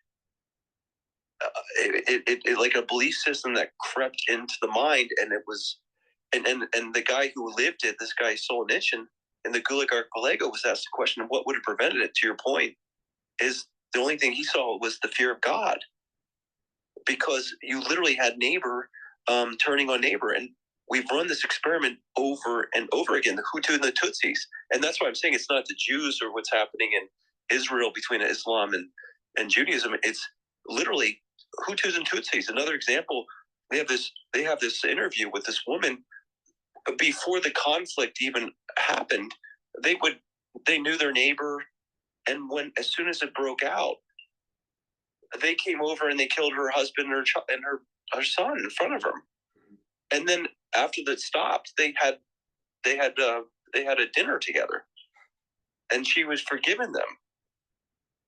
It's these powerful.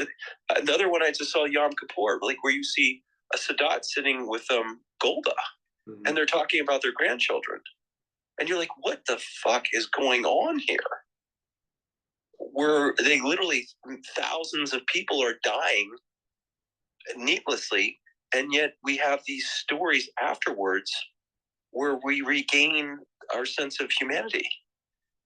It's like this. Well, I mean, there's a little bit of a hope out of this trauma that you're talking about, and that hope is that there is a kernel of humanity that, if kindled, could rise above the hate. I agree. We pulled us back from the abyss. But the thing is that this wax and waning, these cycles of death and destruction, and then rebirth and death and destruction and rebirth. This is tied to the battle between Jacob and Esau.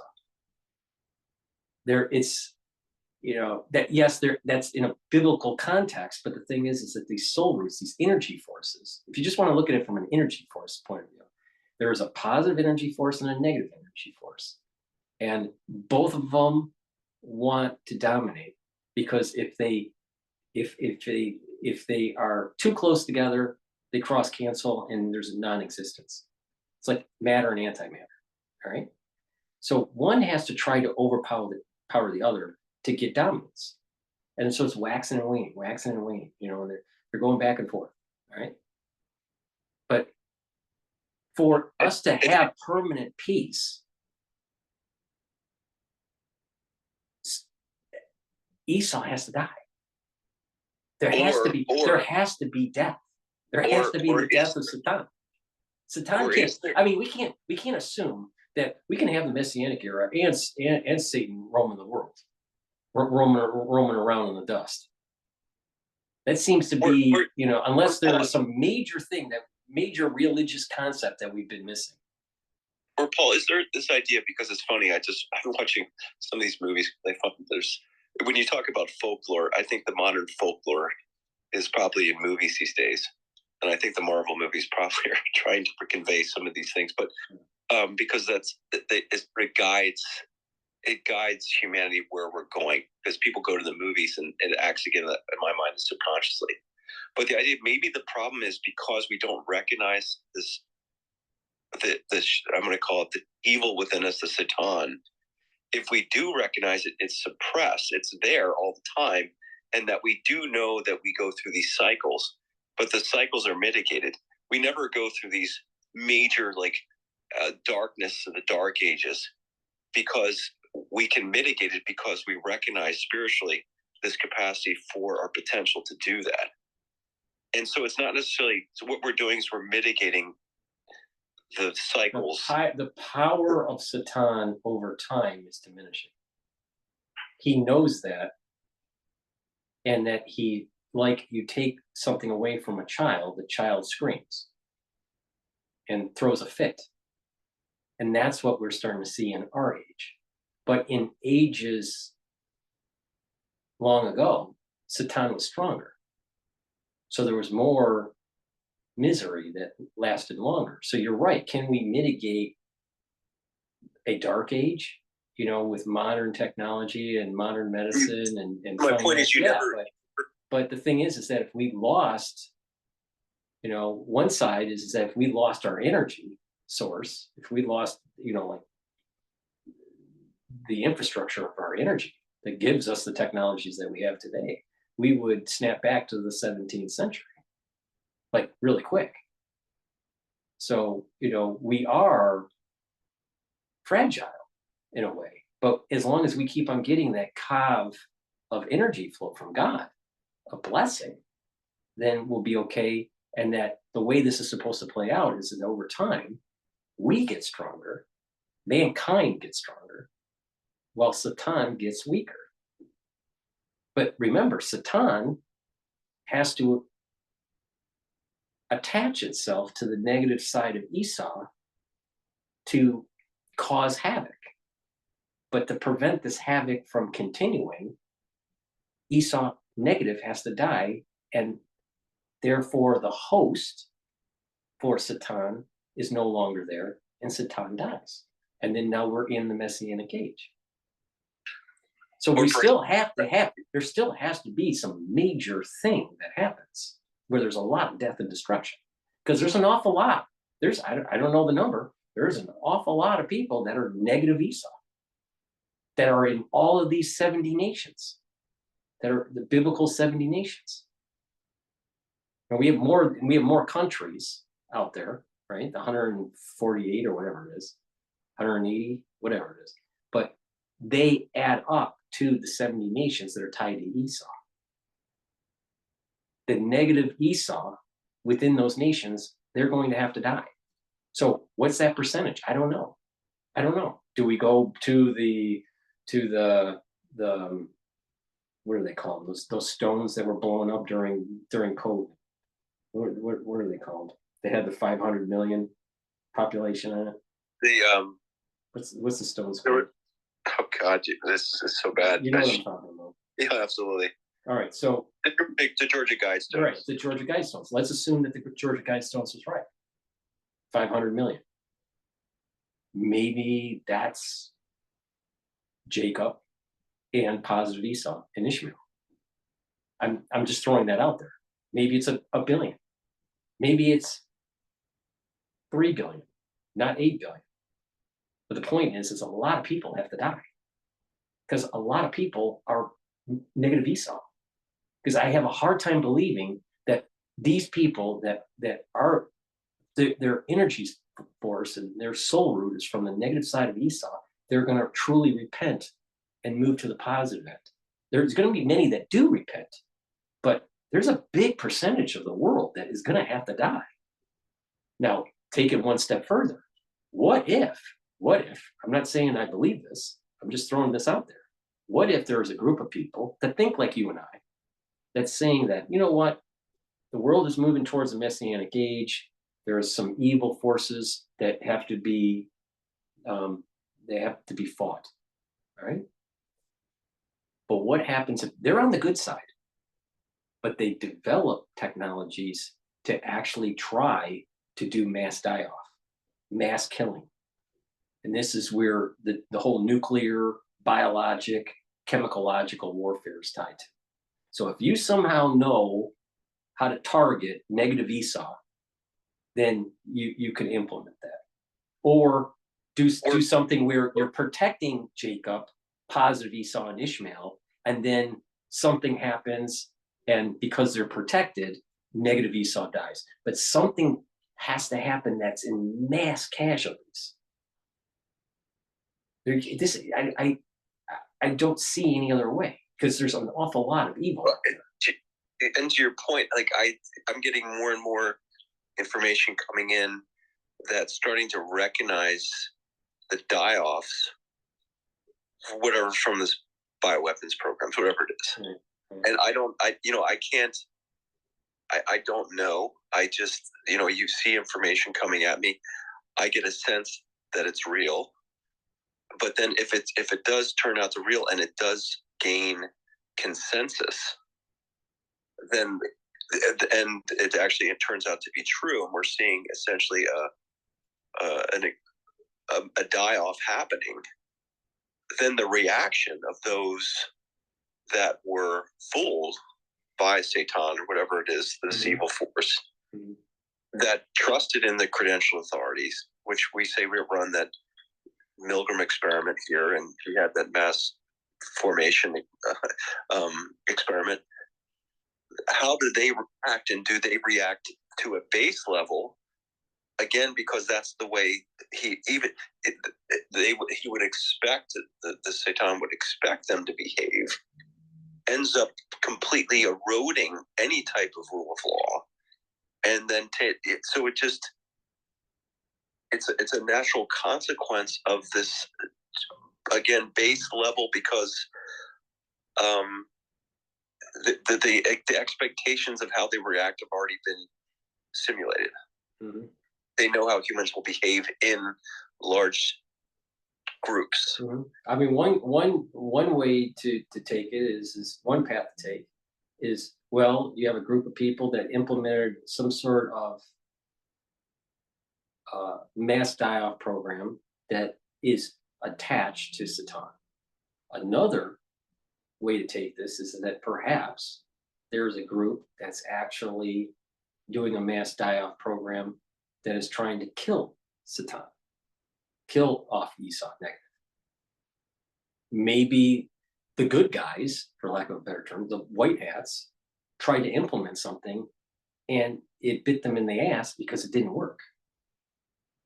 Or it could be that Satan thought that something was going to be implemented and it was going to cause even more havoc than it actually did. And that we've been somewhat blessed to prevent the mass casualty. I thought that there would have been a lot more deaths during the viral release. Now, part of that is we didn't realize that people that were on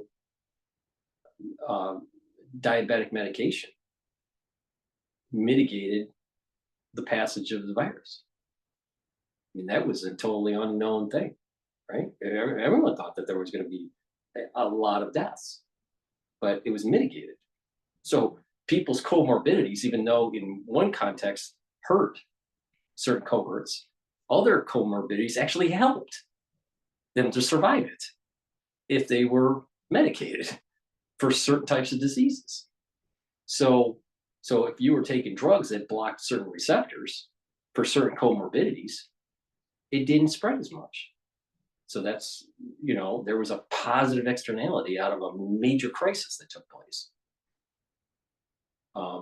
So I'm not sure, but that's in the context of what happened in 2020. But if we just look at it just in a 50,000 foot level of, it's possible that good guys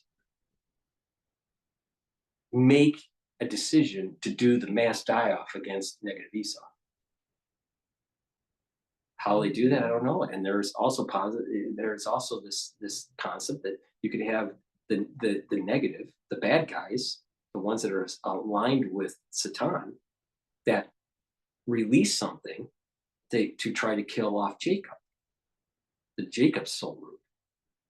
So Satan stays afloat. But the way this is supposed to play out, which was written in text thousands of years ago, is that Satan dies, Esau negative dies, and the ones that are still alive see this messianic age. So, but I don't know, maybe in some strange way, what we do to our body, that we think is what the scientific community is saying is good, such as inoculations, maybe, that's just a trickery from Satan that leads to nothing but death and destruction for Jacob. I don't know, but but there has to somehow, some way, there has to be a mass die. If what is written in the Bible is right, that Satan dies, he's not going to just go off say, well, I had a great 6,000 years. I'm just gonna pack it up and just go away. He's gonna fight it. And not only that, he's aligned himself with someone that is a killer. Like Esau's a killer. I mean, it's just that's his personality. He's a hunter. He's a killer. So how do you get rid of a killer?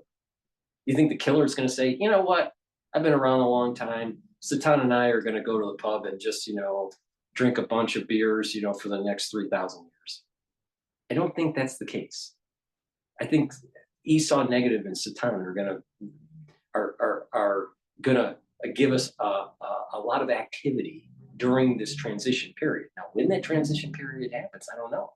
But there's an awful lot. The point is that there's an awful lot of human beings that their soul root is tied to negative Esau. So that means that a lot of human beings have to die. That's Paul. What is your thought if you were to sum up the Milgram experiment? Do you think that was a valid? Is that something that you could say use as a means to interpret human behavior? Do you think it's valid? Well, give me a little bit more background on this experiment. That was the Yale experiment they did, where they took people off the street and they took them into a lab, and they had someone on the other side of a panel, and they had this personal lab coat thing applying electric shocks to them, and they would continue with electric shocks to the point where they were saying that the person on the other side was saying, "Hey, you're killing me," so to speak. And they found out 30% were the only ones who sort of went against the credential authority. Right. And I was thinking about that because they brought it up during the whole pandemic. And the guy Desmond talked about mass formation as another, consequence of what we went through. Is that a reflection of where we are as a percentage of though? Is that a state that's not the natural state? That usually the 30% would represent the majority, but over time, the census got turned off, whatever the DNet was turned off, and that we've reached that cycle where it's only 30% are rejecting the credential authorities, and they're doing evil.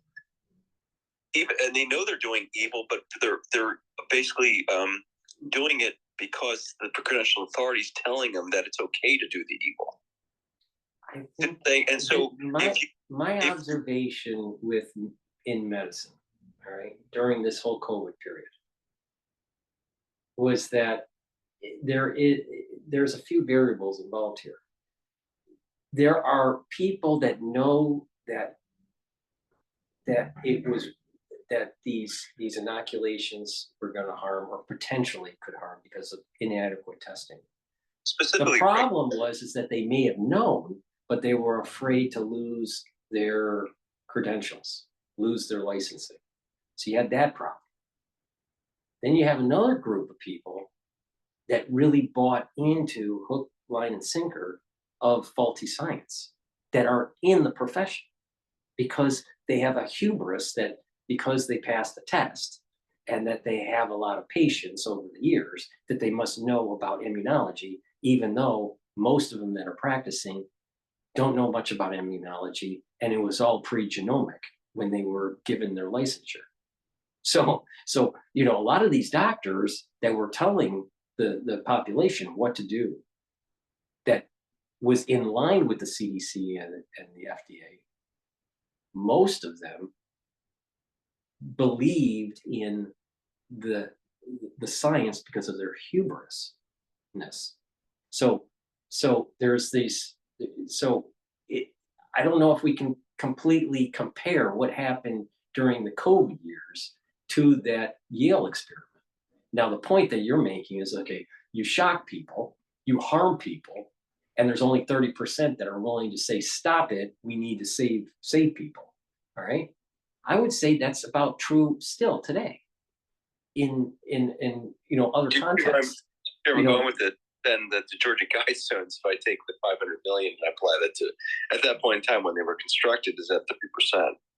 So I'm, are we trying to get back preservation of free will that is necessary?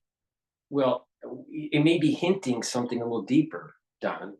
It could be hinting that the population is actually a lot larger than 500 million, but true humans, the ones that have ethics or follow a code that's religious, is only 500 million. That there's a population that is more positive with their soul root, and then the far majority of the world is negative.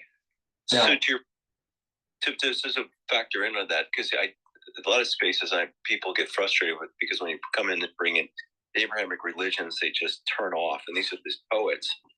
It's this. Well, we've been going on for an hour and a half about it, so why stop? This idea of intuition that you're mentioning it gets back to it's going back to this resonant frequency that's it's not something codified in language, but is more of something to be discovered through language, but it's always there. Mm-hmm. It's like the habit of our species for it to survive on this and move into the next spiritual realm. 100%. And to prove your point, now the folklore of Sefer Yetzirah is that the book, the Sefer Yetzirah, was written by Abraham. And that was the recipe on how to get information and communicate from the divine, to get information about certain rituals, and that whole Sefer Yetzirah talks about this. So there are individuals. Now this goes back many generations, Abraham, right? So, but there were individuals that had the antenna up, that had the antenna up long enough to be able to really have high fidelity with the information that's around them, while they were surrounded by people that were totally different than them. Abraham was surrounded by idolaters, right? But he was able to move away spiritually from that and then focus on the information and use the techniques in the Sefer Yetzirah to be able to communicate. So I think that there are we're more people, as their antenna goes up and stays up, will be able to use these techniques that Abraham did. And it's written in the Sefer Yetzirah. It's been there for, it's been there forever, but mostly in Hebrew. But it's been with modern English translation. It's been there for a long time. It's the recipe is there. The problem is that most people don't have an antenna, or if their antenna is broken, it's not working. But the information is there. We're flooded. We're in a matrix, using Hollywood terminology, but we're floating around in a matrix. There's information everywhere around us, but we just don't know how to get it. And unfortunately, there's some people that are autistic, that have hyperconductivity in their brain structure, that sometimes they actually pick up on some of this stuff. But we would consider that as a disease. We would consider that as there's something not functioning in that individual. But some of these people, because a lot of them are creative, they're picking up on something that most of us, our antenna is turned off. And the interesting one, and I is Heidegger on Being in Time, but he was supposed to be one of the influential philosophers that was guiding Germany during the Nazi era. But he was one talking about technology and its advancement not being guided by some type of understanding of being. Like there had to be this feedback loop in a direction that it was improving our understanding of being. But if it was untethered from that, that it may lead to, like you're saying, a bad outcome. And he's sitting there with a monk. Oh, of course, this dichotomy of someone coming from one of the most advanced technical countries in the world, sitting with a monk, and who was the most advanced, arguing who would be the most advanced, who was the most advanced human at that point. And so when you extrapolate in time, if every single one of our material needs is met, like what does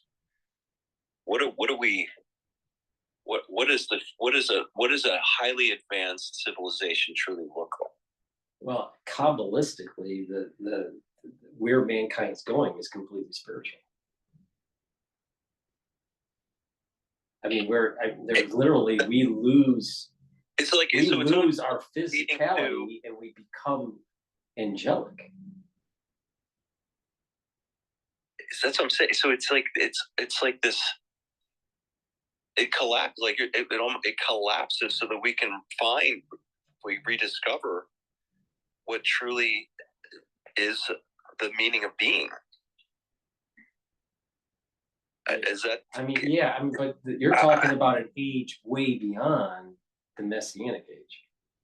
The Messianic age is that, okay, Satan's dead, negative Esau's dead.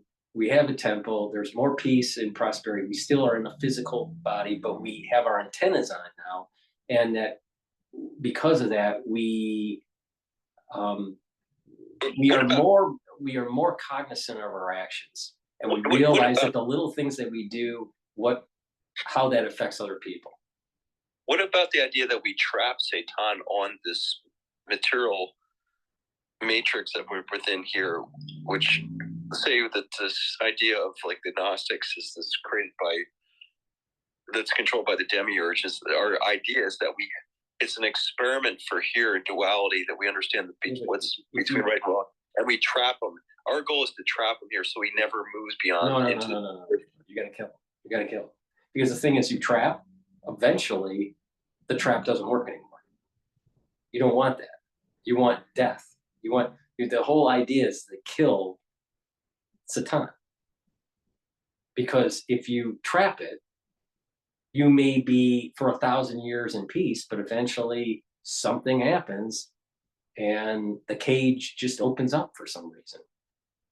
I think the term is dibuk in Hebrew, but the dibuks are like, it's like an evil force or a ghost that can roam around and haunt people, but people can trap them into a box. But if you open the box accidentally, boom, they're out. And it's not easy to get them in a box. So you can't use to boot, trickery to try to capture the most evilness of all. I mean, it's pretty humorous for a human to think that we'd be able to trap Satan. But the thing is let's just say that we did. Eventually that thing would get out. And then we're in the Garden of Eden. We're in this high level of spirituality. Mankind has reached huge potentials, but then Satan gets out of his box, and then some woman around walking by a tree decides to eat an apple again, and then we have the whole thing start all over. I don't think that would bode well for mankind, because I'm not sure if God would give us a second chance. So it's probably best to just kill Satan and not pretend that we can cage it, that we can put it in a zoo and study it.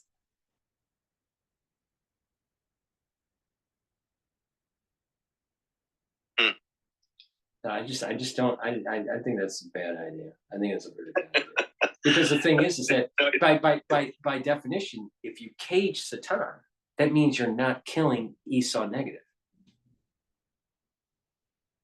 The life force, the life force, the parent, the host for Satan is Esau negative. So you're caging Esau negative too. So how are you going to cage? How are you going to cage 70% if it's 70% of the population? Let's just say. And I'm saying maybe this world. What I'm saying is perhaps this world works on duality, and I'm saying then you collapse this world. I'm saying once you were to collapse or kill Satan, then this world ends, and we're into something different. Our world ends. That's true, but that's happening in the Messianic age. Our world ends when Satan dies.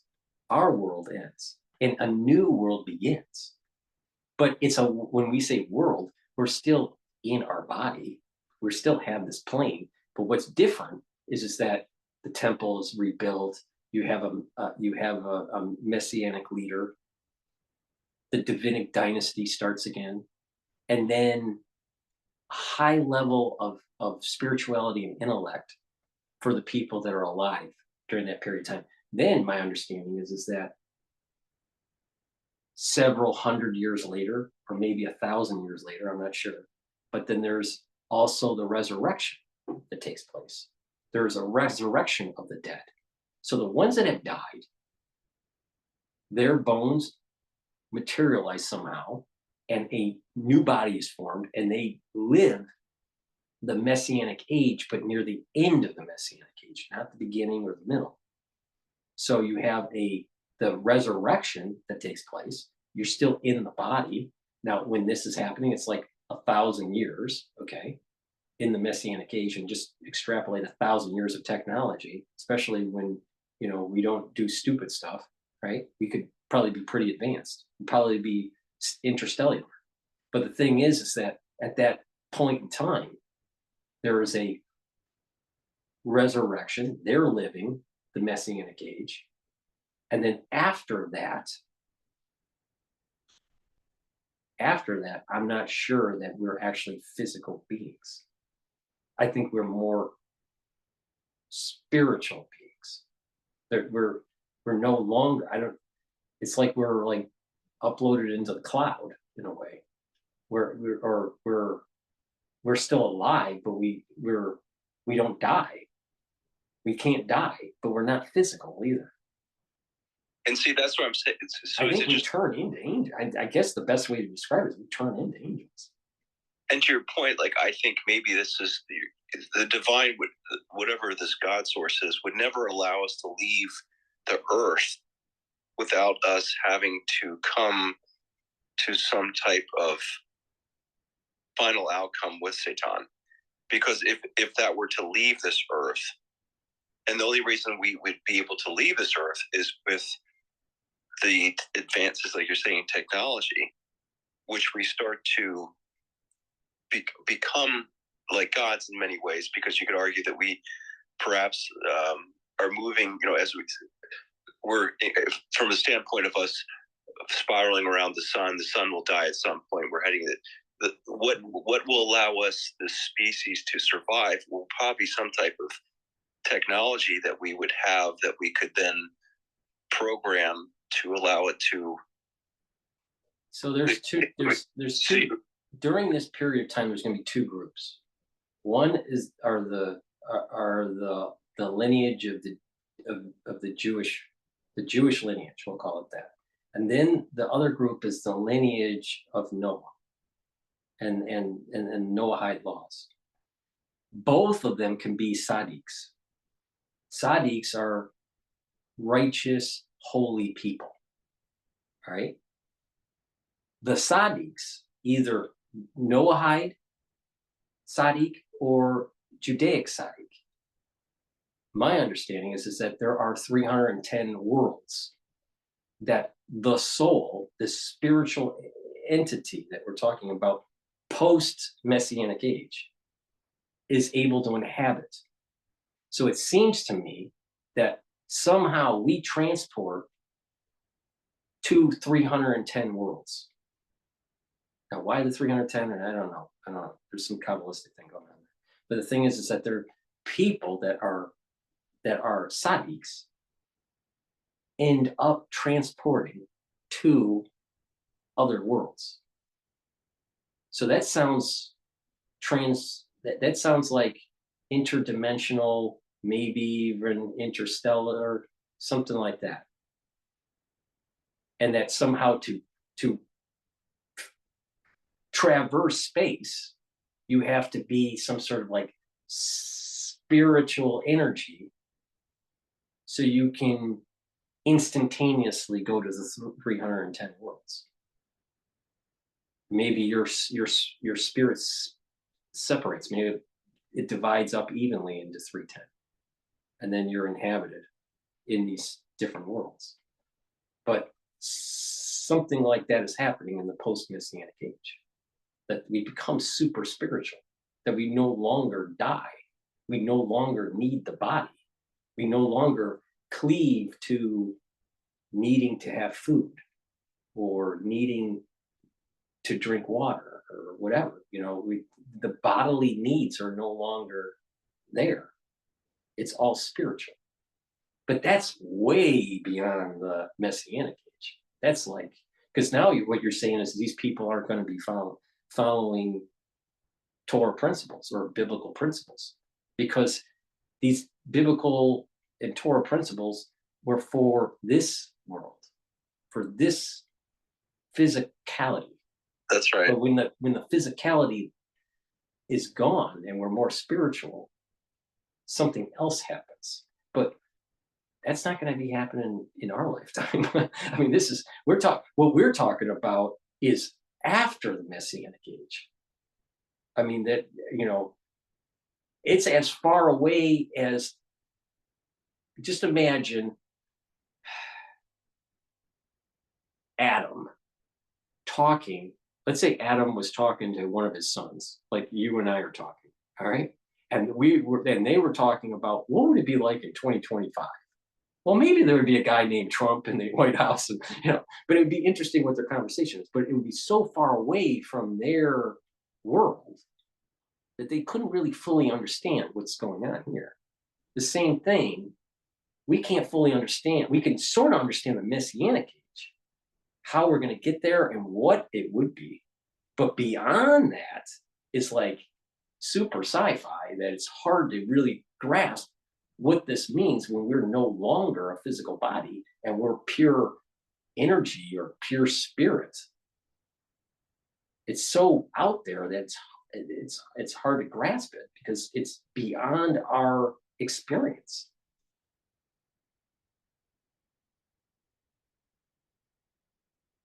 Yeah, I'm with you there. But this is a long ways away.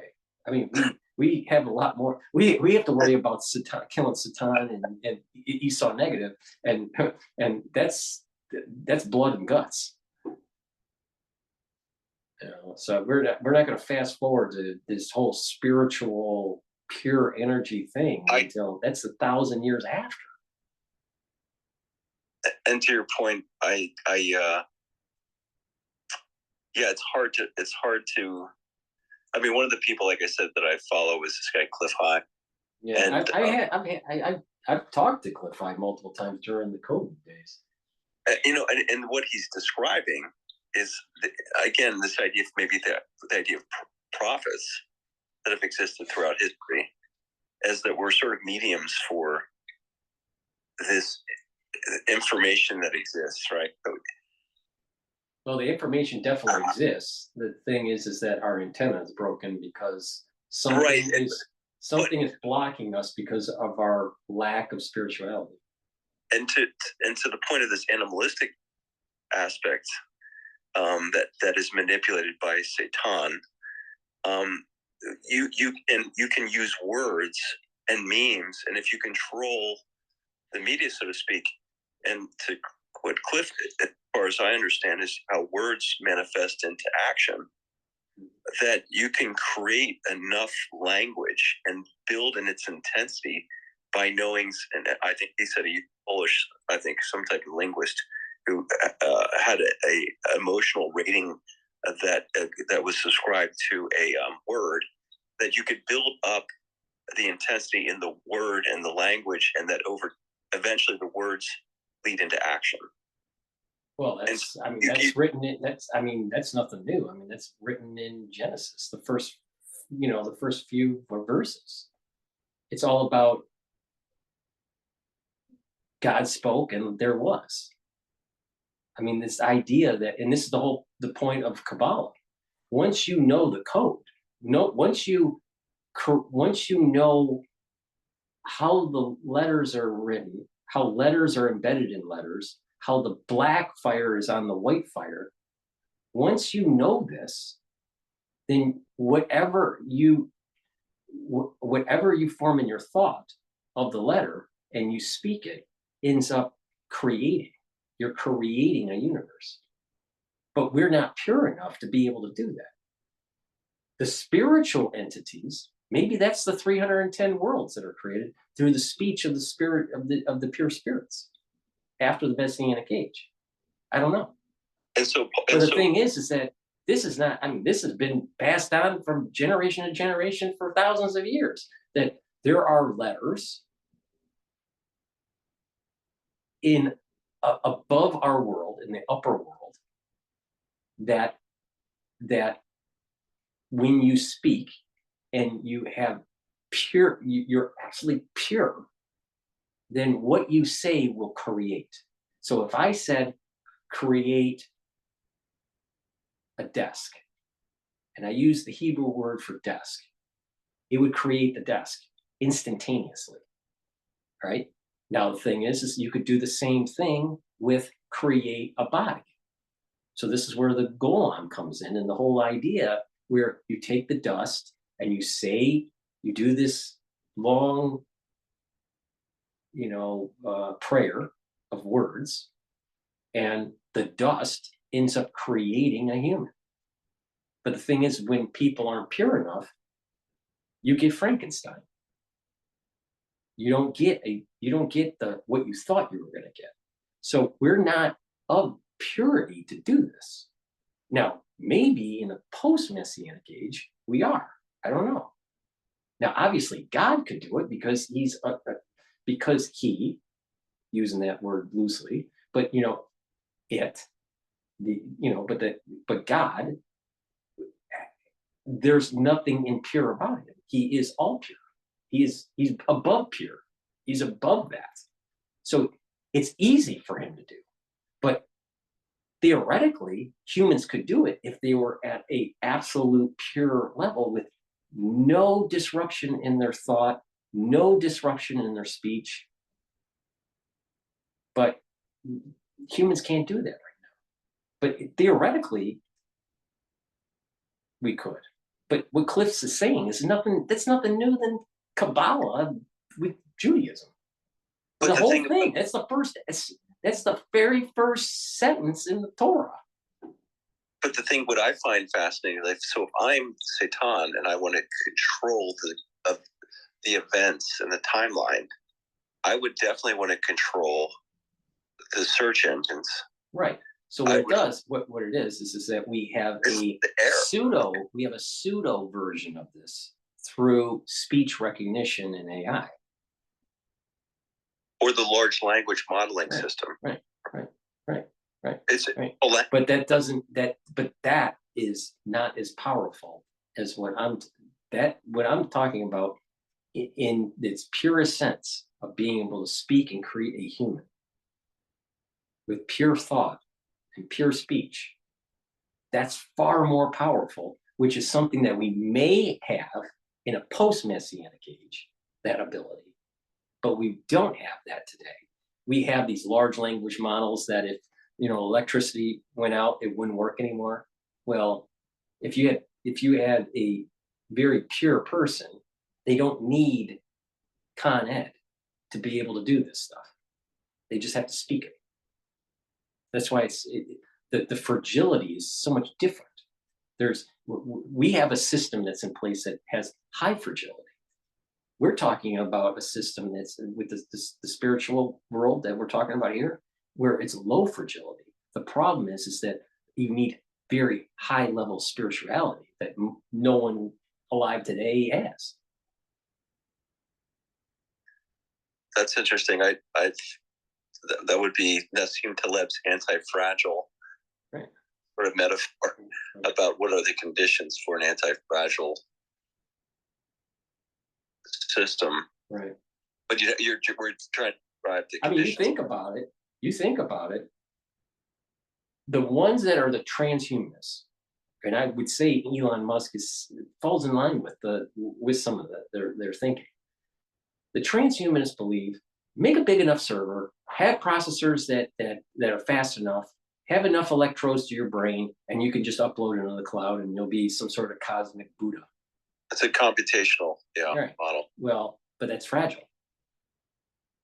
That's fragile. What happens that whatever energy source you're using, what happens if some ant decides to fry itself on one of the GPUs and then all of a sudden your soul's gone? All right. Plus the whole idea of consciousness and do you have are you really alive in the cloud and all this stuff, right? So even if you I don't believe you can, but let's say you could upload your consciousness, your soul into a computer. I don't believe you can, but let's say it happens. But the lights go out. All right, you're gone. Well, we had double serve. Well, the asteroid hit. All right. In the world of this pure spirituality, where you transcend time and space, you're anti-fragile. You're not tied into an energy source that is of this world. You're tied to the Kav energy source from God. So as long as God doesn't pull the plug, you're fine. So all this AI and all this singularity stuff, that's a trick. That's a trickery by Satan to think that you're going to be okay. The thing about it is, I looked at complexity theory, and you had these people talking. I think Tainter was one who talks about so it comes back to the underlying, like you're saying, that whatever the rules that govern this anti-fragile system, that's connected to this divine source, it develops emergent behavior. But there are certain things that could be in the feedback loops that get manipulated that develops an emergent behavior that does not connected to the divine source, and it moves in a direction that it collapses. Right. Meaning the energy to sustain it is no longer possible. Exactly. And take it into the whole negative Esau thing.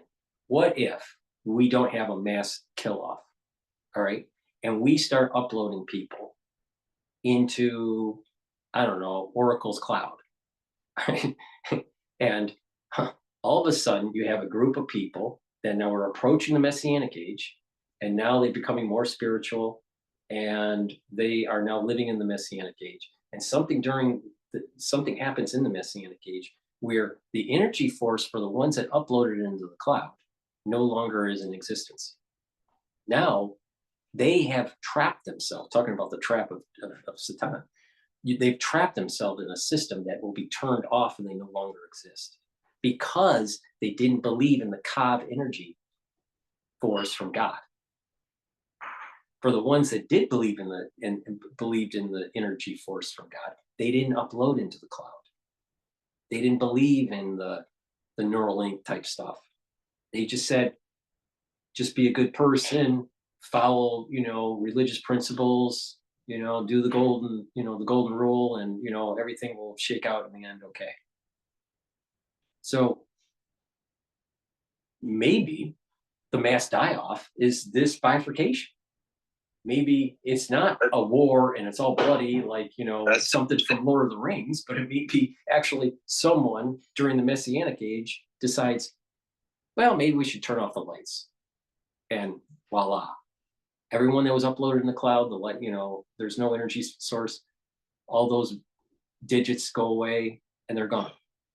And that may be what happens. I don't know. But there seems to me that for Satan and the negative Esau to fully be extinguished, you're talking about a lot of humans that probably have to die somehow, some way. What that means, I don't know. I'm kind of building myself up for that moment because of people like Cliff who've been talking for years, about what he's been seeing in his model, that he's projecting this mass die-off. It's almost an inevitability. Right. But I think he's right. There will be a mass die. The question is how is it going to happen? So I remember listening to him. He was saying, imagine that the boat captain that would drive, that steers the boats that bring your products over from China to the U.S., he dies. And he says, imagine that on how that affects the global supply chain. And now you go through that, go through that simulation and project it out into the future. And he's kind of playing that game. Get ready for that moment and prepare for it, because that says what may well, become. I mean, he's taking it more in the vein of my understanding of the rapture. No, I think I think he's taking it from a realistic standpoint. He's saying like the right now, those that control the information are holding back this information, but eventually they're not. The information will begin to leak out as those structures become destroyed, and we have a more decentralized movement. But the thing is that you just go back to what to fear. All right, and that's the thing is, as long as someone only fears God, you have nothing to worry about. I agree. So the ones that are really fearful of this event that's taking place, they're the ones that have aligned themselves to the physicality of this life and not the spiritual part of this life. So if someone is fearful of this to take place, most likely they've aligned themselves. That might be the litmus test to find out if someone is actually a negative Esau or not. I think that's what I'm saying. I think I'm trying to figure out spiritually how to prepare for that moment when the chaos happens and you're forced into these situations. Now's the time to sort of go through those scenarios in your mind of how you will behave, and you're preparing for that scenario. Mm-hmm. Another little spin off of what we're saying here is what's the potential benefit of rebuilding Gaza during this time period? If the quickening happens, all right, in our lifetime, it's gonna cause a harmonic, and it's gonna tell Jews, you have to be at the land, in the land of Israel, for this big event, this messianic event. Just like there's this great exodus that took place with the plagues, and the Jews left Egypt. It wasn't Jews that left Egypt. There were other people that left Egypt too with the Jews. But everyone knows the Exodus story. But there's a global exodus that's taking place. So if you have 10 million people all traveling at the same time, within a very short amount of time.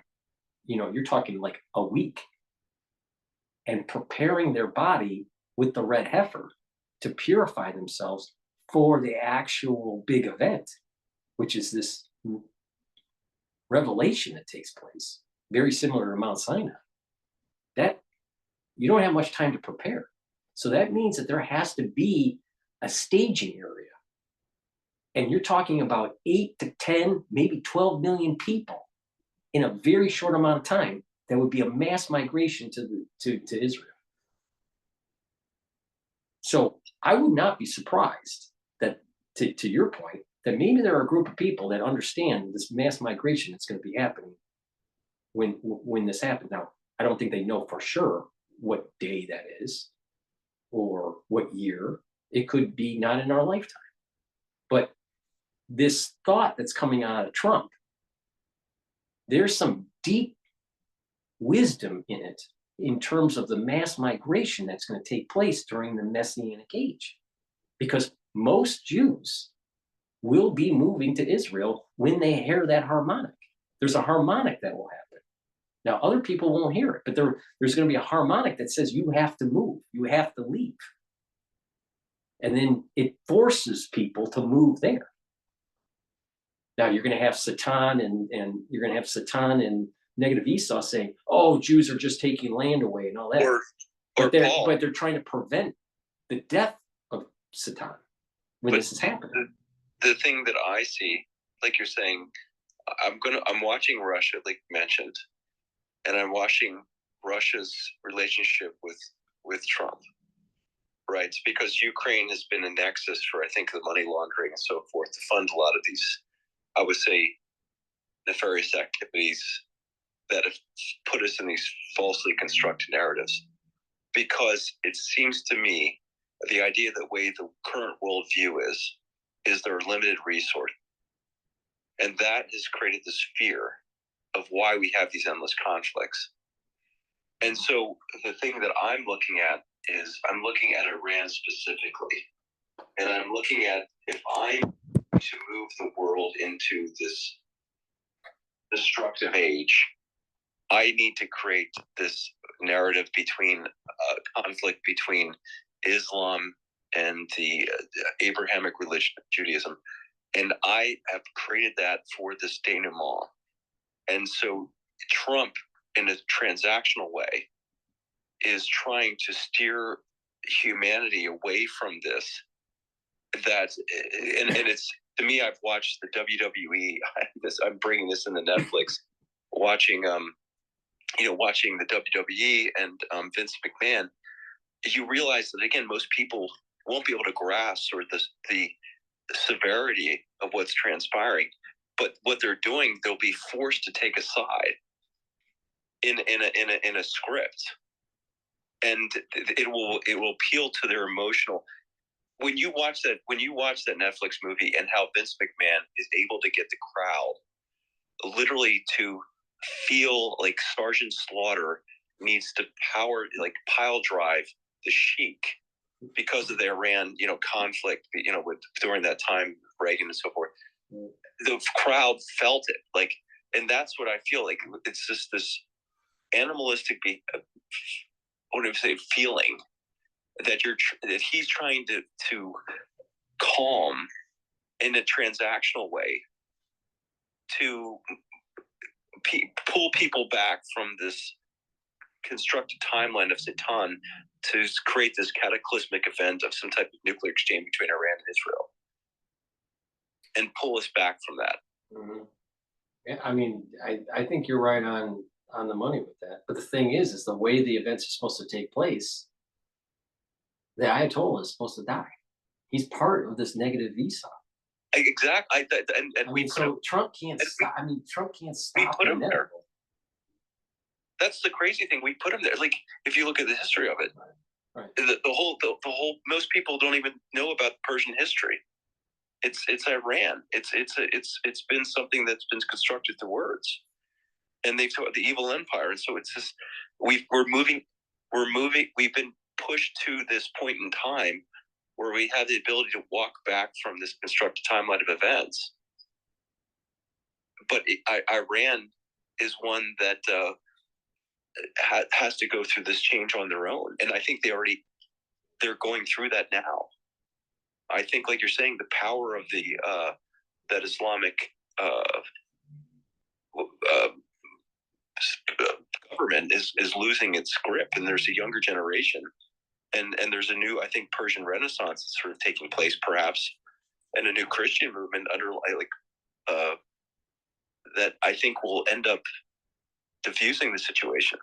And I think that is the sort of we are at that moment in my mind of walking back from the timeline that was constructed by whatever force we're talking about, and this is the test.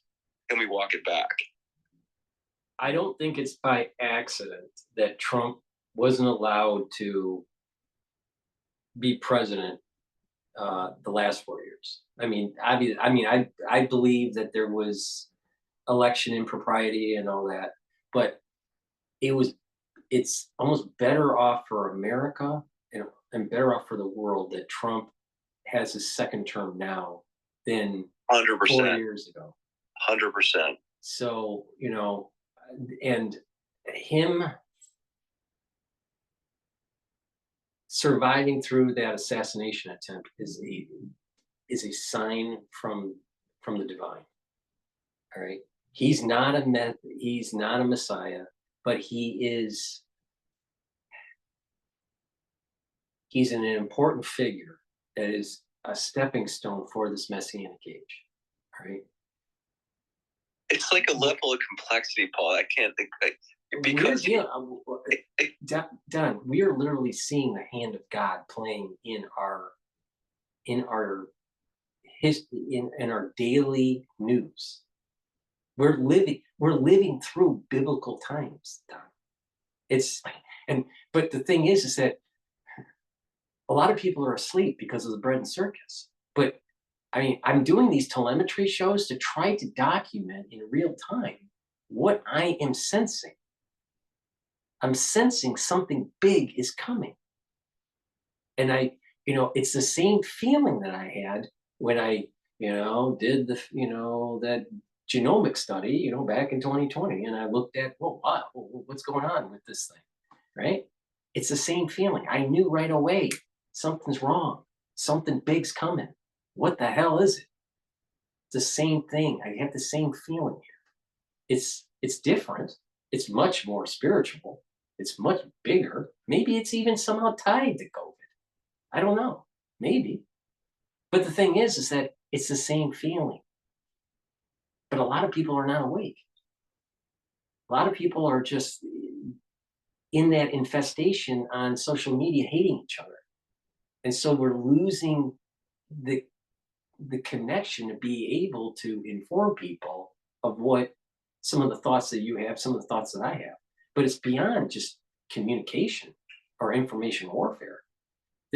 This thing's going kinetic, but how? I don't know. We could wake up one day and hear that Iran is nuked. Or, I could be doing a show in the middle of the day and all of a sudden it's the collapse of the Federal Reserve. Anything could happen. In this year. Anything. Everything's up in the air. I've been blessed enough to live for 52 years. All right. I've seen a lot. I've never seen anything like this before. I don't remember feeling this way ever, where there's just something big is coming. Now, what is it? I don't feel like I'm in danger, like physically. During the COVID years, I felt, when that whole thing blew up in 2020, I felt I was in danger. There was an existential threat and I had to move.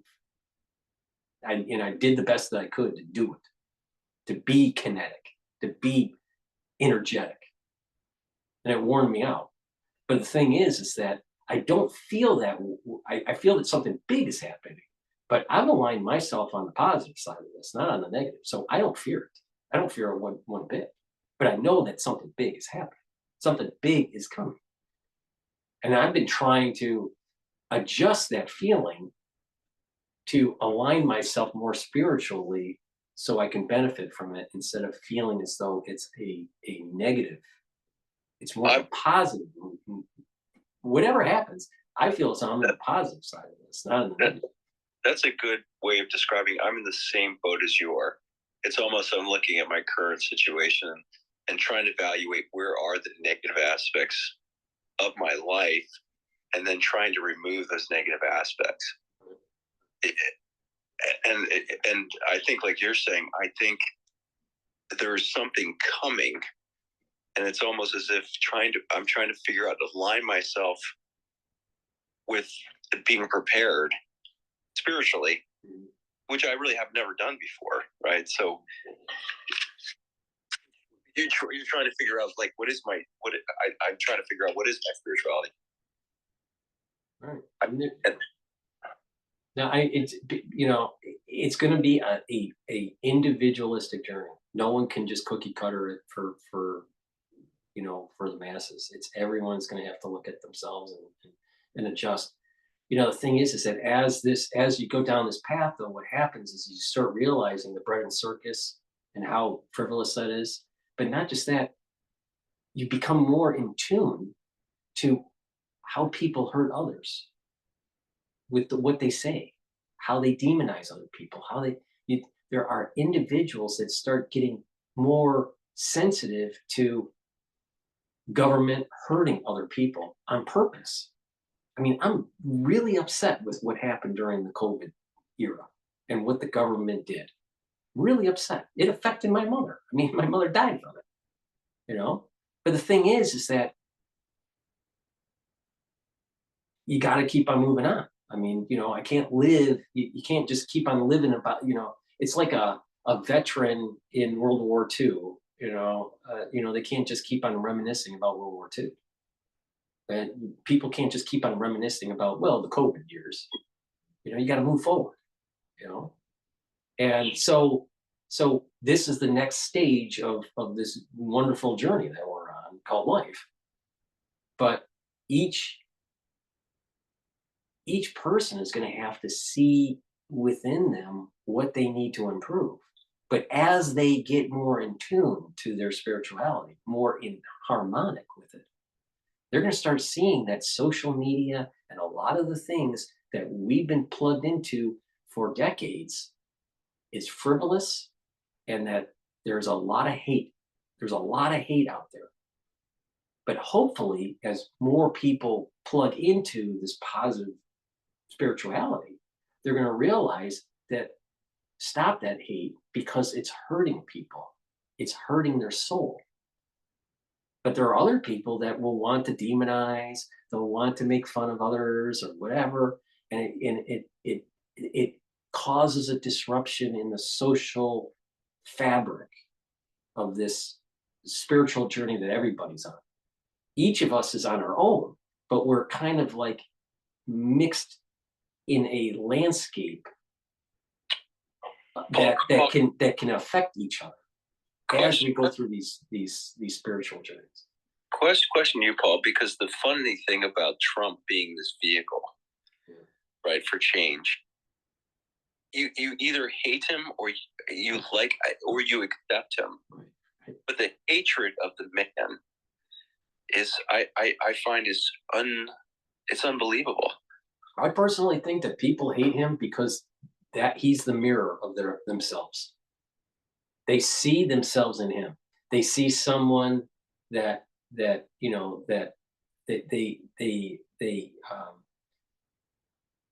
when they start hating Trump because, let's say, of wealth, it's because they feel as though they should have wealth.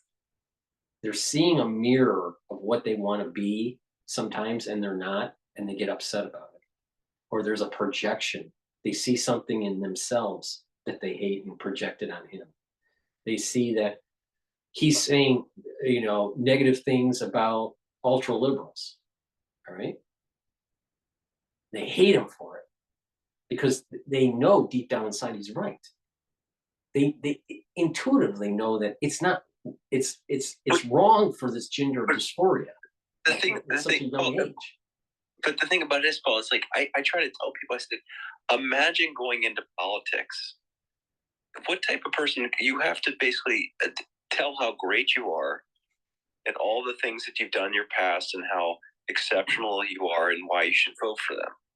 It is completely egotistical endeavor. It's part of Trump's personality is because he wanted to be a big real estate guy, developer in Manhattan, and he was from Queens. And so he didn't have the right pedigree. So he was always fighting uphill to establish himself. So he was always talking bigger on top of just being a New Yorker. So just being a New Yorker, you have to talk big. Then to be a real estate guy that didn't have the pedigree to build stuff in Manhattan, you had to even be a bigger talker. All right. So that's the crucible that he was in. All right. Then, fast forward to him being in politics and everyone demonizing him. Some of the things that he says is he's just trolling people. And some of the stuff he is, it's just that's his New York his New York ethos. I was going to go someplace different. I'm looking at Kennedy. Kennedy's, JFK's father. Yeah. Who's made his money, bootlegging. Yeah. And then he was hired from the government to look at the SEC because he would probably know fraud when he sees it. Right. And you see their children, his children, perhaps took on the mob that made the fortune for the family. And so you ask the question of someone like Trump, is he another person who understood the power structure? Nothing would ever be done to correct the system, that all of a sudden develops a moral compass in seeing that this current arrangement does not benefit the average American and is not beneficial to this experiment and self-rule, in fact, may lead to its demise, and they have a change of heart and they move against the power structure that's supported by this Satan that you talked about. And that's the thing I hold up is like, unless people understand or play the game. I mean, his mentor was Roy Cohn, right? So these guys, like, they see no outlet, and when they're finally given an opportunity to actually correct the system, the success they had within that system is interpreted as them being part of it, and they can never ever get away from that label, and so that hatred comes from that. Well, I mean, think about what happened with King David. King David had to kill a lot of people to build the kingdom, right? But he's put on a pedestal because of Psalms and giving birth to Solomon. So King David laid the foundation to create the temple. So sometimes you have to break eggs to make an omelet, right? And Trump has an aspect that's there's an element of him that's King David. And there's no way that Trump could be operating by himself.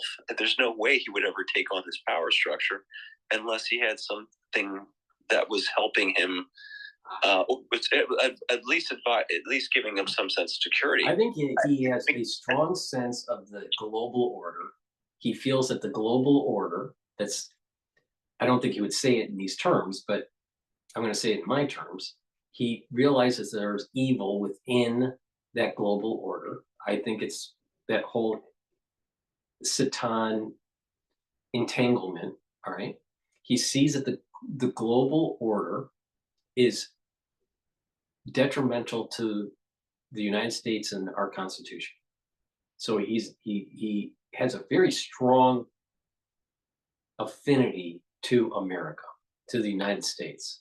This is where his soul root is tied to George Washington. Then there's another element that is, he's a little pissed off that someone tried to kill him twice. And he was tired of the establishment telling him no, that he wasn't going to be successful in Manhattan. He was tired of the establishment telling him, AKA Obama, that he wouldn't be successful as a president. And there was just a carnival barker or whatever he said, so it was to prove people wrong. So there's an element of that. And then there's another element that I think that he's seeing later in life when he had Barron as a child. and had many other children before him. I think he's looking at his family and he's saying, you know what? Their future is at stake if someone doesn't step up to the plate. Now, he's been very consistent in terms of the United States getting ripped off, in terms of free trade, and that we have a government that is run amok and that it's destroying the, you know, this American idea of a better future for the next generation. So he's been very consistent all the way through the 70s, all the way through the 80s, all the way through the 90s. Whenever he was on a show being interviewed, he has not wavered one iota on this. And I think he's right. His assessment's right. You know, that we've had an establishment that's willing to sell other people down the river for, you know, for the powerful and well-heeled to be rich and benefit from the power. You know, I saw the decimation of tool and die in Detroit because of NAFTA. I saw high-paying jobs being outsourced to India because the OEMs were trying to cut costs in engineering. You know, so if you had an engineer that was, let's say, making 120,000, you could easily hire 4 engineers or more from India, give them a work visa, and they're working on site in the United States. So, I mean, how do you compete with that? That's exactly the business we're in. Yep. When there's and at that time, when I was seeing this happen, then you had the technology transfer, because these groups that were coming in from Tata, they didn't know anything. They just had engineers that could work for less, that knew CAD. But the American engineers had to do the knowledge transfer. So the ones that did the knowledge transfer, they made lots of money. They made almost double their salary. But once the knowledge was transferred, they were no longer in a job, nor were the other engineers that were American. So this destroyed Detroit. But it helped shareholders for GM and Ford. And then all of a sudden, this is all happening in like 2000, 2001, 2002. Then fast forward to Lehman. And what did GM and Ford, you know, especially GM, and Ford didn't take the bailout. But, you know, when Lehman happened, GM started collapsing and needed a major bailout by the government. But GM helped with the knowledge transfer with tool and die and engineering back in the early 2000s. And they'd be surprised. And think about it, Lehman started 1 year before the Lehman event happened, but the housing crisis, the canary in the coal mine at the time, was the automotive regions of the country where they bought homes. They were not subprime, they were prime borrowers, but they lost their jobs because of the technology transfer.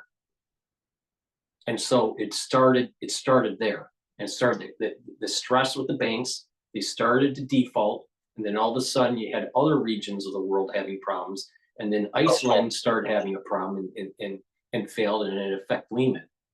Paul, that's why I said it's so hard. As I said, the business that we're in, same thing in the foundry industry. We're seeing the same thing in the ESG. And, you know, you look at what is the major cost driver now going to be in most of these heavy industries, it's energy. And you shut down all the nuclear, which is baseload of most of these energy grid systems. You just saw it over and over again, this shut down the coal. And then you have China firing up God knows how many coal-fired plants a month, and they're bringing on nuclear, and they're shutting down our nuclear. It looked like a literal takedown of the United States' ability to be able to manufacture, to the point where we can't even defend ourselves. Right, exactly. There is literally a demolition of the country that's happening. A demolition. Yeah, and Trump's trying to stop it. The sad thing is, the Americans, I am shocked that they are not rising up to the occasion and telling Congress, stop this crap. That's the real January 6th. Not this bullshit with the votes. a real January 6th is like, you got to stop doing that. You got to save American jobs. You got to save Americans' self-determination and well-being and energy independence. If you, what's happening is there's a takedown, a controlled demolition that's happening to weaken us to the point where we have to integrate at the UN, that we have to capitulate, that we have to give up. And that's not the ethos of America. The United States' ethos is leadership, it's discovery, it's exploration. It's the ones that are going to be leading planetary exploration is going to be the United States. It's in our ethos. But the thing is you got a evil group out there that is trying to destroy America. You know, if you blow up manufacturing, you blow up energy in America, you don't have America. Paul, this is the one thing. One of the things I did an analogy with was Mark Twain went over to Ukraine, and this is before Stalin's purges. Yeah. He said it looked like America, and why did it look like America? Because it had this self-sustaining ethos, right? It was this vibrant community. There was no government that was supporting it.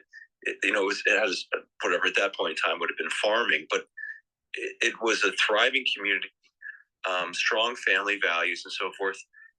And shortly after that, Stalin purged it. Why? Because that group they knew was a threat to his ideology, because they would never be dependent upon the government. So it was this Mennonites group, and they ended up basically fleeing to Canada. And it's sort of this history that nobody really talked about.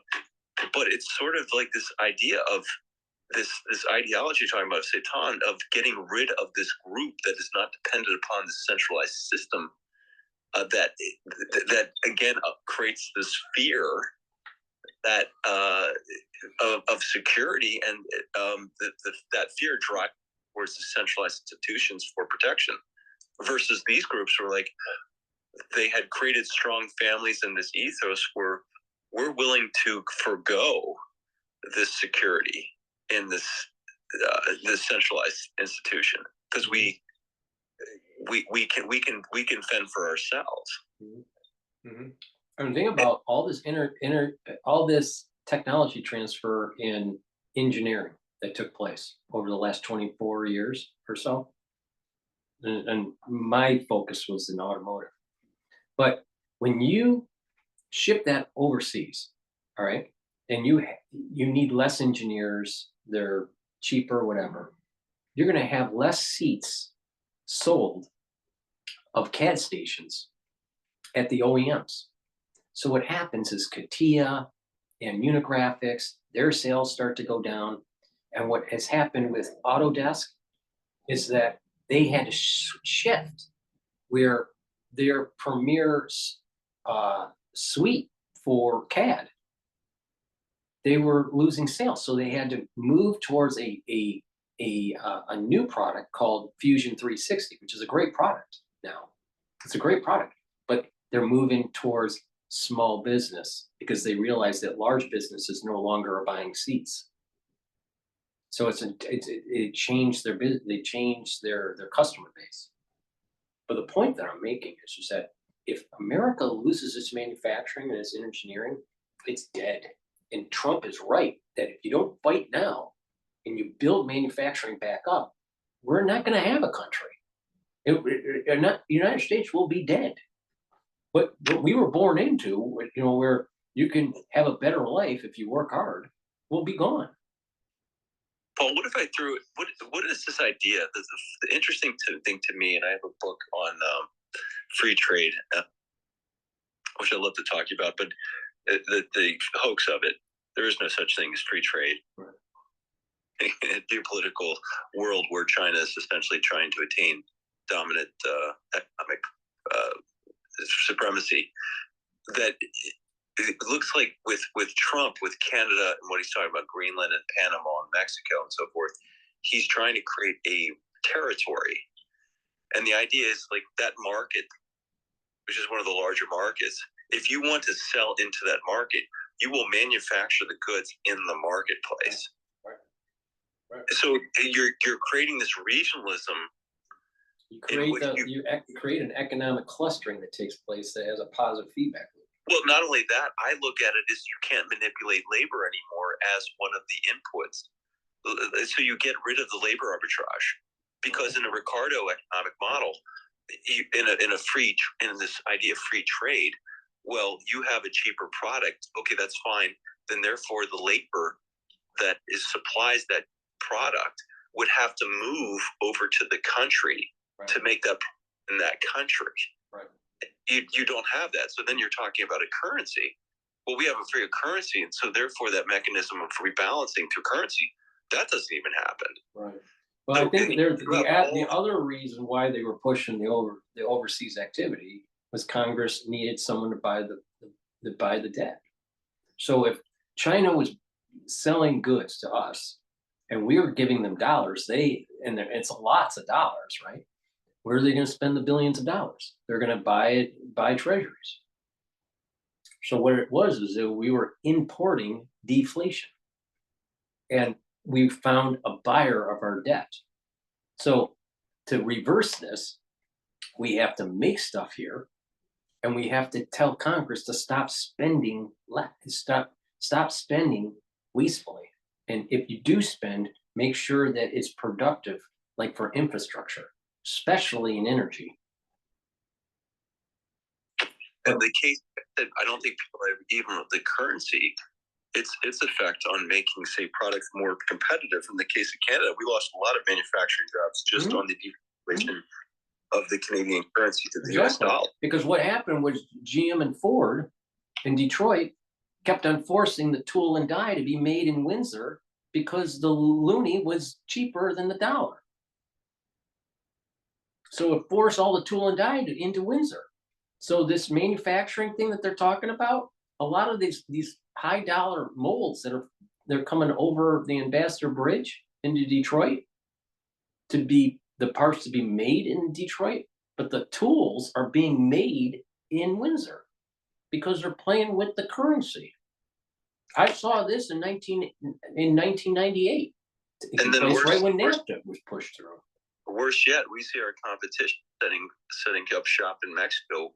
Why? Because you think the Chinese trying to get rid of their around the tariffs, they're going to set up shop in Mexico. That was their intention, right? So you would have a China-owned company in Mexico, then pushing products through the border into the U.S., not having the same type of restriction.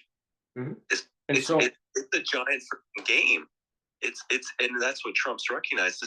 This is a game the globalists are playing, and there's nobody looking out for the average American, especially blue collar workforce, which used to be the backbone of our middle class, which was the backbone of our constitutional republic. That's right. That's right. And I've been blessed to see both sides of the fence here. I've been blessed to see the manufacturing side. I've been blessed to see the trading side of it. All right. And what I've noticed with Wall Street, all right, they don't care. All they care about is what they're going to close for the quarter. Are they up? Are they down? Whatever. And they're willing to sell their grandmother for $1. I could give you so many good stories about these private equity guys. There is, unfortunately, it tracks psychopathic behavior. Yes, there is no long-term greed. Ironically, I found Japanese. They're more longer-term strategic. They're probably, have helped out the Americans, middle class, more than any other country. Yeah. No, my observation with private equity, and not just private equity, but just the trading markets in general, there's a push for profitability at all costs, even if it means that you're literally funding the military buildup of your enemy. And that's exactly what happened with the CCP. We shipped a lot of jobs over to China, and they took that money and they took that know-how and they built up their military, and the United States most likely are going to have to be engaged in protecting Taiwan now. What for? So some hedge fund guy could make 12% year over year. It wasn't worth it. It wasn't worth it. They're rapidly right now, Paul, trying to, before Trump gets out of office, rapidly manufacture, drones using 3D printed technology to send over Ukraine. I mean, it's you can see this coming conclusion to this this military industrial complex is being exposed, and it's almost like everybody's rushing to try to strengthen their positions for whatever's coming. Right. Yeah, it's crazy. Well, Don, we're gonna have to get going here. I appreciate it. Like 5 hours on the show here. So, but I appreciate the call, and your insight on it. It's good to bounce back and forth ideas, because there's a lot that I've had in my head, but I appreciate the talk. No, I as well, Paul. Like I said, I'd love to chat to you too sometime offline, because I think a lot of things you're saying have always resonated with me, and keep up the good fight. Even the stuff that you're doing for improving people's health crisis is important. Yeah, thank you. I appreciate it. All right, I got to get going here. All right, thank you. All right, so the ones that are watching on YouTube, thank you for listening for the 5 hours. Appreciate it. I will be reposting this on my other channels. And just a reminder, I have scheduled to have the show live tomorrow with John Hogue. Unfortunately, we weren't able to do it last week. So it's going to be 10 o'clock p.m. New York time. We're going to take live call-ins. So please join X Spaces to be able to do the live call-in, to talk to John Hogue and, ask questions. But I appreciate everybody. Thank you for purchasing the products too. But I am tired, so I'm gonna go and go to bed now. Thank you very much. Have a nice night.